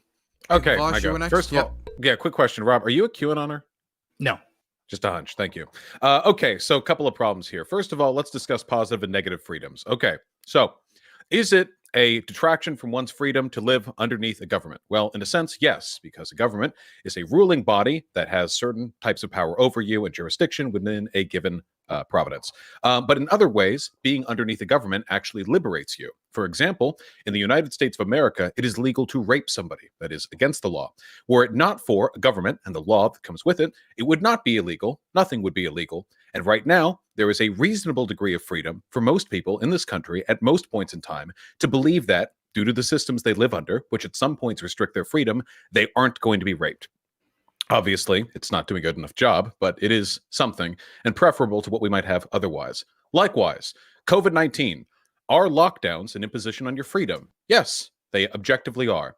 It is also an imposition on my freedom to spend years locked into a country that is never going to get rid of this plague because the idiots running the government are completely unwilling to do anything to meaningfully address it. And frankly, I would rather stay inside for a month and have the government pay my bills, which it is perfectly capable of doing, than I would live forever in a blighted wasteland. Likewise, would I rather pay more in taxes, or would I see my grandchildren left to a blighted world upon which crops will never again grow? The answer for me is clear. When you talk in vague generalities about freedom, government control, What you're really doing is disguising the fact that you are bartering away the future of this planet and the people who live on it because you are uncomfortable with admitting that the Republicans you simp for were wrong about this. That's it. I don't think you even have a personal investment in the climate change question. You just know who's telling you what and where that information is coming from, and who you trust. And I know who I trust. I trust the scientists because the scientists are capable of proving their claims. I've looked at them and they are extensive and they are unilaterally in favor of one assertion, and that is that things are going to get very bad very fast unless we do something about this. Okay, just because there's a consensus. You've just because seen the there have been evidence. claims in the past which are not, which have not borne out to bear, does not mean that claims are to be made in the future. And if you're actually about to ask me if I have personally seen any evidence, please do so because I would love to respond very aggressively to that retort. Yeah, sure. I would. What I would like to ask you is if you've seen all the evidence, then surely you could tell me what the consensus is. How long do we have to take these actions that you're suggesting? Excellent stream. Nobody. There is Came no over from specific Vaush. consensus on how long we have. Every second we. Hey, nobody can make perfect predictions about the future, dumb fuck. All we know is that things are going to continue to get worse with time. There are estimations that we have to reduce our emissions within a given length of time before 2025, before 2030, in order to prevent certain outcomes. The fact of the matter is that the math behind these equations is complicated enough that it's impossible for there to be a solid line. What we know is that we're on a boat that is precariously teetering at the edge of a waterfall, and to be making comments about do you think it'll tip over in 30 seconds or in 45, because frankly I think the alarmism from Jeff over here is astonishing, ridiculous. You're selling out the lives of your grandchildren. It's an absurd claim, and the reason that the specifics matter is because you're endorsing. It's an absurd claim to say that wanting the specifics of how much reductions we need in emissions to be able to solve these data. Okay, you've seen it all. Tell me. How much do we need to reduce emissions by say 2030? The greatest possible amount. Okay, so that's not an answer. And let me say, what this does is it leads to the same mentality and government corruption we saw with things like the Patriot Act. We can't tell you the specifics, but you have to give away. What freedoms are you going to lose? Answer. The Patriot Act was a direct reduction of your freedoms. That was the literal law written. What do you think is going to be a reduction of your freedoms to address climate change? So far, we've had different suggestions here. We've talked about possibly the banning of meat and the way people eat and their habits and that. We've had Endernax talk about the need to support and send institutions, send money and other things, and all of these resources to places all over. Okay, but there are all sorts of things that are being suggested. Even For the Green example, New if we Deal adapt doesn't the say ban meat. Right. If we look at the Green New Deal, we could see many things in right. For example, it talks about the original iteration of the Green New Deal said that we will provide jobs for anyone who wants them. We will retrofit every single building in the United States to adapt for this. Once again, nope, you are completely wrong. First of all, a jobs creation program is not saying that you're going to create jobs for anyone who wants them. Second of all, not retrofitting every single building in the United States, rather targets to retrofit certain buildings to better meet insulation guidelines. How is this an imposition on your freedom? Great. I'm glad you asked that question. Again, real quick, if you let me finish, you're wrong. The original iteration talked even specifically about guaranteeing income for even people that chose not to work. Are you talking about the iteration that got leaked because it wasn't ready to even be released to Congress, and it wasn't even a policy proposal? It was literally just like notes being written on the 2-page document that people extrapolate so much fear-mongering from? Yeah, I am talking about the actual goals that the people in government that never tell us. So you're not talking about the Green New Deal. You're talking about like the post-it notes that were left on the Green New Deal when an initial release was. Yeah, no. So again, so you don't think that's you don't think that they took that approach seriously? Rob, your freedoms. What are going to be limited if we invest in green energy? Which freedoms? My freedom to have cheap fossil fuels and be able to drive. My freedom to have wait, hold on. Wait, one at a time. No one's taking away your freedom to drive. Okay. Yes, they are. Well, if you have more money, it might not affect you if fossil fuel prices go through the roof. But it does affect the poorest of Americans. How are fossil fuel prices going to go through the roof?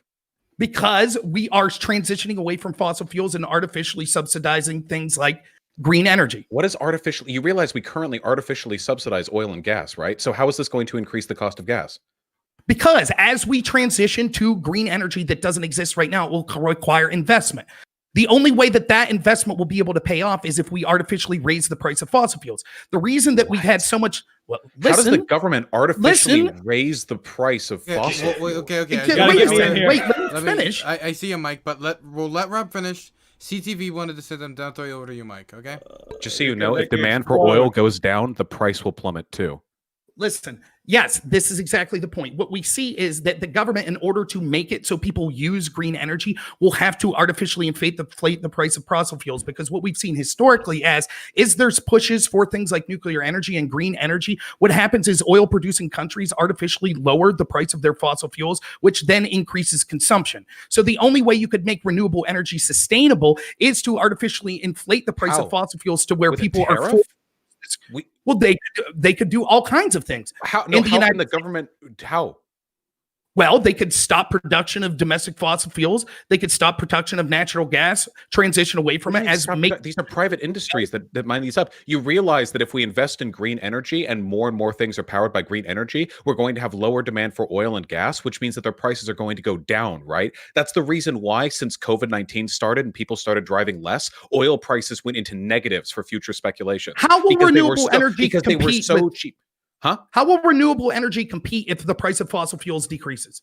What people out there are going to say, well, I'll stop driving my car with renewable fossil fuels. Because first of all, we don't transition the entire economy all at once. Not everyone's driving a clean car or a green energy car by 2025. But there are things we can do, like starting to get green energy more and more involved in the grid, or subsidizing the production of green buses or green transit or green trains or green cars, slowly but surely. But this isn't a process that's going to suddenly cause a spike in your gas prices. There is no economic evidence to suggest that it will. And even then, your right to cheap gas isn't a freedom worth buying from the world. And again, what you see here, though, is okay. So next I said it was CTV, and then it's going to be Mike, right? I got to get the conversation. Do you not see the level of control that you're attempting to try to have there? I haven't mentioned a single policy. No, every single bit of what you're talking about, though, is the government body controlling that through legislation. What control? It's exactly what it's talking about. Subsidies? You mean like what we do for oil and gas right now? Every single bit of what you said is direct government control through legislation, right? And we saw the exact same thing, right, happen in the 50s whenever there was leaded gasoline, right? And the scientists then said that leaded gasoline was perfectly safe, right? There was no problems with leaded gasoline, and that's what they were using. The scientists went up to Congress, and they said leaded gasoline is fine. Ultimately, science ended up finding out later that leaded gasoline was a bad thing, so then we ended up banning leaded gasoline, and we only use talking about? How literal is history that you're not for the government to subsidize green energy when they currently subsidize oil and gas? The fuck up and listen. The whole point of this is for history. The whole point's for history, right? So when you come up and you're talking about this Green New Deal, like it's supposed to be this, best thing since sliced bread, what I see is all of this control that you're trying to exert over markets that have a vested interest, and you've already said to create jobs. So are subsidies bad? Yes or no? Are subsidies bad? Yes or no? Okay. I just want to know an answer. Yes or no, because he seems to think that's some sort of government control. Well, that's what I'm going to do is I'll give him some time to answer it and give him some time to expand on that, and then I'm going to throw this over to Mike, because Mike looks like he's about to like OD on aggressive temper once he get out there. Good or bad? We do it for oil and gas right now, to a huge amount. No, so the literal point for me is that you don't. So the answer is yes. Subsidies. Wait. Let's use it. Wait. I'm trying to. Okay. We got to give CTV like a second here to respond. It was directed towards him. I want him to give some time to respond. The fact that we're doing it now is clearly a break in the system, right? Because we shouldn't have so much government involvement as it is. The free market should be able to. Vaush, please. What fucking point about philosophy are you not getting, dude? This is all like. I mean, we could sit here and just talk about, the way things are and how shitty they are until the cows come home, or we can actually talk about whether or not subsidies are bad. Right? It's a yes/no question. It's so easy. I don't know why you can't just answer then move on. I won't interrupt you if you just answer. Because subsidies are bad. Okay, well, from CTV, if we could. As a rule, subsidies from the government are bad. Okay, let's remove them on oil and gas then. Agreed. Okay, let's do that. And then let's do it. You're not Mitch McConnell, though. Yeah, so your dumbass opinion doesn't actually change whether or not we give oil and gas subsidies. The point is that you want all this control in the government to control all these industries, which have a vested interest in perpetuating this. When there's already research out there that the level of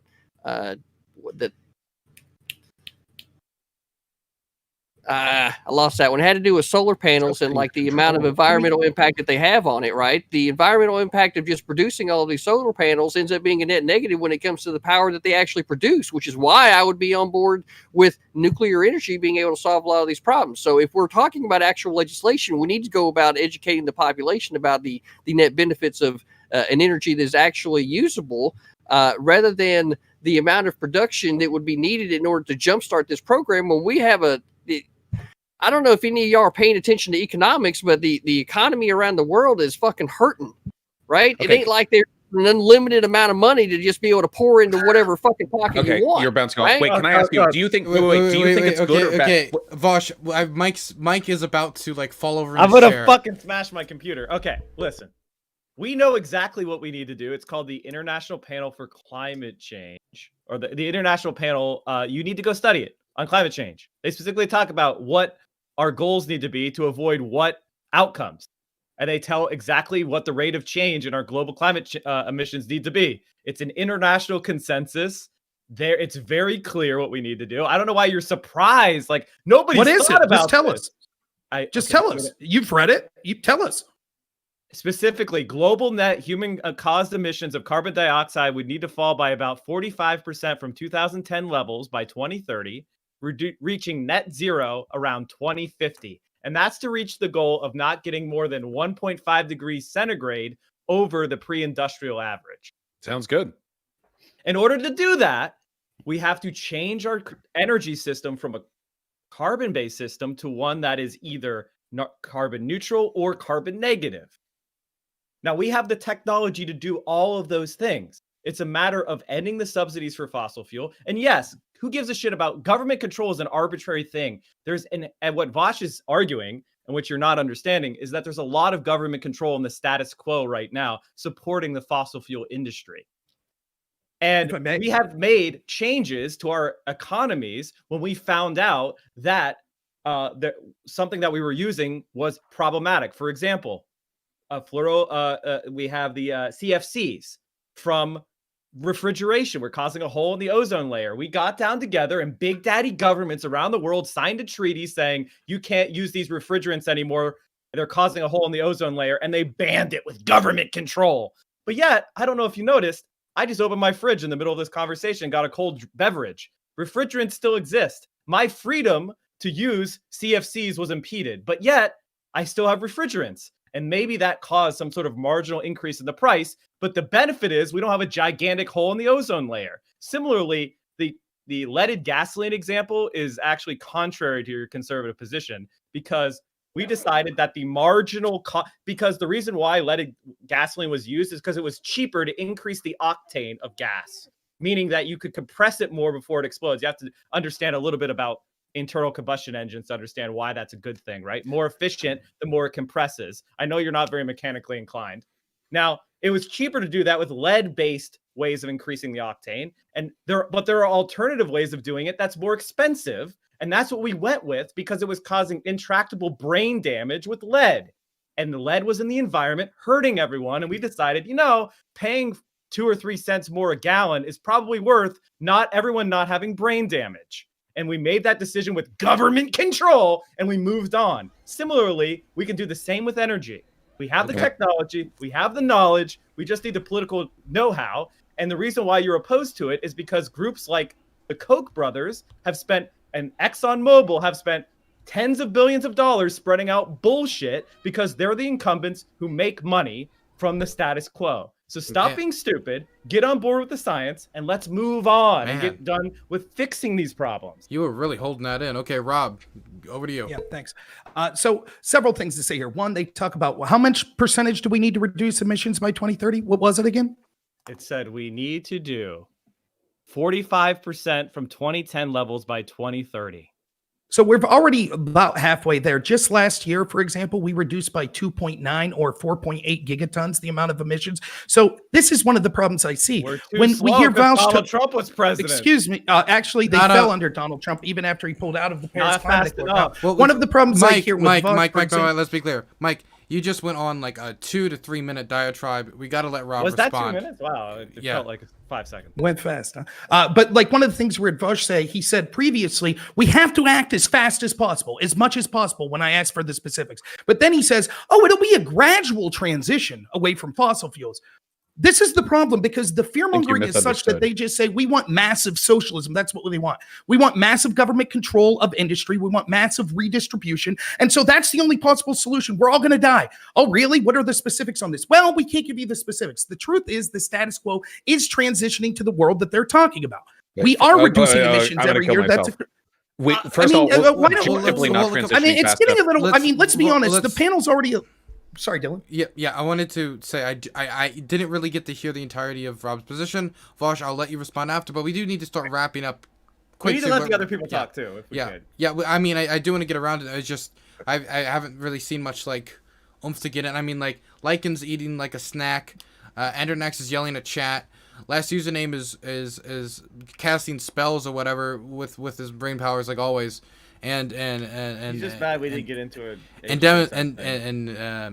Denims is just memeing. So I mean that's that. But if any of them want to raise their hand or at any point just jump in, I mean they can. So Rob, Listen, please finish. I was just distracted by the bombardment. Like Vaush is sending all of his viewers over here to spam dicks in my chat. Like I don't know what the fuck's going on. I'm kidding. Vaush, that's a deadly. No, not at all. Let's bring this back. But that is a deadly accusation. Rob, can you please finish your point and then Vaush respond? And then we're going to have any statement so everybody can contribute. And we're also getting close to midnight. So this has gone way over where it's supposed to.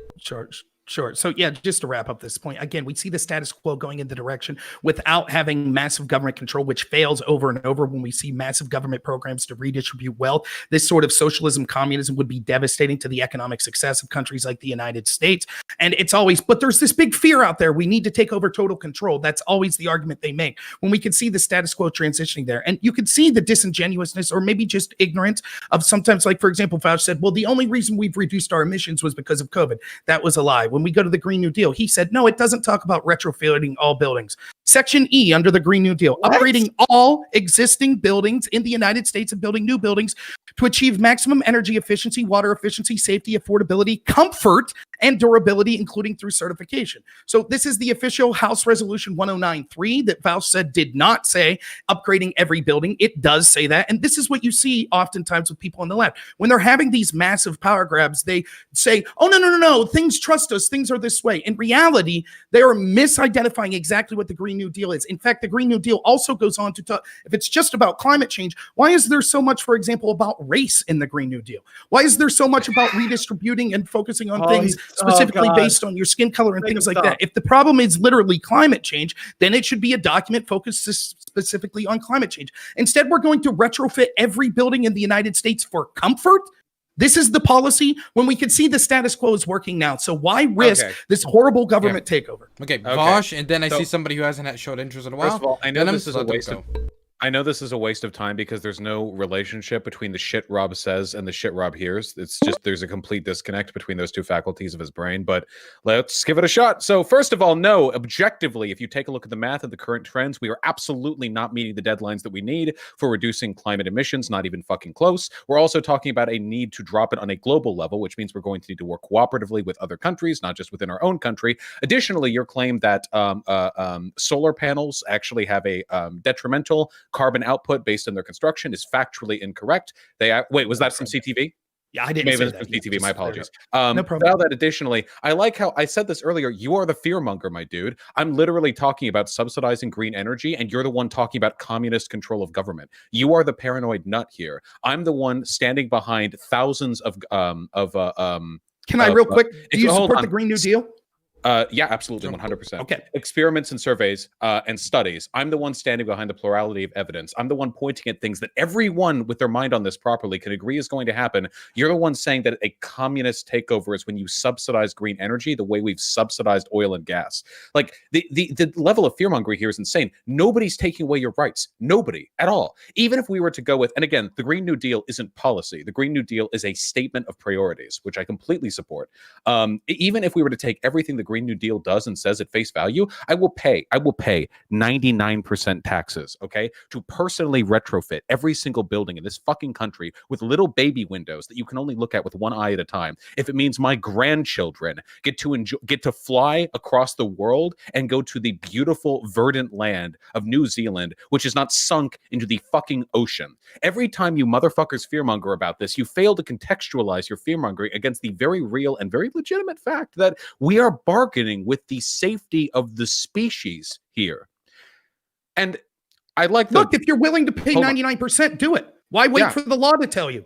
Because right now, if I paid it, it wouldn't go towards climate change shit. I would absolutely take a massive. It's your money. You can do whatever the fuck you want with it. Wait. You can hold me to this. I will take a huge tax hike if it means the government implements Green New Deal policies. 100%. I make a lot of money. Okay, I will dump that shit. I will personally go over to the IRS and with a comically large suitcase full of $100 bills, and I will empty that shit all over their desk if it means that my money goes towards making this country a better place. That's the difference between you and me. I'm okay making the world a better place, even if it means it personally comes at the expense of my own wealth, then my do own it. well-being. You're telling me that you can't find people right now that are affected by climate change that couldn't use your money? You're telling me that you couldn't... Wait, hold on. Since you've only been doing whataboutism this entire conversation, I should have expected this. Now we've reached the point where you don't have arguments, so instead you're saying, if you want to improve the world, why not donate every cent of your income to charities? You said it!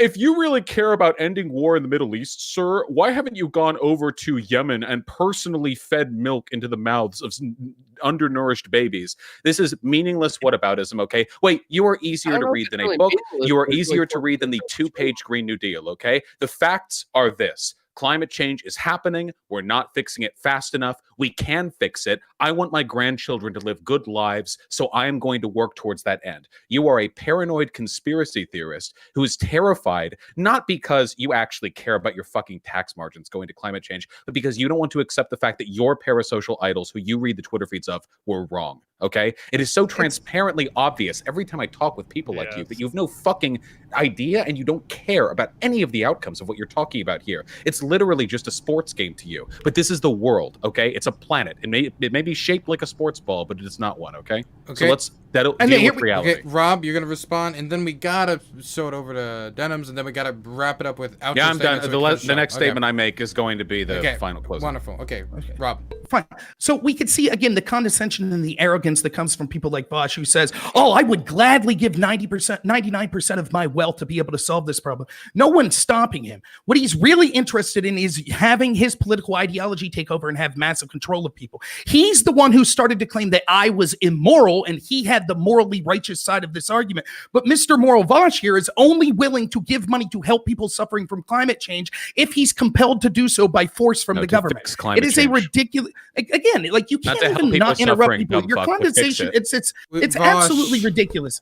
Like it's just pathetic, and your arrogance and your condescension is unwarranted. You're nowhere near as smart as you think. In fact, you were proven wrong twice on factual claims you made on this very subject. The claim that you made that the only reason the U.S. reduced emissions was because of COVID, but the truth was we were reducing emissions better than Europe in 2019. And the claim you made that the actual Green New Deal that was passed as a House resolution did not say that it would retrofit every building, something that is also inaccurate. You've supported the Green New Deal, so you're not someone who's just, hey, I'm just saying subsidies for example, for renewables. That's not what the Green New Deal says. That's not what their objectives are. You agree that you support those objectives. So the arrogance that you have and this faux moral superiority that you somehow think that only people that adapt your massive socialist ideology are the people that really care about the country are laughable. If you cared about the future of pilled children, if you cared about the future of the country, you wouldn't wait to withhold your 99% of money you were willing to give until the government tells you have to. There are people right now, according to studies that you would read, according to a consensus of scientists,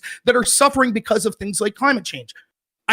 We could argue about how many of those people are, but you could go out there and make a difference with the 99% of money that you were willing to give up. But you won't do it because you're a hypocrite. Now, normally I wouldn't bring up this hypocrisy, but when you act like that you're morally superior than other people, it becomes quite evident that that's not the case, that you're merely arguing for political power and you don't really care about these issues. Else, you would be out there doing something. And Mike, like, way to be a toady for Vaush. You're really good. No, it's just okay. Anybody else who speaks that is not Denims, I'm going to send live tigers into your home. Okay, Denims, speak, and then we're gonna wrap in it up. Minecraft. Be careful, TOS. Okay, no, not in Minecraft. For the record, sorry I haven't interjected. I wake up at like 6 a.m. in the morning, and it's like 9 for me now. So like, and I need 9 hours of sleep. So I'm like running low on energy now. But okay. So my perspective on this is that it seems like we have a problem. We have a proposed solution for this problem. The proposed solution is something that we do to a bunch of other things, right? Like aka subsidies and taxing things. We do it for a fuck ton of subsidies in America. Nobody ever complains about these subsidies. I don't understand why we're so against that. I'm really, really confused, and I'm genuinely asking, I guess, anyone who is against the Green New Deal, or anyone who's against maybe not even specifically the Green New Deal, but targeting climate change. Why are we against it? Okay, I don't think. Well, we're gonna look. It's not as if we have a look. Last, I know you like cats. Do you like tigers? Would you like to get to know them better? Love them, adorable. Well, wonderful. You'll get to know one really, really well very soon. I'm just responding to what you said. I understand. Can you do that in any statement? I said, I just really want to wrap this up. I just really want to wrap this up because it is now past midnight. It is 30 minutes past when we were supposed to end it. And you know what? Last username. You have been the most behaved out of the whole panel. Therefore, I will bend the rules to you and only you, because you are a powerful wizard. Now? You're a powerful wizard. You're a powerful wizard, last username, and you cast a spell on me, and you will destroy my life. So you will be the only person I make an exception for, since you have been so well the whole panel. You'll get to say something here, and then we'll do end statements. Okay? Sorry, I thought we were still doing the open talk, but okay. If you want to wrap this up, you know what? Just do the rest, and I'll do my finishing statement. I'll say what I have to say there. Well, see, he can't even. I tried to bend the rules to him, and he wouldn't even take it. He wouldn't even take it. Look, he's great. Okay, we're gonna start with Lycan at the top left-hand corner. Sorry, I'm slow to the unmute button. First of all, I want to say, yeah. I want to say thank you very much for hosting this, Dylan. It was awesome. With regard to climate change, I think unless I missed some political violence propositions, I completely agree with Vaush, and I think he covered it for me pretty well. At the end of the day, it's real, it's a problem, it needs to be dealt with, and continuing to put our head in the sand like ostriches is not productive, and it's a product of partisanship. I think the fact that Al Gore is the one that came out and really started to put the climate change discussion on the table is what led us to where we are, because Republicans said, Al Gore said this. Well, fuck. And then it became a super politicized issue when it should have just been something that said, where scientists came out and said, hey, climate change is happening. We should probably do something about this. You remember reading in your weekly reader about the hole in the ozone layer? Yeah, well, it's going to fucking kill you in a couple years. That would have been really cool if we had just handled this like adults, but we didn't. And that's why we're here having stupid fucking discussions about climate change, because it's been politicized. And this harkens to the masks. This harkens back to the fucking Trump section with regard to legacy. Like, this fucking stupid American politics, dumbest fucking shit we could fight about. We fight about it. So here we are. I don't have anything else to say to that. I just want to say thank you, Dylan, for having this. It was really awesome. And yeah, that's it. No problem. Next is Vaush. Yeah, okay. So closing statements, I guess, for the final subject. So I'll sort of broadly wrap this up. Okay. I believe in socialism for Rob's grandchildren, okay? Because I want those beautiful, probably unborn, just judging from looking at you, you're not like 70, unborn souls. I want them to live a free and fair life where they are not fighting in the resource wars over the last few freshwater sources left on the planet. Look, at the end of the day, when it comes to climate change debates, it always boils down to the exact same back and forth, the exact same Mott and Bailey, okay? The conservative will say, I understand the science, I recognize the science exists, but you want control, you want X, you want Y, you want socialism. And then you say, okay, well, here are some solutions I have proposed to prevent the end of the world. What do you have? And they'll never answer. And what if they do answer, what they'll implicitly suggest with their response is that they don't actually believe the climate science is real. What they'll do is they'll oscillate back and forth between not denying the science and then proposing solutions that no scientist would say is sufficient to fix the problem. And what this ultimately is I mean, they're doing what they're told. They are marching soldiers shoulder to shoulder in line, taking orders from Murdoch, taking orders from the Koch brothers. May one of them rest in hell. They are taking orders from all of the oil and gas and coal propaganda outlets that they have been listening to since they were born. And I deeply, deeply feel sorry for them, especially because I am well positioned to survive climate change. Not everyone in this country is. It is genuinely sad that like I feel a greater impetus to protect the lives of my fellow countrymen and the people who I live with on this planet than people who would be more directly affected by it. You know, I mean, God help the Floridians, right? They're the first ones to go. That entire state is like 2 feet above seawater. Okay, I'm gonna now throw it over to Rob Noor. Thank you, as always, Dylan, for hosting. I thought you did a fantastic job as usual. Oh, yeah, thank you, Dylan. Yeah. And, you know, I enjoyed the conversation, even if it gets condescending and morally superior from some of the people. But, you know, there were all sorts of distinctions and I think things that were tenuous hypocrisy or just positions that were tenuous in each other that we see from people on the left. For example, when I talk about the media being a tool that was almost completely behind Joe Biden, they don't have a problem with that. That's just life, no problem. I talk about the specifics of how when you have a situation like that with the intel community working hand in hand with the media, when you have a situation with corporations, establishment, people in both parties, they're all hand in hand in that pushing for one agent. It leads to disinformation. It allows people to not really have a voice because that persuasion is so powerful on the American people that they'll be able to pick whoever they want for president.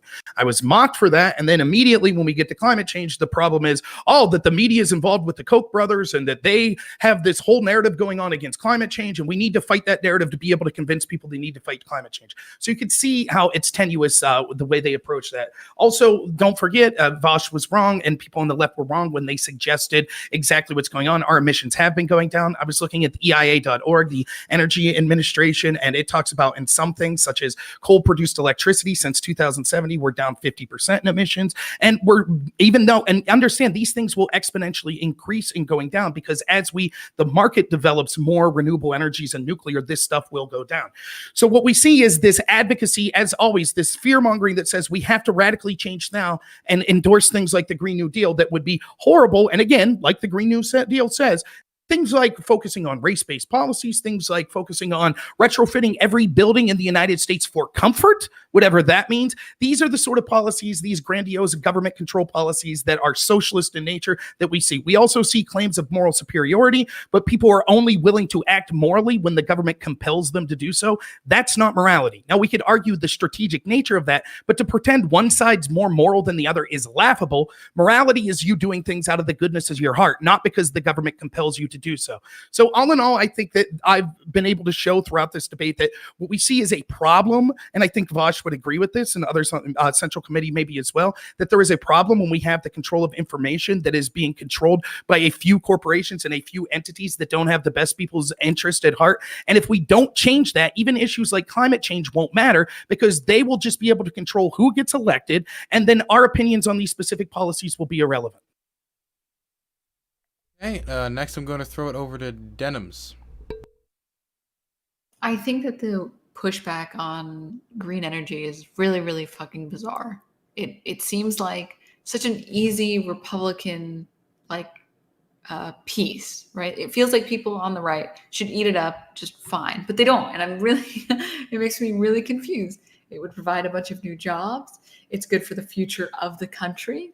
It would, so to speak, make America great again. You know, it has so many factors that would normally seem like they would appeal to a Republican base, but they don't. And I don't get it. I genuinely don't understand what the frustration with it is, because people on the right, well, they'll support subsidies for coal, they'll support subsidies for fracking, they'll support, and maybe those are controversial or whatever, but they'll support subsidies for like farmers and stuff, or, you know, like whatever the industry is, they're fine with it because they view it as providing a net good to society. But for some reason, when it comes to providing subsidies to green energy just takes it a step too far, and it's just too much. And it's the most bizarre thing in the world. And I genuinely want to understand it, but it feels like they just spend their time debunking on why it's bad instead of saying why they don't like it.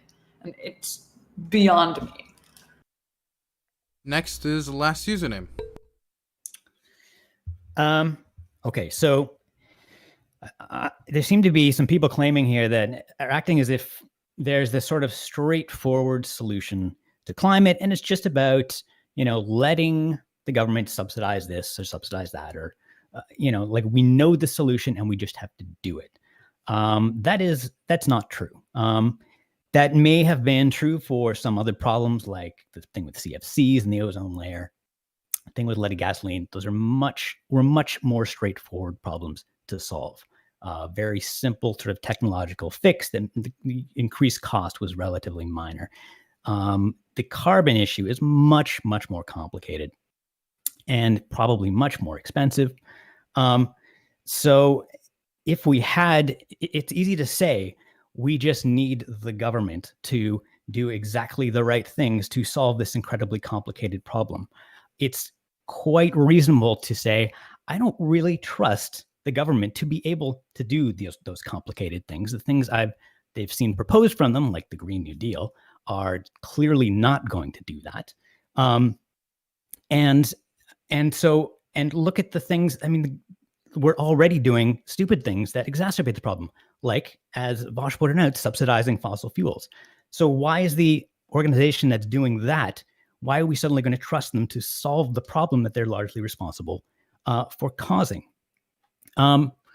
So it's not a conspiracy theory to say I don't trust the solution of the government doing things. And anytime you're going to give the government the power to do something, you're giving that power to the people who are not going to be on board with that solution, right? Like, you can look at, okay, this guy, let's elect this guy, and he's going to do the right thing and solve this problem. But what happens when the next person is elected and they're from the other side of the aisle of that guy, and they do all the other things? And why is the other side of the aisle automatically against everything that the other guy is doing? It's almost like the political process sort of creates this polarization. And it's because of that half of the people are strangely opposed to just solving this problem. I think that's a result of mass politics, not of a few coal companies lobbying things. I just don't see how they could have that much influence over things. The demand for this kind of controversy comes from politics. I would have liked to talk about that more, but I think this conversation demonstrates how an issue like this becoming a political football is what makes it unsolvable, is what creates this polarization and this gridlock. And I don't think you can solve that problem with more politics. I think you have to separate it from politics in order to start solving it collectively and cooperatively as individuals. Okay, next we're going to throw it over to Mike. So this is why we have fundamental ideological disagreements on this panel. The exercise of state power in order to accomplish an objective is necessarily going to impede on some people's rights for the purpose of a greater objective. And there's never been a clearer case than climate change. And whether, as if the problem isn't as complicated as our ANCAP friend makes it out to be.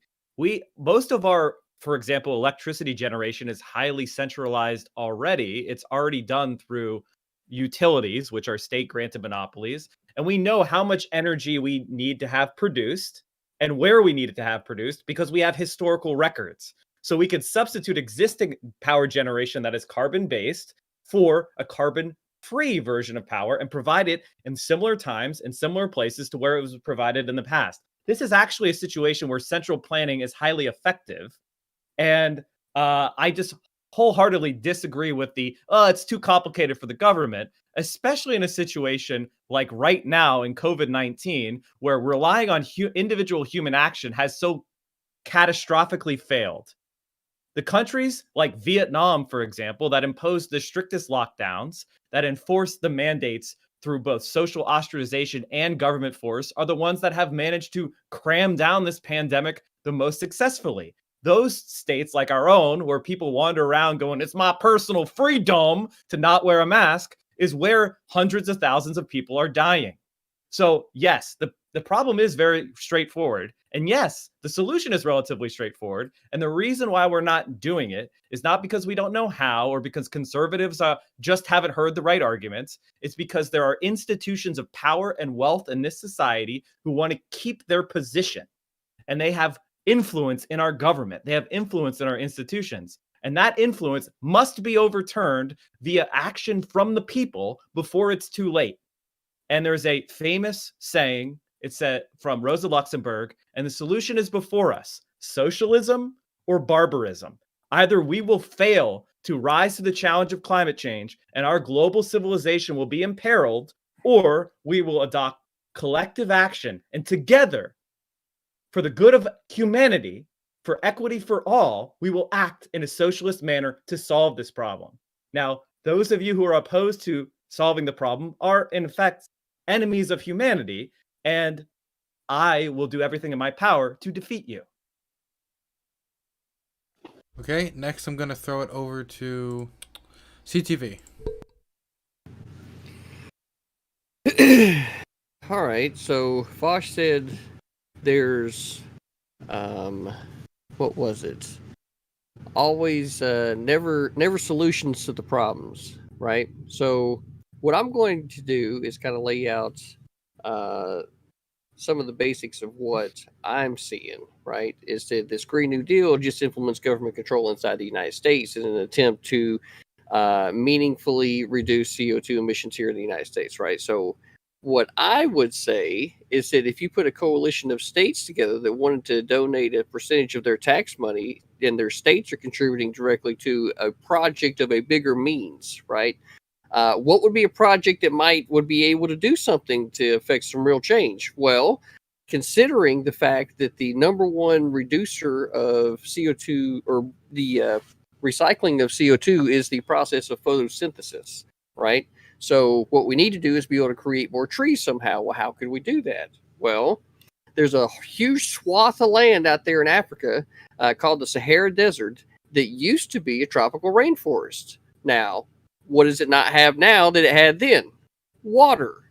So what if we put together a fund to build nuclear power plants there that would provide energy for the African continent, right? That could be used for the nation to create industrialization there, and also create a rainforest at the same time, because now we're pumping millions of gallons of fresh water from the sea onto the land. So my question is that are you really taking like what could actually affect enough change to be able to make a real difference just here? Or are you really looking at it as humanity and what would be great for the planet, right? So I just kind of weigh those things out whenever I'm thinking about those kinds of things.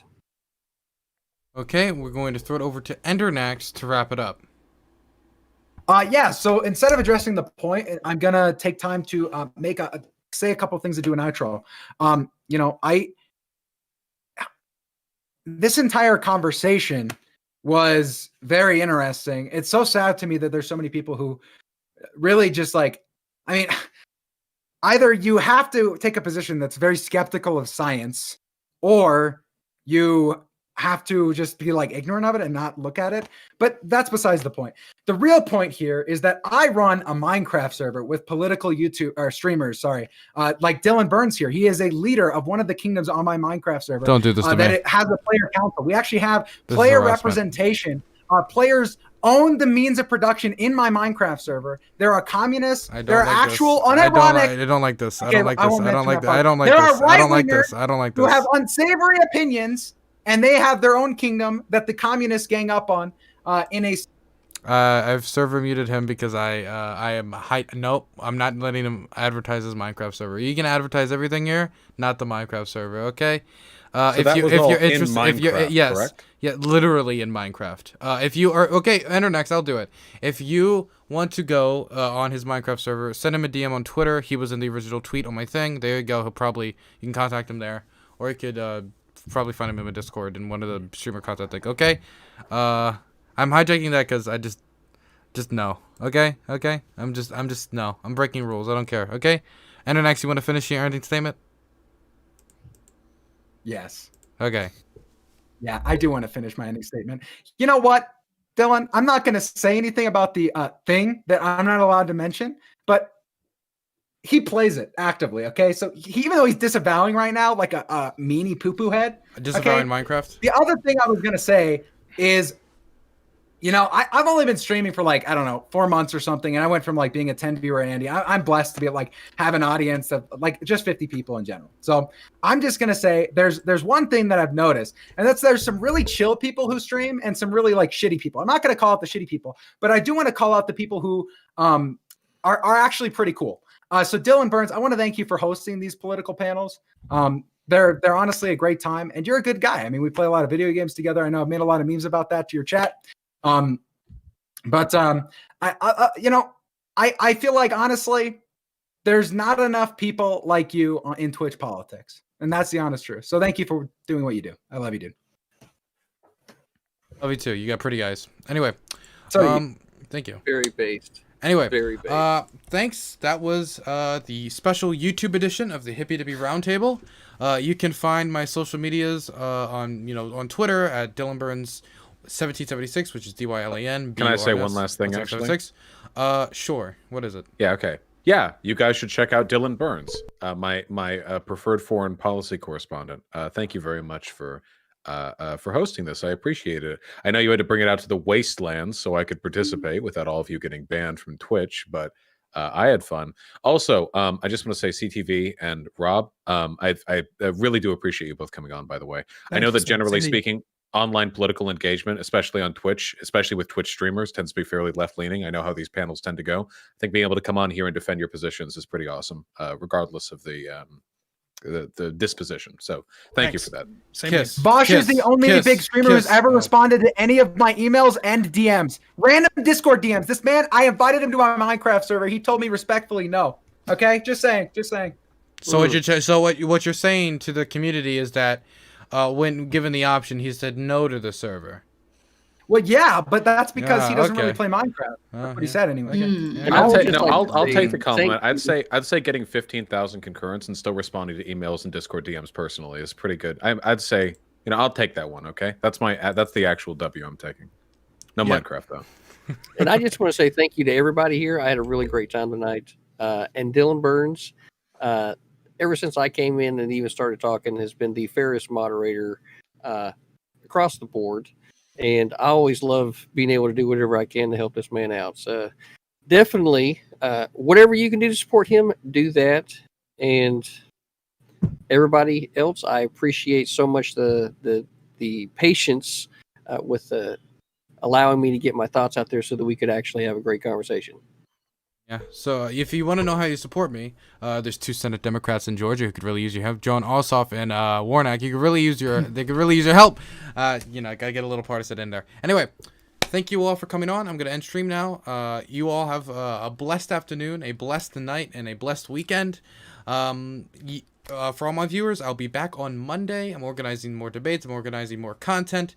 It's going to be great. And for everybody, my Mike Revell interview will be going up on my YouTube very shortly, where we talk to former presidential candidate Mike Revell, my former boss, and a senator who's very well known for helping to read the Pentagon Papers into the public record and help bring an end to the Vietnam War. You all have a blessed afternoon.